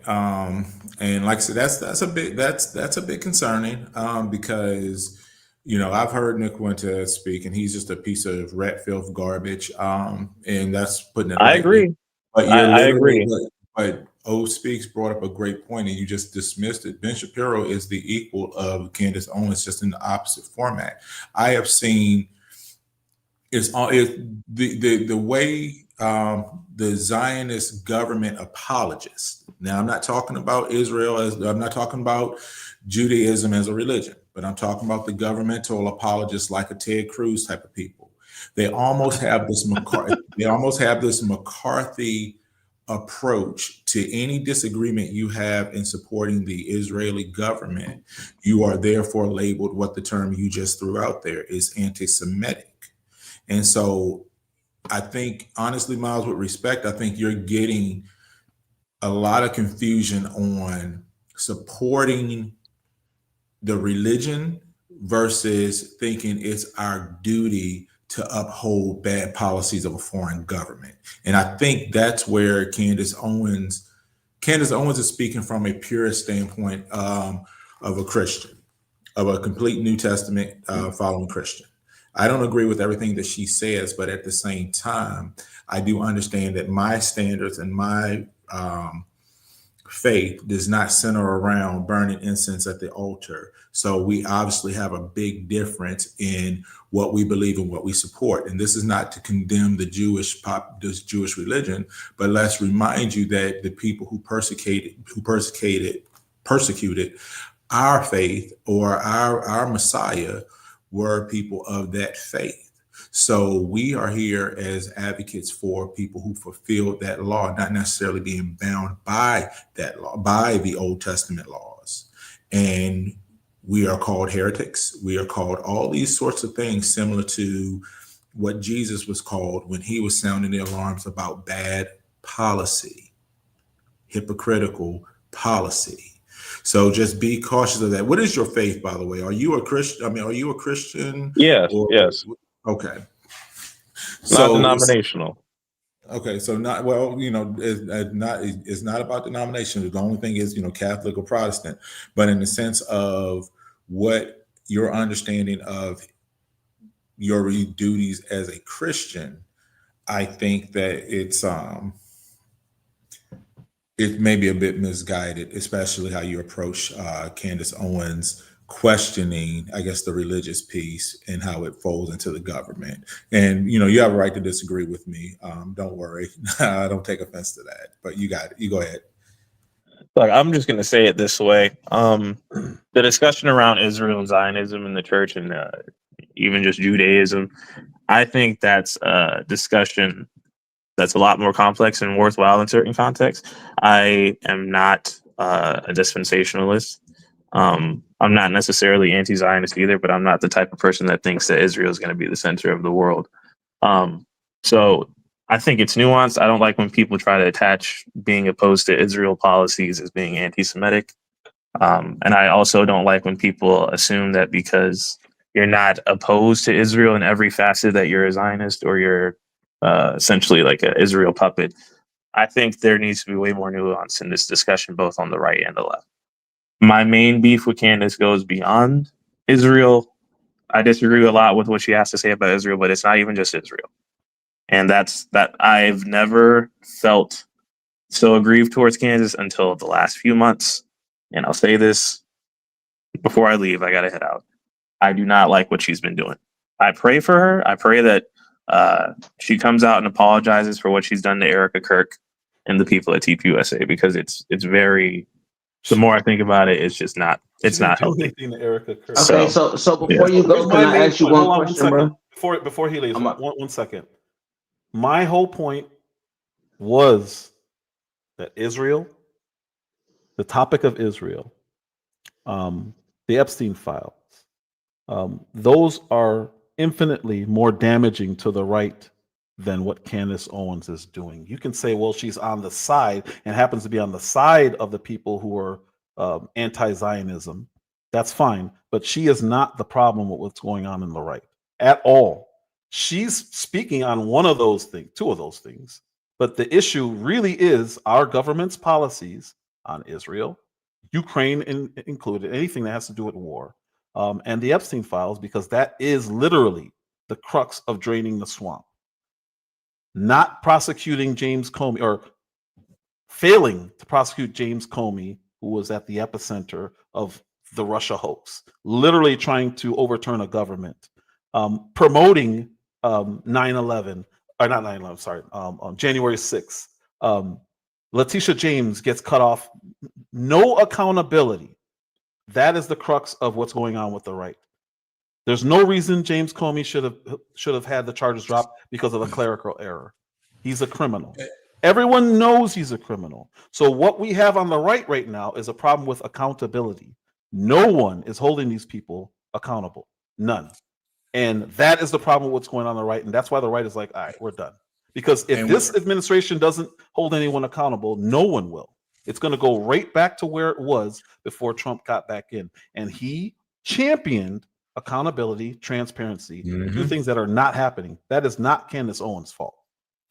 And if you can explain to me how Hunter Biden can be credibly faulted for defrauding the government for $1.4 million and he doesn't spend one night in jail, and under this administration who promised to lock her up, Hillary Clinton, for the crime she committed against the countries like of Haiti and other people, it's okay to expect your government to do their job.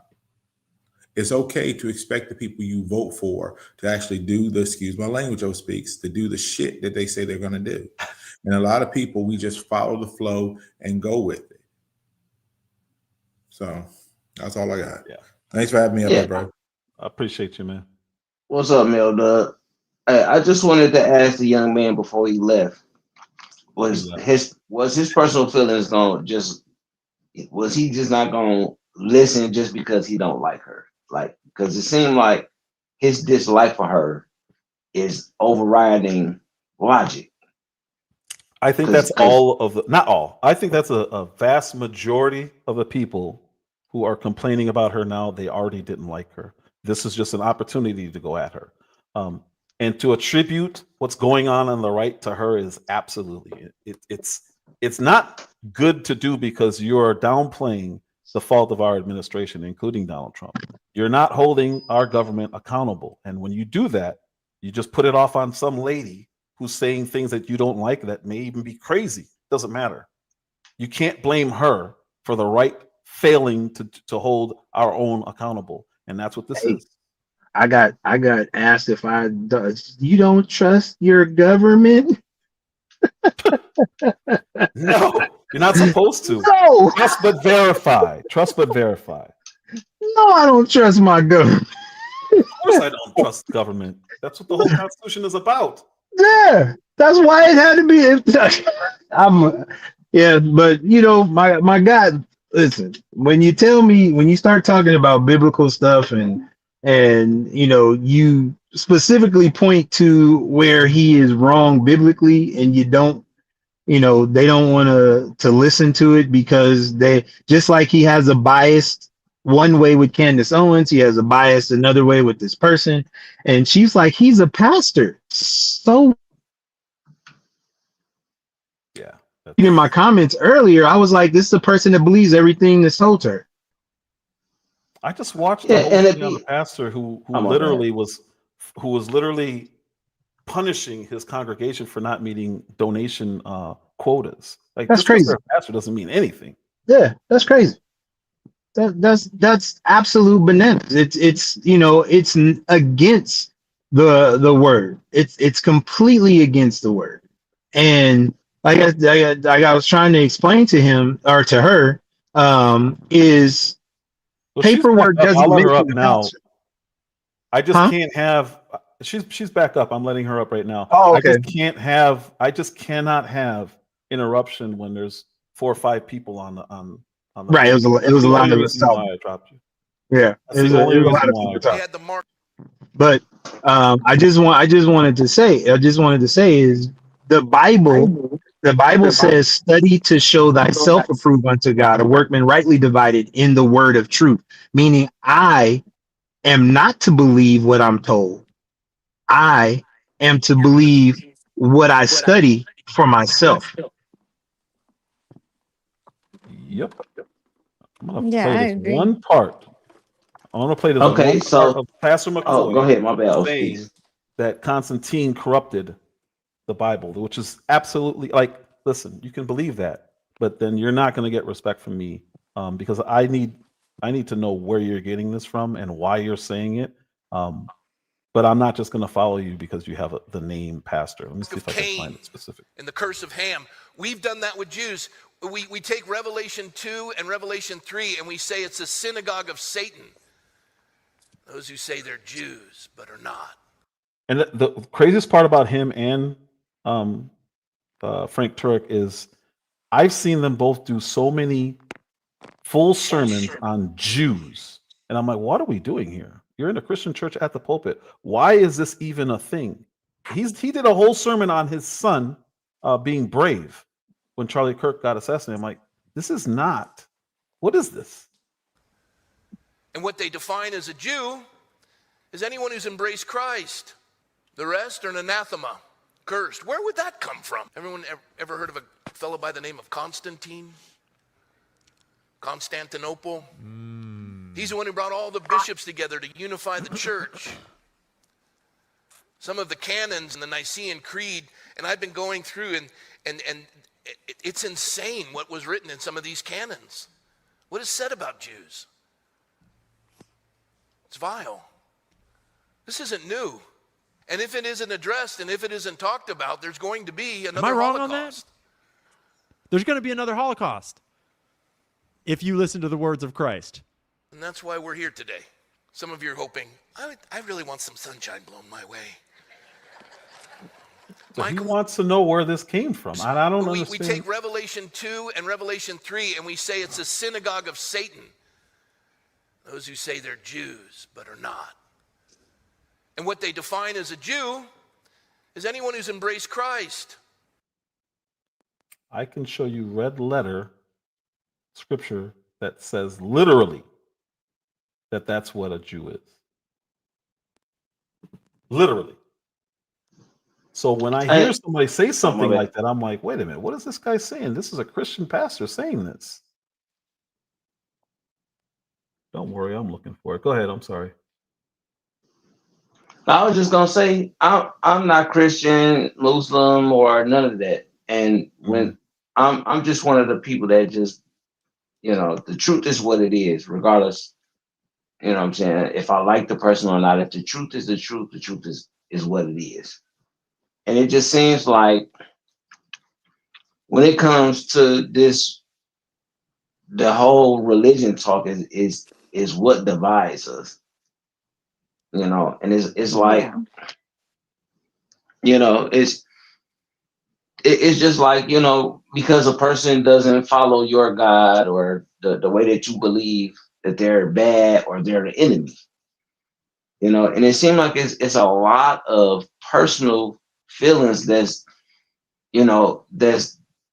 turning us against each other to make us to the point where if the person don't follow your religion or you don't like them, they can't, it's nothing that they could say that's the truth.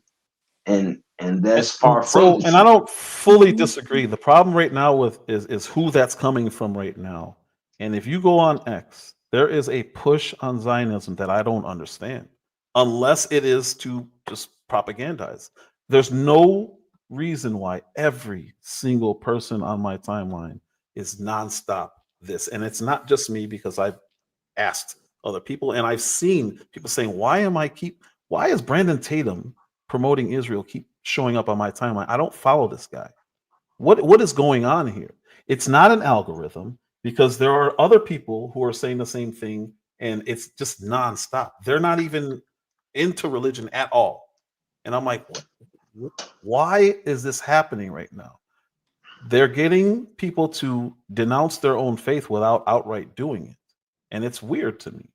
So when I say I don't trust this pastor and somebody says, oh yeah, but they're a pastor, I don't accept that. I don't care what their title is.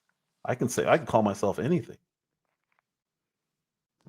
Oh, yeah, because all you got to do is just go to a school and they give you a piece of paper and you could be considered a pastor.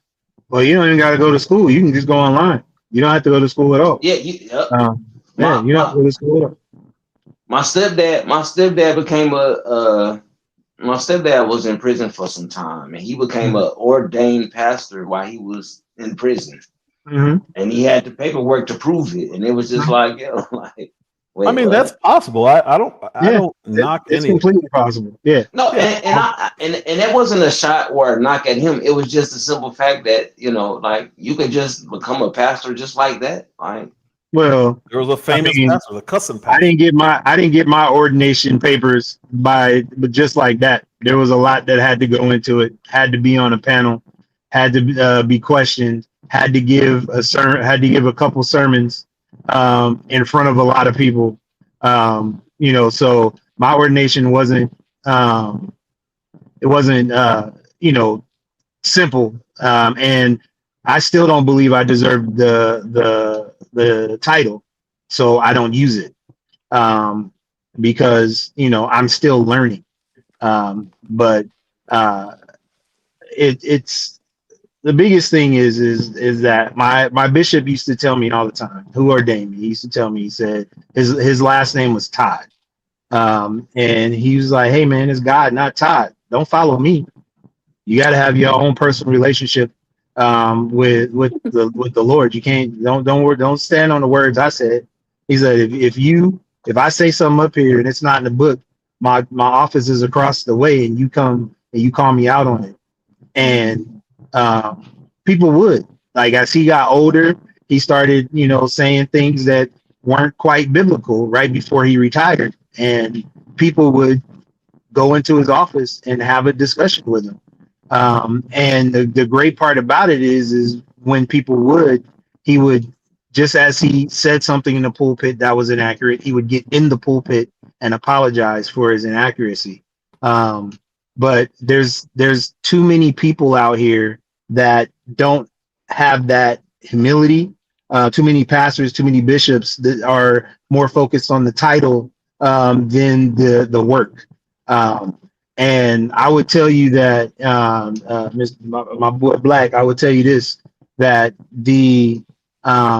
there is a lot of division because of religion. It's because people can't have a civil conversation. Some of the best conversations I have are with Muslims, and some of the worst conversations I have are with Israelites, because Muslims, we can find a common ground.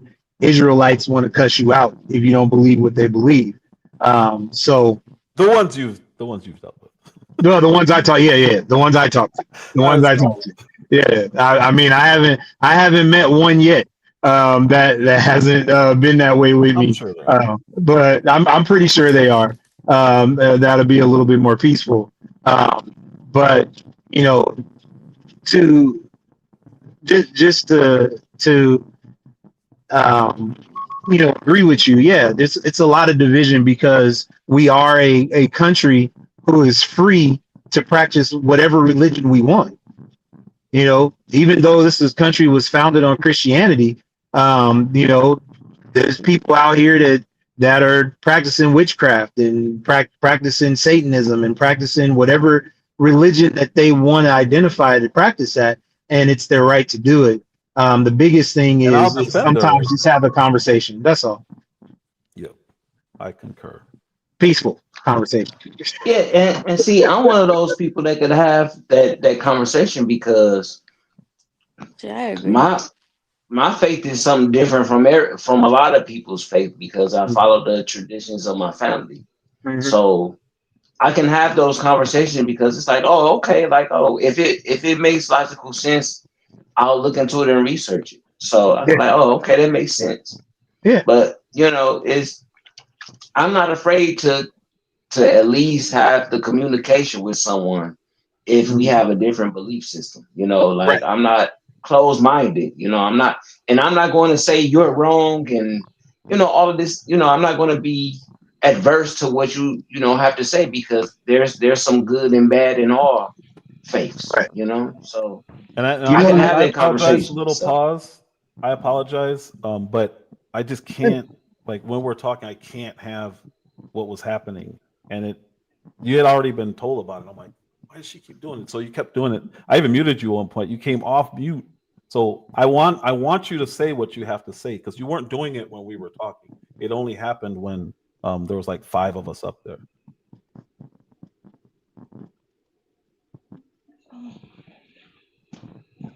You're on. You're on. I don't know if you. Go pause. Go ahead. You got the stage. You got the panel. I can. Okay, what was the question? No, I was just apologizing and telling you why I could not have the interruptions because we were in the middle of the conversation. But you can, whatever you have to say, you can say it right now. Yeah. Oh, well, no, I was just saying, like, I understand that there's a lot of fake pastors out there, especially like the prosperity gospel and all that stuff. And yeah, I don't think she should play with God's word. I think that's serious. But again, I feel like if we are talking about Candace, I think, we should go back to that topic of talking about Candace, because I think we've like gone astray a little bit. I agree 100%. So how we keep going astray is things are being attributed to her that I don't agree with. So I'll bring up a counterpoint and then we end up going down that rabbit hole. But I don't believe she has anything to do with the strife that's on the right. I think that they're using her they're using what she's doing as an excuse to not have to point at Donald Trump and say, hey, we shouldn't have to pass laws to release the Epstein files. You should have competent attorney general, not Pam Bondi, who can at least prosecute the most obvious criminal of the last 2 decades in James Comey. It should not be that difficult. You should not be out here caping for any other country when it comes to war. You're the anti-war president. So why are we funding 2 major wars to tens of billions of dollars? It doesn't make sense. And they don't want to do that. They don't want to say that to Trump because we voted him in. But when he's wrong, you have to say he's wrong. And I believe instead of them saying he's wrong, they're putting it all on this girl, 30-something-year-old girl who's fighting with somebody over who killed her friend. That has absolutely nothing to do with what's happening on the right, in my opinion. I just don't see it. Oh, hey, speaks woman. She's a woman. Girl, woman. Yeah. She's young. She's Yeah, younger you said girl, so I don't want nobody to get offended like you called her a girl. I don't think there's any that's woman because we old, Black. That's because we old, Black. I don't think there's any one woman her age that can influence the entire scope of politics like they're pretending she's doing. Like Tim Pool said she's doing. I'm like, this guy's insane. There's no way he believes that. And if he believes that, I just don't see how you can blame the entire rights situation that was essentially an unforced error by our president. I don't know how they can do that. Oh, yes. Can you, Miss Poodles? Let me ask you a question. Is this your first time listening to O Speaks? Yes. Okay, so what brought you to the page? I literally opened my YouTube and this was the first video on there. Amen. Okay, that's cool. Welcome. Thank you. That's cool. So welcome. We appreciate you. So what I wanted to tell you is one thing that you're going to get to know from O Speaks. We going to have a topic sometimes, and then we gonna get off topic. He literally spent 6 hours with a guy who kept him completely off topic and frustrated everybody. So it happens sometimes that we get off topic. We'll try to get back on topic, be a little graceful in us not being on topic, because sometimes we get taken other places. But we appreciate you, and if you do choose and decide to come back, we'd love to see you again. But no, we probably gonna end up off topic at one point. Yeah, no, I know. And I will be fair. And all the conversations gonna be in fair. good faith. You know, Yeah, they're gonna be in good faith and genuine.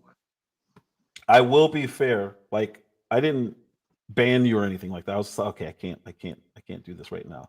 But I even went to the chat and tried to explain it best I could in text. But Mel Yeah, Dub no, is- I understand.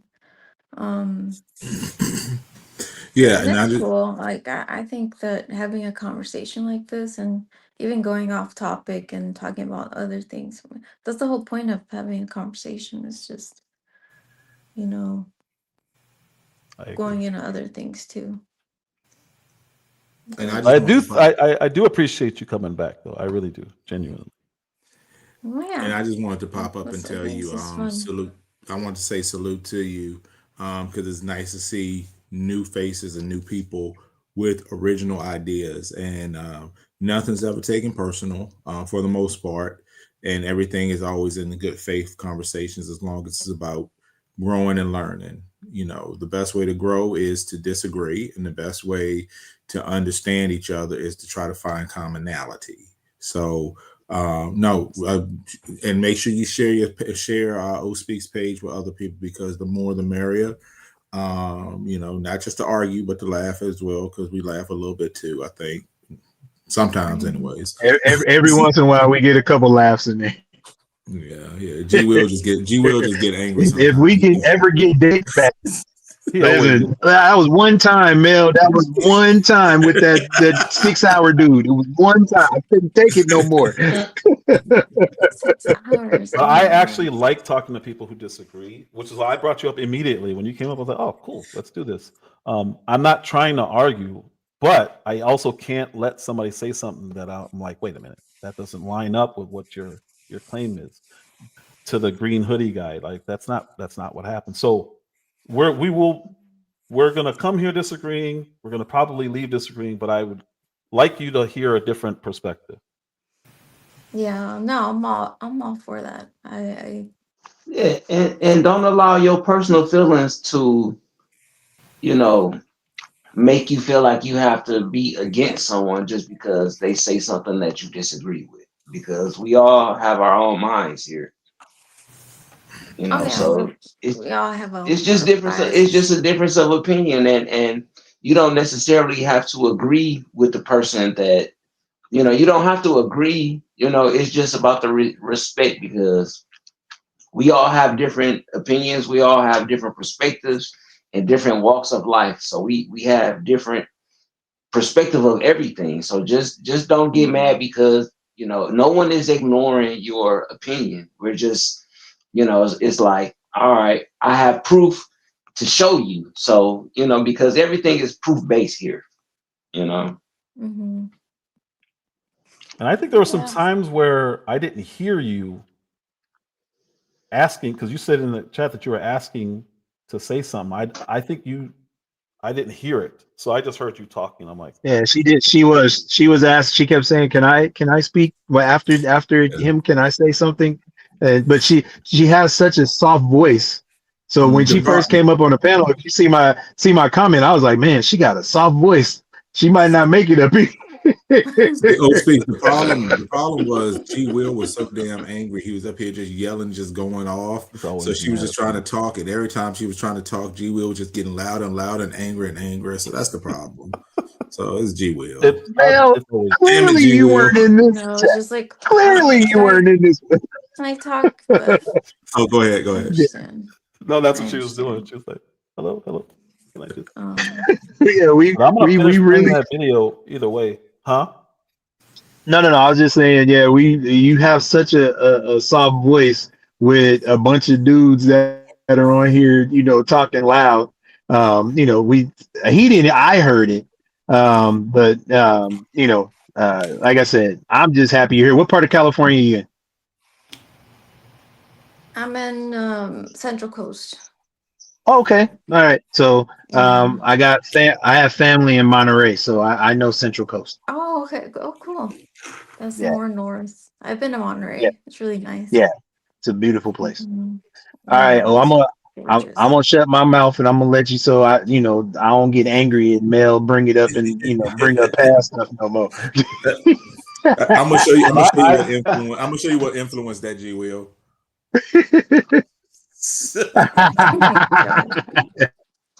I hope by the time I'm done with this presentation, you hear some things that you did not hear, because I'm playing this video for a reason. She's gonna go through each of their points and say her opinions. But they're not what people are saying they are. And I think a lot of people are learning about her right now through clips, and they're all out of context. I've seen all of them. I've watched the full videos, and I'm like, she said that, but she didn't say it at this point in time referring to this. And I've seen it over and over and over. I'm like, what is going on? So I'll just play the video. I'll just play the video. Okay. This in the streets, and it's at a certain point, I'm like, holy shit, we're gonna lose the midterms. We're gonna lose the midterms. Then we're gonna lose in 2028, and it's because she's a piece of shit. Because instead of saying, guys, let's come together and figure out how to work together, thinking that they're brighter than us, and say we still. Did I get to this part yet? Yeah, I got to this part. They. Dang it! I don't know where I left off. I think she was going point by point from what he was saying, I believe.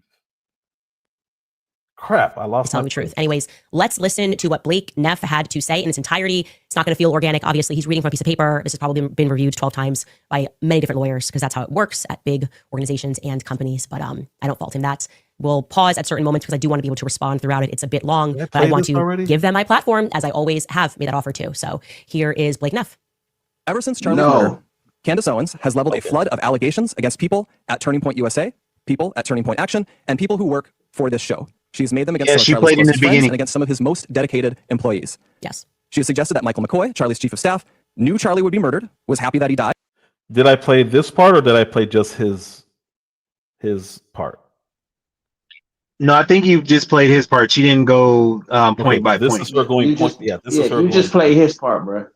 Okay, so this is a repeat with her going point by point.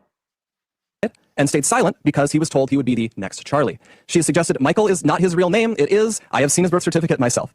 She has called it suspicious that Mikey's wife, who works at Turning Point, helped plan the campus tour event where Charlie was murdered, which she didn't, by the way. She doesn't work on campus events. Okay, so first and foremost, I actually never said that she helped plan the event. I said it was suspicious that Mikey McCoy's wife, that we never found out who did plan the event. That was one of the answers that we wanted to know. And I said that she works in events. Still was not clear on what happened regarding Mikey McCoy. I think the entire world believes that his actions are suspicious because we have eyes, and you don't get to wiggle out of that by pretending that us playing the words of his own father, Rob McCoy, who I think is highly suspicious in all of this. He has a suspicious background. We played his own words as he tried to sanitize someone who spent time in prison for being a sexual deviant, right? For trying to take photos of young girls. I don't think he's a good guy, and you're not going to make us forget those things because you are trying to pretend like Mikey's actions were totally normal that day. They weren't. That's why I didn't make the public feel that way, okay? I may have voiced how they felt, which everyone else is refusing to do, but I do believe that Mikey McCoy should have to answer for who he had on the phone right when the shot went off. So yeah, his father, his own father, is the one that spoke about Charlie's notebooks and spoke about how Mikey McCoy was talented. And it was Mikey McCoy who then jumped on Liberty University's stage for an event that was scheduled for Charlie Kirk. So there you go. That's our perspective, and I'm going to stand by it. Let's keep it rolling. Candace has suggested that Utah Valley University. See, that's the problem. That's why I don't like Candace Owens. So I don't like her because she immediately brings up something that's completely irrelevant to the point of the father being, I guess, a sexual deviant or something. That's what she does. She'll throw something in a side piece and then she'll continue on. And I can't, and like, so I can't. So when I come up here, little paw poodles, you may not know this, or you may, or what's the other guy's name? Mitch, Michael, I can't remember what his name was. Miles. I don't like Candace Owens. I made that very clear. But at the same time, a clock is right twice a day. But I am not a big fan of hers because I don't like how she does that shit right there. Got it. Let's read. The event was unusual, and its details suggested a, quote, inside job. It was unusual. That's a fact. And you can quote me on that because I worked for Turning Point USA and I went on every tour since 2019. And typically those events are decided at least the semester before. This came together very quickly. It is unusual. And I don't know why you think that you are going to be able to disprove that notion when I have the emails to support that claim. Let's keep it rolling. She has claimed that foreign aircraft have followed Erica Kirk around the country and that Turning Point has lied about this happening. Definitely never said Turning Point lied because you never responded. So that doesn't actually make any sense. And this is why it's not good to have lawyers write things out, because sometimes they're not so detail oriented. What we did was we showed at first that when I plotted these strange Egyptian jets, that they were following Charlie. And that was a concern because I wondered if they were tracking Charlie. We then obviously realized that they were tracking TPUSA faith events, and that many more times they were following and perhaps tracking Erica. You should be concerned about that. We find it odd that rather than being concerned or trying to get answers to why a foreign military jet would be on the ground during a time when Charlie Kirk was assassinated, you're upset with us for asking questions about these jets. Let's keep rolling. She has accused us of lying about Charlie wanting Erica to take over for him if he died. Never happened. That is not a quotation. That is just them saying that. So let's keep rolling. She has suggested Charlie's security team intentionally denied him first aid after the shooting to ensure that he died. When you say suggested, it means that they are interpreting my words. What I said is another fact. They did not issue him first aid. When he fell down, there was nobody who pulled out any gauze and tried to stop the bleeding, and they've admitted to that. In a sit-down with Sean Ryan, Brian Harpole said it was because of the severity of the injury. I'm sorry, again, that we noticed something that stood out as unusual, given the expertise and the amount of money that he was paying that supposed to be an elite team. Let's keep rolling. She has raised suspicions about the head of our technical team because he took an SD card out of a camera. She has spread absurd claims that Tyler Boyer, who we just had on the show, sexually abuses male interns.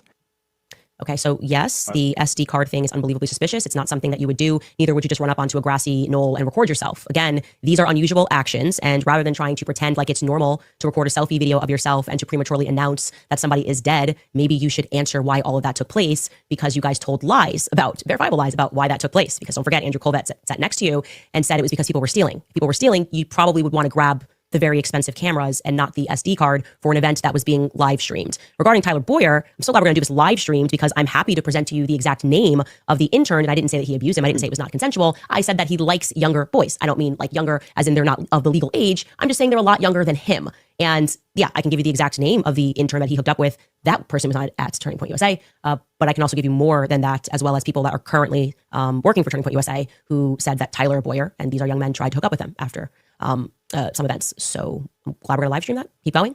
She has suggested that TPUSA faith-affiliated pastors, like theologian Frank Turek, who we'll have on in a moment, and Pastor Rob McCoy, are part of a military, quote, infiltration of Turning Point, either because they are veterans or because they have family members who are.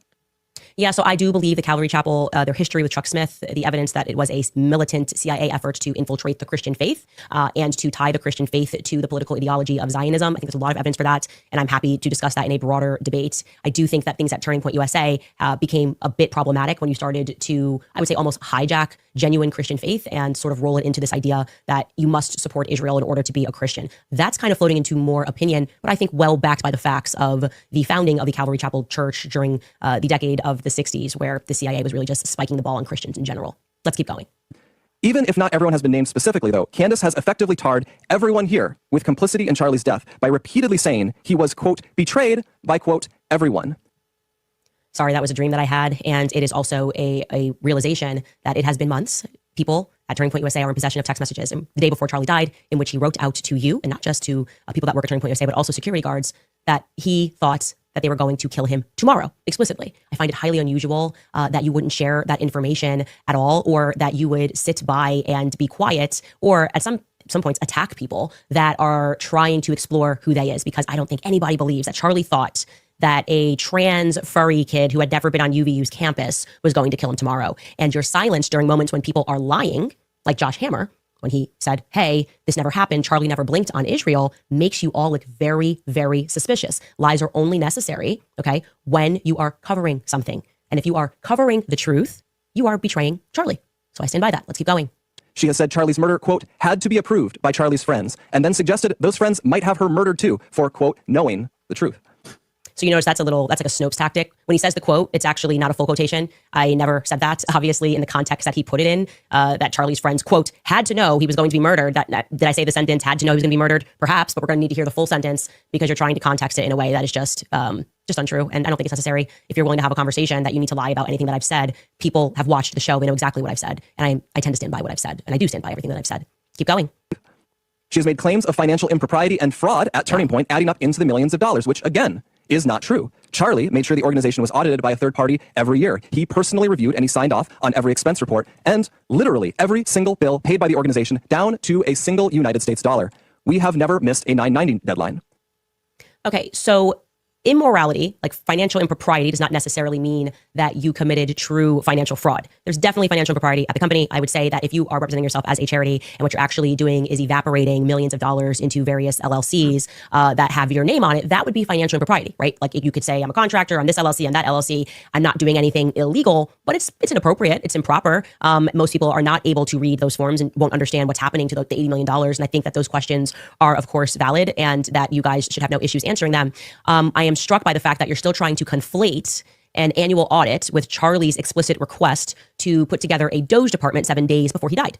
These are not the same. You know they're not the same. I know they're not the same. Okay, everyone knows that Doge is not the same as the audits that are required for 501c3s conducting an internal audit. And having you still misrepresent that makes us uncomfortable. Address the Doge. That's got nothing to do with anything other than Charlie, right? Charlie felt that this needed to happen, and inside sources at your own company say it was because he didn't know where the money was coming from or how quickly and where exactly the money was being evaporated to. That passes the vibe check in terms of what Doge is about, because, of course, Charlie could not have been establishing Doge for the last 5 years because that's a very new concept as of 2025, something that Trump put into place with Elon Musk and Vivek Ramaswamy, right? So, yeah, you're still being dishonest, but carry on. Candace has made other stranger allegations involving French paratroopers in maroon shirts, Egyptian Air Force planes flying out of Provo, Utah, and potential underground assassins traveling through unseen tunnels. At one point, in early November, she started wildly throwing suspicion on members of Utah Valley's soccer team for wearing hoodies. I could go on. There is always something new coming up, and none of it ever pans out, because from the start, there has been nothing there.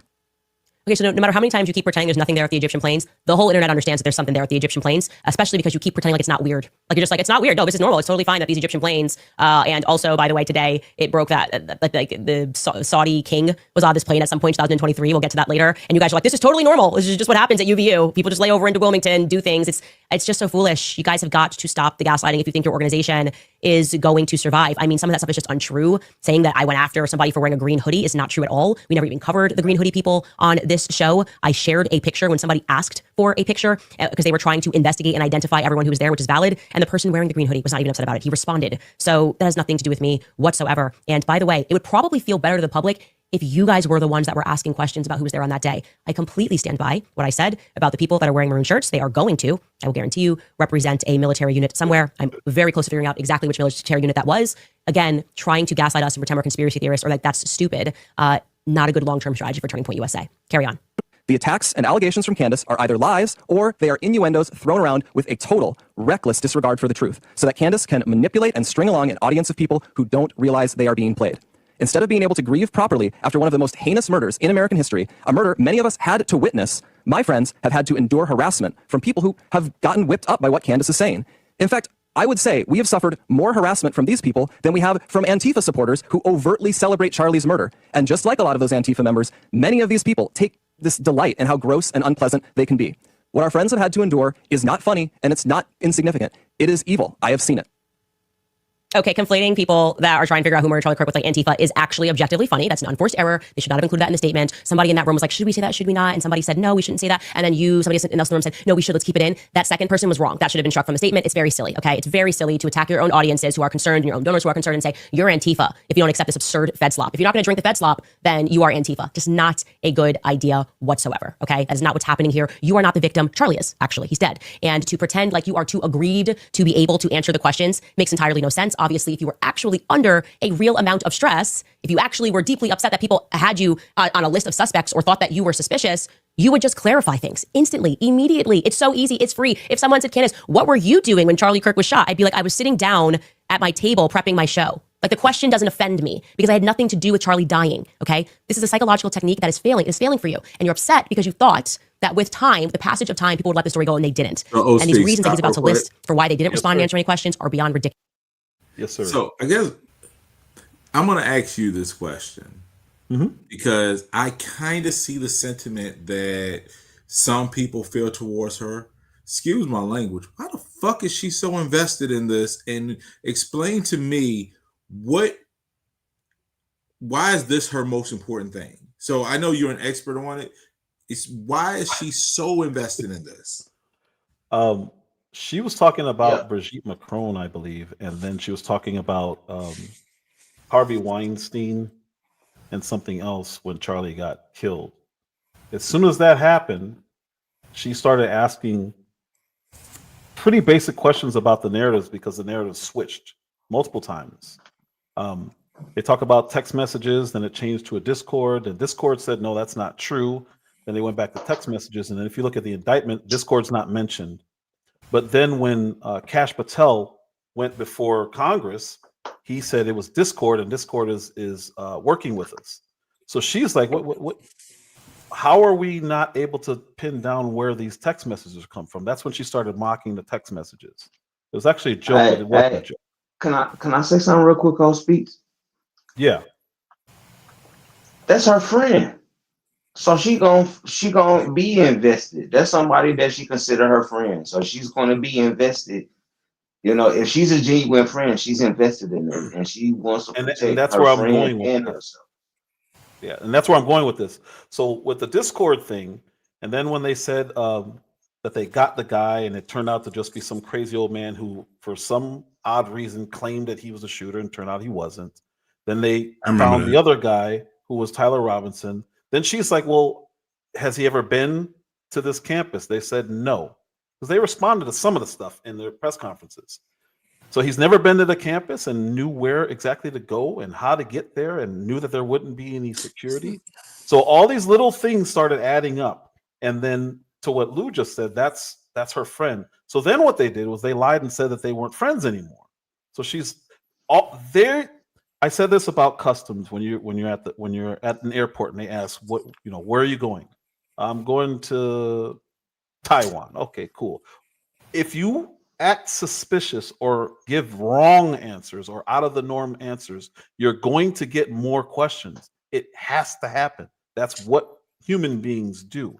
So once they started saying she wasn't even friends with him anymore, that's where I think it really started, because Eric Bowling actually kicked all this off when he said, oh, she hasn't done a TPUSA event in like 3-4 years. Well, she released that she was on tour the year before. So once that started happening, it just spiraled completely out of control. So there are two things I want to just kind of just pick your brain about with this, because and I get all that. The first thing is, would you accept if Erica Kirk, Charlie Kirk's wife, released a statement denouncing Candace Owens or stating that they were never friends? And then the second thing is, well, no. Oh, go ahead. I'll let you finish the first one. No, I would accept her denouncing Candace Owens, not saying that they weren't friends, because she has text messages from very, very, very recent from him. And 2 days before he passed, he said that she was a close friend, a great mom, a great friend. So I would not accept anyone saying that they weren't friends if he did not say that. Okay, but what if she says none of the stuff is founded, and I know better because that was my husband, would you accept that? Of course, yeah, that I would, of course. But see, there's another thing. There's another thing. She was interviewed and asked about this, and she did not do that. She could have done it. Candace Owens has said repeatedly, at least 4 times that I can recall, there's 2 people who can stop her from doing this. It's her husband and Erica Kirk. Erica Kirk. Not only did she not do it, when Jesse Waters asked her about it, she said people grieve in their own ways, and she did not ask for it to stop, and didn't say she had an issue with it at all. That's interesting. It's very interesting. Very interesting, because she could have done it weeks ago. But what makes it weird is all the people who are speaking for her. But when she's had the opportunity to speak twice, Erica Kirk has spoken on this 2 times, has said nothing about this. And she was asked directly about Candace Owens. So I think, this is all opinion, I think she's okay with it, and she just doesn't want to come out and say any of this stuff herself. So she's just letting Candace be Candace. So with respect to the Brandon Tatums, the April Chapmans, the bald-headed guy who you just showed, they kind of need to shut the fuck up and step back, because if Erica Kirk is okay with it, then I think you should be okay with it too. And the other point I was going to make was my ultimate thought. I've always thought initially that this was that far left transgender group, terrorist group that I mentioned about. They're called like Zenza or something like that. Yeah, I've always thought that. I thought it was an orchestration of some left wing group, but back to the original point. If Erica Kirk hadn't said anything. Brandon Tatum needs to shut the fuck up.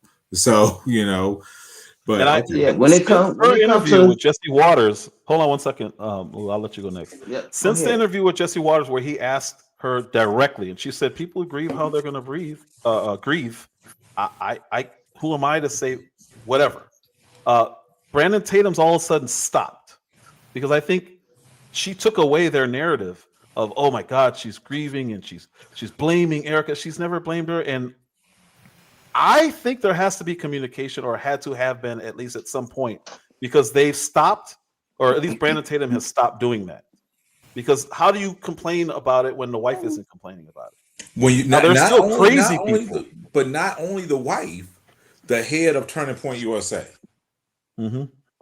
Not only is she the wife, she's also the head of TPUSA. She is now the CEO of TPUSA, and she has not said anything. Now, this woman is clearly about to destroy TPUSA, but she's going to destroy the people who are lying, and she's just trying to figure out why they're lying, because she has caught them in several lies, and I don't understand what the point of the lies are.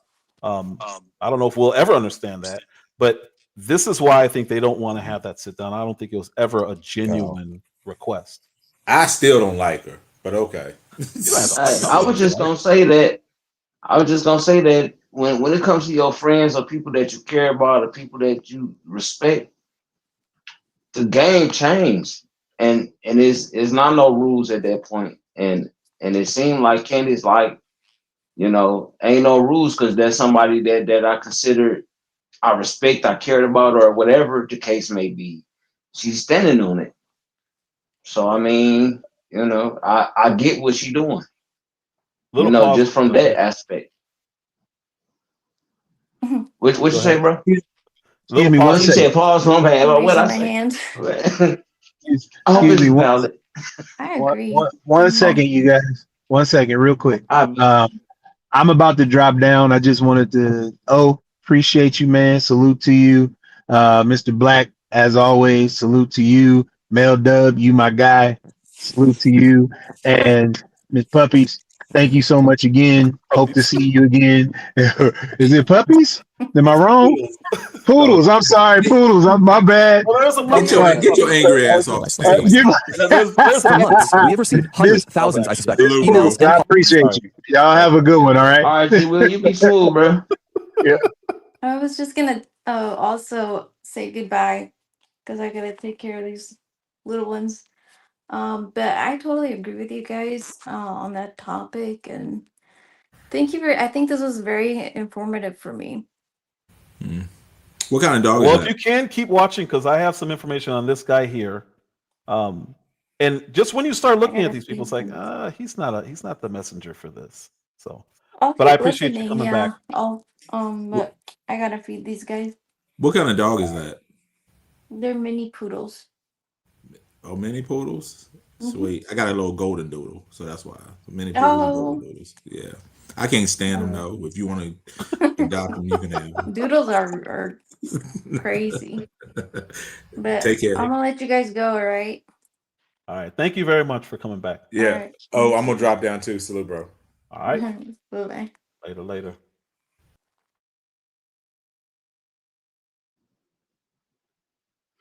All right, those speaks. It was appreciate you for letting me able to, how we do, bro. Appreciate you, bro. Yes, sir. All right, man. Later. All right.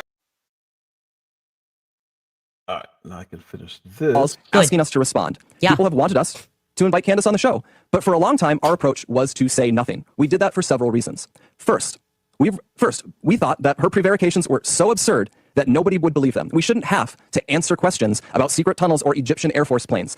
That sort of thing is it's beneath contempt to respond to. The second reason we've said so little, though, is because there's a good rule of thumb, which Charlie followed. Do not feed the trolls. Focus on the mission, reviving America, uplifting young people, making heaven crowded. Don't give air to people who want to tear you down and sow discord. Lastly, we didn't respond because Charlie always viewed Candace as a friend, and we were holding out hope that she would return that friendship and stop what she was doing. Okay, so the first thing he says there is we didn't respond because it's beneath us. Like, that's just not the right. I mean, that is an elitist attitude. It is beneath us to respond to the very people who showed up in scores because they were so moved by Charlie's assassination that they all poured into the Staples Center, right? And poured their tears out and made videos and donated. It is beneath us to not to then respond to questions that you have that are meaningful, because we just think it's so stupid that you would suggest that the feds are involved in an assassination. That's never happened in American history. What? So that's a ridiculous thing. The second thing he says there is, Charlie always said, don't feed the trolls. Well, that flies in the face of what he says thereafter, where he says Candace and Charlie were friends. So I'm not a troll, okay? I'm not a troll. I'm not trolling. I'm not somebody who's hated Turning Point and wanted Turning Point to fail. I'm actually the exact opposite of that. And that's why the people believe in me and they trust me, because they feel that I'm the only one that's acting right in the situation. Who wouldn't want to have every stone unturned if they cared about somebody? Who wouldn't want to have every question answered? Who wouldn't be immediately suspicious to see Egyptian military jets? Who wouldn't go, why the hell were these jets around Turning Point years before Charlie's assassination? Who is on these jets? Instead, you're mentioning the Egyptian planes for the fourth time. So I'd like to recommend everybody that's watching this to figuring out what the hell's going on with these Egyptian planes, because they're nervous about them, okay? They're mentioned so many times, they're trying to give the vibe that this is so crazy. No, they are fearful. The Egyptian planes hold the key, and that's obvious even in Blake Neff's statement. But yeah, I am not a troll, okay? And people followed what felt to them as authenticity, and it was not you. They were not getting that from Charlie's closest friends. Why is that? They weren't getting that from Charlie's most loved pastors. Why is that? Don't blame me for the bad energy that you exuded, okay? Don't blame me for the fact that you didn't pass the gut check with the public. That's why you're doing this, okay? That is why you are doing this, because your strategy failed. In fact, this is your old school turning point before they put on the faith pants. This is your old school turning point lesson in what the free markets are. The free market saw what you were offering, right? And they saw what I was offering. You were offering, we should accept this and move on. And I was saying, we need to investigate this. And the free markets said no to Turning Point USA. Anyways, let him take this away in terms of what he thought, I guess, was the best way to be a friend to Charlie Kirk. What did he think was the best way for them to show that they were friends to Charlie Kirk? Keep going, Blake. But a week from now, it's going to be 3 months since Charlie's murder. Candace has not changed her behavior. She has continued to spread falsehoods about Charlie's friends, and she continues to concoct new ones about new people. She's using these falsehoods to enrich herself while dividing the conservative movement at an absolutely critical time for this country. I have to applaud that audacity. I have to applaud it. You do. You have to applaud it. This is crazy. Listen to this. Excuse me here, but like, I'm trying not to swear. These men, okay, this company, these amazing lads over here have the audacity to accuse me of enriching myself when they were out there selling t-shirts, okay, of what Charlie died in to enrich themselves. So they were giving those t-shirts away for free at the Staples Centers. No, they were selling kit of what Charlie died in to the tune of $80 million+ that they made in the first 3 weeks, okay? They made their entire budget for the year in the first couple of weeks following Charlie's assassination. And they are attacking me with zero proof that I made a single dollar off of Charlie's assassination. I did not sell a cup. I did not sell a mug, okay? All I did was do what I already do for a living, okay? I podcast and I investigate things. I investigate things that I feel passionate about. Sometimes it's Kamala's genealogy when she's saying she wants to be the president and things aren't making sense, and I sense that she is lying. Sometimes it's Blake Lively and Ryan Reynolds when they try to destroy a man's life who's not even on my quote-unquote political team. Sometimes it's Brigitte and why we are colluding with nations to cover the obvious fact that Brigitte was born a male. And this time, it's personal, and it's you. Do you want to know what all of these investigations have in common? Liars who lie and think that the public is too stupid to see through their lies. That is how we got into this, okay? I did not sell anything. You did that. You guys did that. You guys continued to do that. You guys wanted to just move on and to grift off of Charlie's legacy. I dedicated myself to figuring out who murdered him. So anyways, he does get to the point here, which is that they are willing to finally address things head on. So I will let Blake say that. And far too often, we here have heard from ordinary people, people who loved Charlie and who Charlie loved so much in return. These people have expressed the worry that we are staying silent out of cowardice or as some sort of tacit admission that some of the attacks are true. Neither is the case. Our silence has never been, and it will never be, equal to complacency or approval. Still, we decided Charlie would not allow this to go on. Charlie was not a coward. Charlie was a fighter. Charlie would not allow someone to spread lies about the people closest to him with impunity, and he would feel ashamed if other people were stepping up to defend his friends while he never did so himself. Candace has mentioned several times that the ball is in our court. So here's what is going to happen. In the near future, there will be a live stream here in Phoenix where we address in a clear and comprehensive way the claims and accusations, the false accusations that have been made against Charlie's family, friends, and the people here at Turning Point. We plan to walk through everything carefully and thoroughly. If Candace is available, we would sincerely welcome her participation in that live stream at our studio here in Phoenix. At this point, we believe the ball is back in her court. Our motivation for doing this is not out of any obligation to Candace. It is about honoring Charlie. We feel a deep responsibility to protect his legacy, his work, and the truth. I feel that. I owe Charlie everything in my life. I feel it immensely. And that is why we feel compelled to speak clearly and openly now. We'll have more on this in the near future. Yay! Finally, you didn't have to get through all that shade that you were throwing me to get to the point that you were willing to answer questions, okay? Because that's what Charlie did for a living. How could you guys think that you were just going to continue on and pretend like people asking meaningful questions was somehow an attack? That's what he did for a living. He stood up on college campuses and he debated people. And he sat there principally and debated people because he felt that he had the moral high ground, okay? And that if those people disagreed with him, he could bring them over to his side. You guys have been actually acting and embodying the opposite of Charlie Kirk's spirit, okay? And you did it even in this. It was like one big character assassination. And it wasn't to me. That's what you guys don't understand. You're not attacking me. You are attacking millions of people around the world who watched a man, an innocent man, be publicly executed and then watched what felt very much like the state collude to feed us absolute horseshit about what took place on that day, okay? 30-06 bullets do not get stopped by human necks because they eat healthy. They don't. And yes, you guys are a part of that apparatus of people who made us feel, and you've expressed it here, like you were too good to answer questions. We are already said, I got on stage and I told you that I'm Charlie's pastor. I told you I'm his best friend. I told you. You guys have even allowed people to inject themselves into his legacy that Charlie didn't even like. And we're supposed to believe you're doing this because you're his friend? Because you're committed to truth? You sat there and allowed the very people who pressured Charlie towards the end of his life to try to claim his whole legacy, and you're pretending we are the ones that are immoral? You're upset because you got caught lying. You're upset because you got caught with your pants down, but you cannot blame me for that, okay? These were your own errors. These were your own lies. And I was not going for a single second to let up on the pressure. In fact, I have been so strategic that I have been holding on to certain information, hoping that you would acquiesce to have a public conversation because I want to look you in the eye and I want to challenge you to lie to me because I care deeply about what happened to Charlie on that day. I don't think we're getting the truth. And I do believe that because you are not forthcoming about the information that you have about Charlie texting you guys and saying that he thought he was going to be assassinated that very next day. Okay. The day that he died, Charlie knew that he thinks he was going to be killed tomorrow. And you guys are sitting on that information. So I'm the right person. Yeah. I'm the right person to sit across from you and to ask you questions, right? Some things that you told me on that day, they're not adding up. I think the entire world would like to see this discussion. I think you can do it in Charlie's honor. I'll sit there. You pick a place and time. We could have done this today, by the way. You didn't have to read all that. Okay. We all have tech. We could have done a live stream. We could schedule a live stream. We can raise money for Turning Point USA if you promise to answer every question that I have, okay? And it's not hard. It's not difficult if you are telling the truth to answer questions. When you are emoting so much and you're upset at the inquiry and you're playing this game like you're David Hogg and why I survived Parkland, so how dare you question my authority on anything?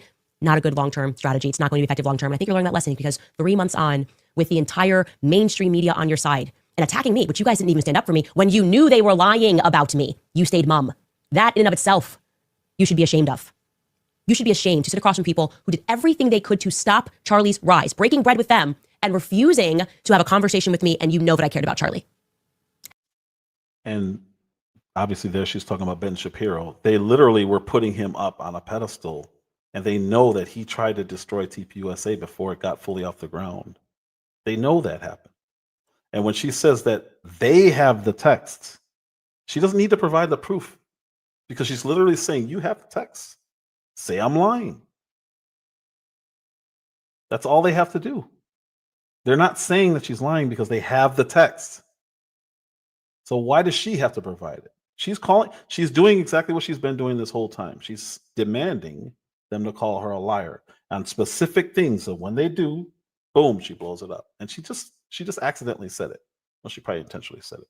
She just said, oh, I'm the one. I'm the one. I have the receipts. So just be honest. And she's been doing it the whole time. So every time she comes up with a receipt, for some reason, everyone ignores it and acts like, well, that's that. Well, what about this? They just move to the next thing. So does she or does she not? Have you no shame? We're going to find out.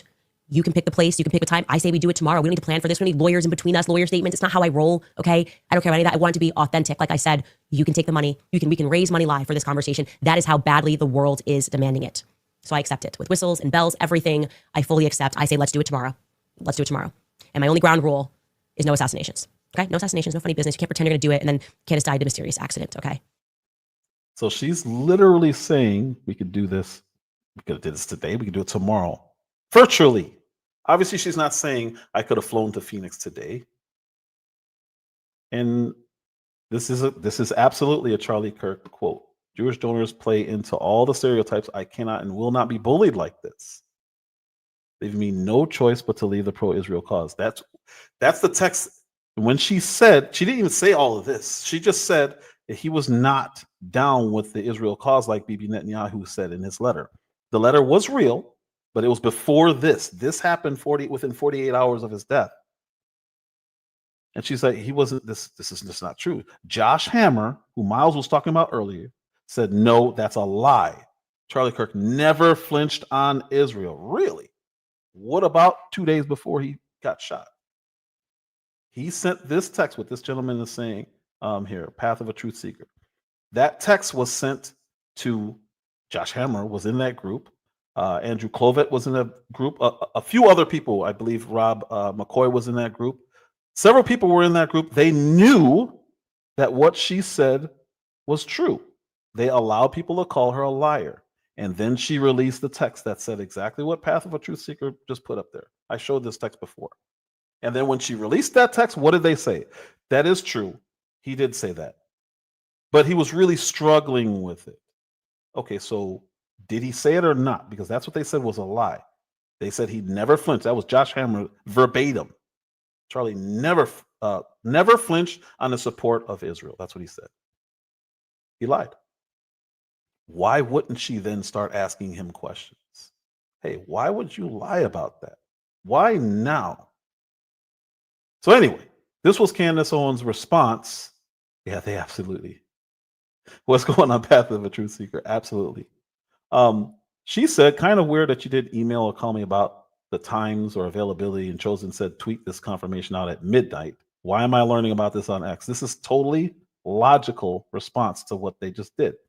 December 15th does not work in person, and 2 p.m. Pacific time is also the literal time I do my podcast live every day, which you knew, but we will happily cancel her show and be there virtually. That's what she just said. You see it right here. Let's lock it in with a question mark. What do they do? And oh, by the way, this is what a normal ratio looks like. This was that post that she just did. 24,000 hearts, a low amount of comments, because that would indicate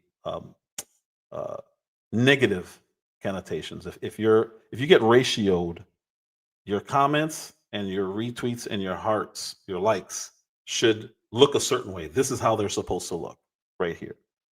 That's support, especially with the likes being 24,000. Then she also added, just under that one, again, look at the ratio, 14,000 likes, 1,000 retweets or posts, and then 1,000 comments. That's typically what support looks like. She said, I will also add that I'm happy to jump on Charlie's show any day before then virtually as well. Any day. You don't have to wait 10 days like they wanted to do till the 15th. She said, I was serious when I said we could do it today even. Virtually can make it happen pretty much any day because it's easier to move things around with the kids and find someone to sub for my morning homeschooling. They mocked that. I don't know why they mocked it, but they just say, oh, she's using her kids as an excuse. No, she literally said, let's do this now. And it's easier if you just send me a link. That's the verbiage. Who is calling the shots on all of these terrible and extremely obvious PR moves? Just, I think we all deserve to at least know what's going on. It feels like this company is going to turn into Enron, right? Amazing, and then just plummet overnight. I have just, the lack of transparency and also, ironically, the transparency of the things that they are doing, you can't make this up. They are just so obvious, so obviously trying to hide something. Before we get into their frankly bizarre late night tweet and ultimatum, I wanted to update you guys and let you know that Cam Higbee, remember that weird propagandist reporter who goes to the Pentagon press secretary and is like, don't laugh. Okay, right, don't laugh. And then proceeds to ask if they heard about France's assassination attempt on my life, which I also said in that France was on the ground on the day that Charlie was assassinated. Yeah, this Cam Higbee, take a listen. As well. Yeah. So this is my first question, and don't laugh. Does the DOW have any evidence at all of a French military plot to assassinate Candace Owens? That is an interesting question. Not that I'm aware of, but, you know, interesting question. I can try to find out and maybe let you know. I think that might be more of a law enforcement matter, though. Did anyone do this when Tim Pool said that there was a drive-by near his house? And they're attributing it to her. Did they dismiss it and laugh at it? No, they're all, oh my gosh, I can't believe that happened. What can we do to support? Candace Owens even offered to help him find out who those people were. So it's okay to joke about one person's life being at risk, who her friend was literally killed in front of the world. But when one person says something without proof, nobody asked for evidence from Tim Pool. They just accepted what he said. Why? Because you should take somebody at their word. Even if you don't like him, why would he lie about that? You would assume he has something behind that. So I brought that up because it was just so propagandist, so in our faces. I obviously did not think that this was going to lead back to Turning Point USA, but little did I know that we can add Cam Higbee onto our list of brand new. You know, everyone was just so brand new on that day. Everyone was so brand new leading up to Charlie's assassination. Well, Cam Higbee is on the payroll of Turning Point USA beginning in August of this year. So in theory, Cam Higbee, who was laughing off the idea of an assassination attempt, is being paid by the very organization that just had its leader assassinated in broad daylight in front of the entire world. I find that to be interesting. Who directed him to ask that question? That's weird. So a guy being paid by TPUSA went up and asked that question of the federal government in a joking way, of course, because it's so funny. Even though his boss just got killed 3 months ago, apparently it's funny. I'm just asking questions. But first, after my episode yesterday, I expected, call me crazy, I expected that Turning Point would reach out to me via text, via email, that they would instantly follow up with their long diatribe and be sincere and say, okay, here are some dates and some times. When would you like to make this happen? We're going to set up this great debate. Rather, instead of hearing anything from Turning Point, I heard from Skylar, my executive producer, this morning via text, which I'm going to show you, that I was somehow already 9 hours into a 24-hour countdown that was issued by Turning Point USA. Here is that text exchange with Skylar this morning. He 8:49 said, I'm sure you saw this. And I responded to him and I said, no, actually, I didn't see this. And I opened the tweet, which went out from Blake Neff around midnight last night. And here's what he wrote. I'm like, how am I supposed to see this? The live stream we announced on the show Wednesday has been set. That would imply to the audiences that they reached out to me and we set a time. No, he goes on. At 4 p.m. Eastern, 2 p.m. local time on Monday, December 15th, a collection of Charlie's friends will respond to statements made by Candace Owens to set the record straight once and for all prior to the opening of America Fest. Now, if it's going to be once and for all, it sounds pretty final. I mean, I would assume that I would have to contribute so that I could answer back, right? He goes on to write, we'll be live streaming, as he said from the beginning. This is going to be a live streamed event from Charlie's Phoenix studio. Our offer from yesterday holds. If Candace wishes to join us in person in Phoenix, she is welcome to do so. She can let us know by the end of today. Why? Well, I'm sorry. If you're saying this is happening on the 15th, why am I getting 24 hours to be able to respond to you? That doesn't make any sense. That, for some reason, feels like this is a BS offer and a really cheap PR move. There's no reason to issue a 24-hour response and put this up in the middle of the night, A. B, there's no reason you didn't reach out to me and say, hey, does this work? Can I check some flights, see if I can get in there? Nope. This is it. They put this up there on the 15th. The last week of our show is live. Obviously, leading up to Christmas, that's the last week of our show. Obviously, it's a pretty busy week. So I'm like, okay, caught off guard by this, but you know what? I sense this is a PR move. So let me say, you've already said it's live streamed. If an event is live streamed, of course, we can make it work any place. I mean, at any time, any day, we can make this happen, right? Because you're live streaming it. There's no reason I can't show up electronically, okay? I respond to him and I say this, kind of weird how you didn't email or call me to ask about times or availability and instead chose to tweet this confirmation out at midnight. Why am I learning about this on X? December 15th does not work in person. And 2 p.m. happens to also be the literal time that I do my podcast live every day, which you knew, but we will happily cancel the daily podcast and we'll join you guys virtually instead for the live stream on the 15th. If that works on your end, let's lock it in, question mark. Okay, we're jumping here. Let's just make it happen. Okay, that's the beauty of the internet. That is the beauty of 2025. You can literally be any place, anytime. Just send me a link, right? Any place, anytime. We can join you virtually. In fact, today on their show, we just had a couple of people from California, one from Detroit, and one from the East Coast, all up in the exact same place at the exact same time to have this conversation.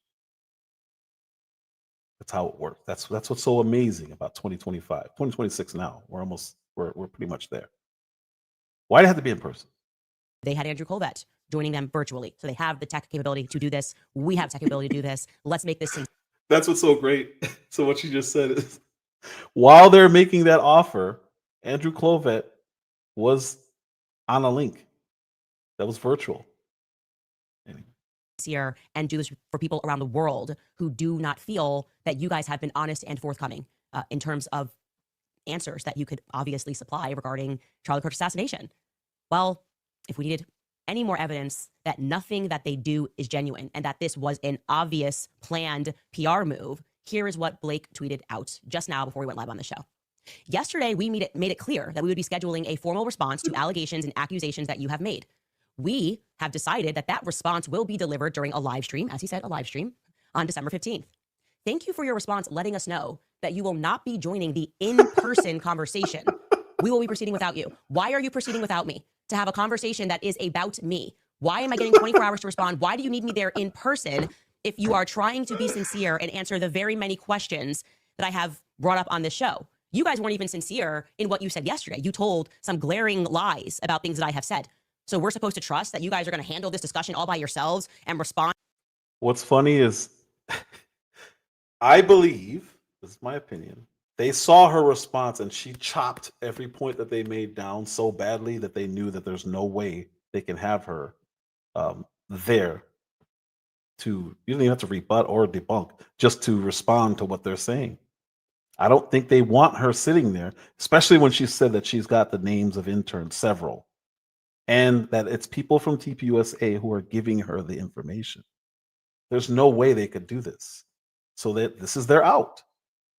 This was their out. This is their way to say, oh, we said you had to be there in person on the 15th. Be there or be square. No. We're going into 2026.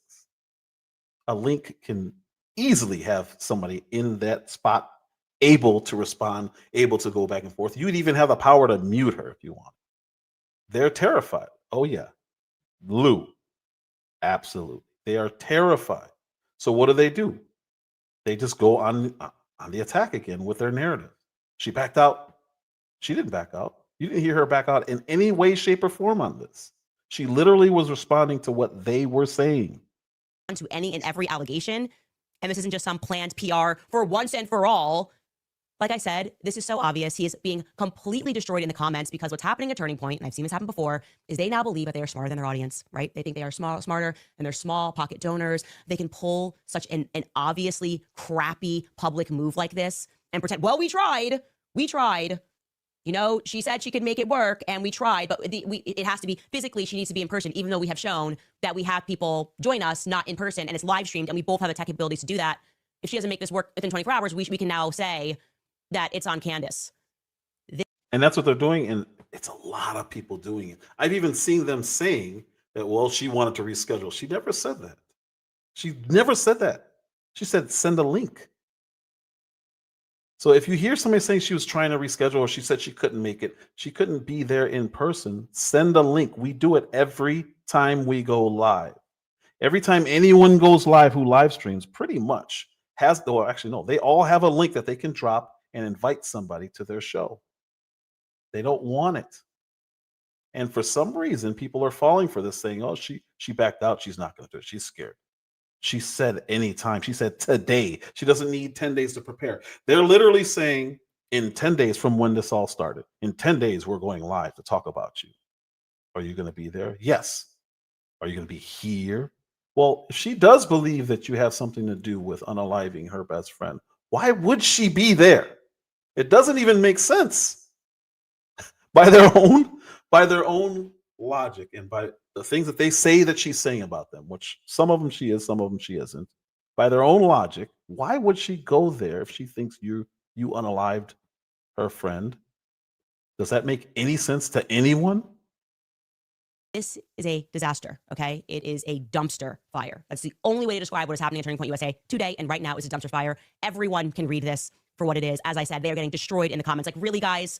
Really? You're not going to just send us a simple live stream link and let us join you? We've had people on this show live streamed. We could have them tomorrow. I said, in response, I said to them, I'll make this work. I also attached to that tweet any day leading up to the 15th. We can do this virtually any place and any time. But no, they need to have it in person in Phoenix on December 15th or they cannot have me at all. Is that passing the vibe check for you guys? Or does it seem like more posturing and more of a way for them to simply be in the room with themselves as they all lie without any person in the room to be able to fact check those lies, who have researched those lies and who have kept a list regarding the very many lies they are telling, okay? I maintain that Turning Point is engaged in a cover-up. That is how I feel, okay? And like I said, it pains me to say that because this was once a bright spot in the conservative movement. It is no longer. They are using left-wing tactics, calling us names rather than answering us questions. It's everything Charlie stood against, okay? You don't need to call somebody a racist because they're asking questions about what happened with George Floyd leading up to his death, okay? That is a way that you skip over having to debate logically is you name call. All Blake Neff did was name call yesterday. all the pastors have been doing. It's demonic, it's possessed, it's evil. How about you simply answer the questions and stop behaving like you're a radical leftist? Everyone can see what you're doing. That's what I want you guys to know. It's very clear, okay? I'm not asking people to defend me. You are just genuinely this transparent. So, and what's crazy is they're mad because of her views. She's the #1 podcast now. She's getting more attention than them, and it's driving them crazy because what they're doing isn't working. They've been trying to discredit her this whole time. They've been calling her a liar, anti-Semitic, racist, crazy, needs to be in the hospital, demonic, everything you can imagine. They've called her, and she's only getting bigger as a result because of how they're doing it. And it doesn't take long to be watched. If you really watch her and then you watch what they're saying about her, it's like, she didn't say that. Like, then your mind starts working like hers. Why are they doing this? Why are they lying? What's the point of this? And then all they're doing is making people draw to her more. You're solidifying the reason why people watch her. It's not about a cult. That's the other thing they're trying to do, to get people to guilt them. None of that stuff works. That psychology is gone. It's been gone. It doesn't work anymore in the age of the internet because you can look the stuff up. Problem is, a lot of people won't look it up. So they just accept what these people are saying. She backed out. She wanted to reschedule. She said she couldn't do it because of her kids. None of that happened. It didn't happen. But they just repeat it. And it works on some people. It does. But I think the people that it works on are people who already have an issue with her. So they're not shoring up anybody else. She is gaining traction. And what's really funny, Nick Fuentes. Everyone hates him, but I'm starting to learn what he's doing. He goes out that I cannot arrive in person. He goes out and he's playing into it on purpose because that's what he does. He's throwing gasoline on the fire. Candace should have showed up. It's hilarious watching him play both sides. And one side sees it, the other side who hates her, it's now there's TDS and now there's CDS. Trump derangement syndrome, Candace derangement syndrome. They are absolutely going ballistic about this woman. And it's funny. It is. And then to watch Nick Fuentes jump in and take their side. And now, this is so funny. They're now quoting Nick Fuentes. Said, see, even Nick Fuentes. Like, they don't see that they're being played. They have no idea that they're being played. It's phenomenal to watch. Because it's our last week on air before the holidays. I am still very happy, and I will say it again, to make that date and time and place, because I'm here and we have the technological capabilities to make it so, make it work. We can move it around and we can do it even at midnight. I will stay awake and I will make that work for you at midnight, anytime. Just send me a link. Midnight. Anytime. She does not care because a link is so much more practical and easier to do.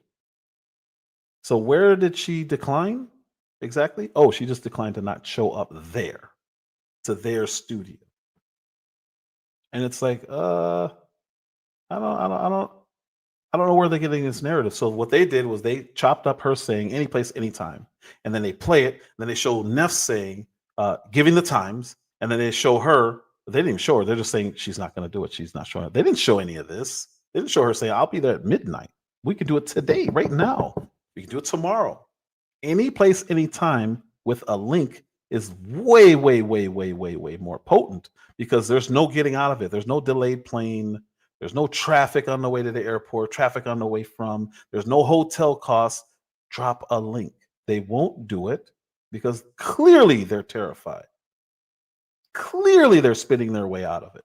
They never intended to have this, or they did until she rebutted Neff's points one after another, after another, after another, and then made more claims and said, I got proof. I'm the perfect person to be sitting across from you guys. Oh, but she's not going to sit. Stop. In the meantime, we are just going to start investigating harder because you're not acting right, okay? You guys are not acting right, and you are not going to be able to get yourselves out of it. Everything was so above board on the day of Charlie's assassination that they just can't answer anything.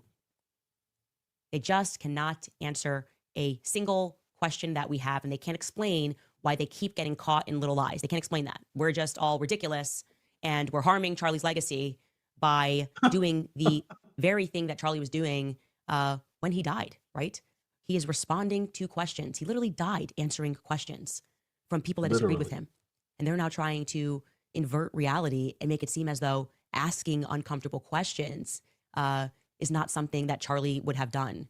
Pointedly ridiculous, and again, ever so transparent. But again, I'd like to stress.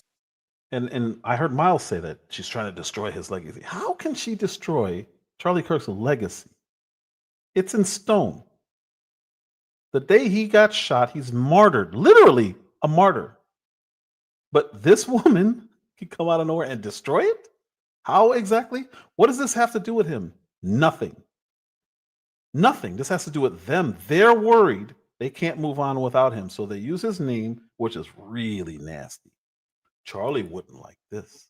Charlie wouldn't say this. Tucker Carlson shouldn't be there.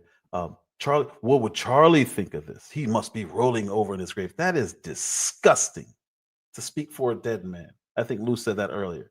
You can't do that. That's disgusting. But they're all doing it, and they don't see anything wrong with it. There are pastors that are doing it. Charlie told me Blake Neff was the smartest man he knew. There's no way to verify that. But if she says, Charlie told me this, well, she's not showing any evidence. You see how it works? It's so one-sided, and it's so ridiculous. It's so ridiculous. And I hope Little Poodles is watching. Why can Pastor Frank Turek say that Charlie told him that Eric Neff or Blake Neff is the smartest man he's known, and we just accept that? But when she says Charlie was going to mass and moving closer towards Catholicism, didn't say he was converting, they all come out and say she has no proof of this. And then, of course, it got proven that he was going to mass, and it was admitted. But he wasn't going for that. He was going because he liked the architecture. Man, we accept that. Well, see, there it is. He was going to mass once a week, but that was for the architecture. And then they say she had no proof to what she said, but they prove it, and they just make an excuse for it. To Turning Point USA, that if you want to make this work, we can do this today, we can do this tonight, we can do this at 1 a.m., we can do this tomorrow, the next day, we can do this through the end of the year. Anytime, okay? Just send me a link and we will appear virtually, which is entirely plausible. This is something that we desperately want. We are incredibly committed and sincere in wanting to get answers. We do not believe the official narrative. I've made that clear. And we do not understand why you guys seem to be trying to protect the official narrative. More to this PR effort to, I don't know, suspend rational thinking, I think. Maybe they have worked so hard to poison us over decades and to dumb us down in the classroom that they're testing. They're seeing right now, if they just keep repeating things over and over again, if we will just suspend our rational thinking altogether and follow them. I think that's it. That's what it must be. She's saying she can't attend in person. Can she attend on a live stream or, you know, and you guys do live streams all the time. And is that going to be an option? Gina. I'm just trying to make this come together. Of course, Gina. So first of all, our initial statement, it was on the show on Wednesday. I made it at the request of Erica. All of this has been at the direction and approval of Erica because. So Erica said, why don't you guys just sit down with her? She didn't denounce Candace Owens. She said, sit down with her. I want to hear this. America clearly wants to hear this. Erica Kirk wants to hear this. So what do? They give an impossible, not impossible. They give an unreasonable deadline. You have 24 hours to respond, or this message will be destroyed, or self. I forgot what the old thing is from the. I don't even remember what that was from. Mission Impossible, the old ones. So she said, Erica Kirk said, set it up, sit with Candace Owens and talk. Clearly they're scared of that. So they said it, they say set it up. And they say, nope, sorry, you won't be there to respond. I would love to hear what Erica Kirk has to think of that. Unreasonableness. Mission Impossible, that's what it was. She made them offer to sit with her. I guarantee she wants them to sit with her. Otherwise, why would Erica Kirk do that? And what are they going to say? No? So what do? They sabotage it. Clearly sabotage. If we will just suspend our rational thinking together and follow them, I think that's it. That's what it must be. She's saying she can't attend in person. Can she attend on a live stream or, you know, and you guys do live streams all the time. And is that going to be an option? Gina. I'm just trying to make this come together. Of course, Gina. So sorry. If you look right here, again, so in the first proposal, they were virtual. Right here, they're virtual. They're not in the same room. They're not in the same place. They may not even be in the same state. So they're doing it right now. Is that weird to you? Is that odd? Is it really her backing out? Listen to what he says. Erica Kirk told them to do this. First of all, our initial statement, it was on the show on Wednesday. I made it at the request of Erica. All of this has been at the direction and approval of Erica because she heads this. And so what we were announcing there is we said she has said things that are not true, and we did not address them for a long time. We stated the reasons why, that we thought a lot of them were just not, how to put it, we initially just thought no one would believe a lot of what was being said, and we also just we remembered the same friendship that Charlie had, and we just hoped that this would go away without requiring any sort of direct statement or confrontation from us. So what was approved is we announced we are going to respond to this. And what was approved? What was approved? Who had to approve it? Erica Kirk.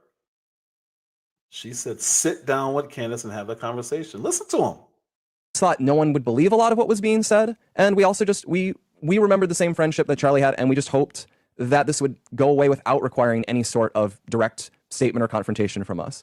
So what was approved is we announced we are going to respond to this, and what I said was we are going to announce a date soon. We actually hadn't agreed on it at the time I read the statement. We're going to announce a date where we're going to respond to this, and once we announce it, Candace is free to attend in person. That is what we announced. And so once we agreed on a time, I announced what the time was going to be. Candace, for her part, had said, you name the time, you name the place. That is what we did. As for why it was put out at that time, I would just say I don't think she had any difficulty in finding out what our scheduled time was. It seems everyone found it out quite quickly. The time was midnight when he put it out, and he gave her till midnight that same day. So if you put it out at midnight and they don't see it till 9, you just now cut the amount of time that they can make arrangements to do what you want them to do. It's so obvious. I can't believe anyone fell for this, to be honest with you. I really can't, because I laughed when I saw that. So yeah, she was able to see it by 9 o'clock, but now it's 9 o'clock. You see how weird that is? So you literally took away 9 hours of her ability to make the plans that you say you want her to do. How? It makes no sense. What they're saying is so stupid and childish, but let's listen to them. And lastly, on the point of why it's in person, I think it's pretty intuitive that given what is being said, the way this has worked is that it's critical to be in person if you want to be authentic and to be detailed. It's critical to be authentic, to be in person. Yet right now, he is separate from Andrew Clovet on this very broadcast. So are they not being authentic in their offer? He said it. Listen to him. As for why it was put out at that time, I would just say I don't think she had any difficulty in finding out what our scheduled time was. It seems everyone found it out quite quickly. And lastly, on the point of why it's in person, I think it's pretty intuitive that given what is being said, the way this has worked is that it's critical to be in person if you want to be authentic and to be detailed. It's critical to be in person if you want to be authentic and to be detailed. It's critical to be in person if you want to be authentic and to be detailed. And that is what we think is a fair request to make if she's going to participate. But regardless, it is going to go forward because we have agreed that some response needs to be made. And so that's going to happen when we announce it on December 15th. We have agreed. Who? Oh, your boss, Erica Kirk. It needs to be addressed. Bring her in. What do? They make it unreasonable so she can't come in so they could still go through with it. I think she's smart, and I think she's going to see that she just got played. This is him. And I'm going to read this. Pardon me for the language. It doesn't really matter. Well, I'll be more careful because it is YouTube. In 2016, in response to a thread called Dykes Get Wrong Come Bank N-word pops out. This is that guy who was just talking. This is him. This is Blake Neff. He said the same year he commented on that thread, Dykes Get Come Bank N-word pops out, he was using the name Charles X or Charles the 12th. June 28th, or no, June 2020, he replied to another comment saying, and the N-words are always honor students or some BS. I'm assuming somebody got shot. He was making a joke. Of course, it's always going to be a joke. The language on both posts was not censored. They're censoring it here for the sake of whatever. I don't know why they're doing it. CNN Business, July of 2020, just last month. This would have been June of 2020. Neff replied to a comment on a thread that said, that said, the N words are always honored. Oh, that's the same thing. The same thing. So he's a racist, and he does it with a pseudonym, which is a name obviously not his own because he knew what he was doing. He clearly knew what he was doing. This is why he got fired from Tucker Carlson. February 2020, I guess it was a post. He called Mormonism an inherently cucky religion. Okay, that's what he believes. That's a joke. But he's a Christian, and he's now part of TPUSA faith. In February 2020, Neff called Mormonism, and that's the same thing. Why is it repeating it? July 4th of July in 2020, he started a thread with images from the 90s video game Freedom. I don't know if you guys know what this is, but I'm going to show you because this is hilarious. It's not, but it is. Depicting black slaves and racist stereotypes. Assigning one user an image of a slave catcher, to which the user replied, "Thank you, Massa Charles." So this is him joking and being racist. This is the game. Oh wait, no, one more. Sorry. Oh, that's the same thing. Yeah, this is a game. The one that got pulled from the shelves. I wonder why it got pulled from the shelves. You see the slaves over here picking cotton, and then the other one over here is taking the cotton somewhere, maybe to the plantation. These are the characters. Who would you like to be? And he gave one of these characters to one of the people in the thread, who then thanked him. These are the characters from that game. Racist much? This is the guy there talking about saving lives and bringing people to heaven. He's a racist. He's a blatant racist. You don't remember this? So I never played it, but I remember the controversy. I just never looked into it until this. This is another character. It's flat out racist. And that's where we are. They're claiming that she's the one who's scared, and she just saw her say everything possible to do. I want to do this. I want to sit across from you guys. I want to debunk everything you're saying. And then she debunks some stuff, and then they're saying, "Oh no, we can't do it. We can't do it. We clearly can't do it." Erica Kirk wants them to do it. I don't remember, man. I don't remember. Google freedom video game controversy. But the dude's a racist. He's a clear racist. Or at least he has racist humor. I don't want to call him a racist. Even though those are pretty, using the N-word, it's pretty clear cut. That's what they say about Nick Fuentes, right? Anyway, Luke Jenkins, thanks, man, for being in here. And thanks for coming up earlier. Mel Dub, obviously, thank you, sir, as always, for coming up. Path of True Seeker, thank you for coming over here from Rumble.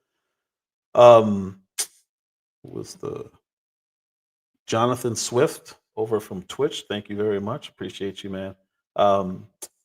Poodles, I thank you very much for coming up. Thank you for your patience. Thank you for your understanding. Welcome. Little Pause Poodles. Amber C, thank you as always. I already said Mel Dub. Glory to God, 123. Appreciate you. I don't know who that was. Somebody Panda. I think that was a troll. Thank you very much for stopping in anyway. I don't care if you're a troll. You stopped in. Uncle L, thank you, sir. Appreciate you. Sorry about the religious stuff. Felicia Logan, appreciate you. Thank you very much. SML, thank you. Thank you. Oh, geez. Yeah, I had some trolls in here today. That was good. That was good. By default, if you talk about somebody who's controversial, you're gonna have people who don't like them. Miss Genesis 1, thank you so much. I should make her a mod just to make her mad. Who else was in here?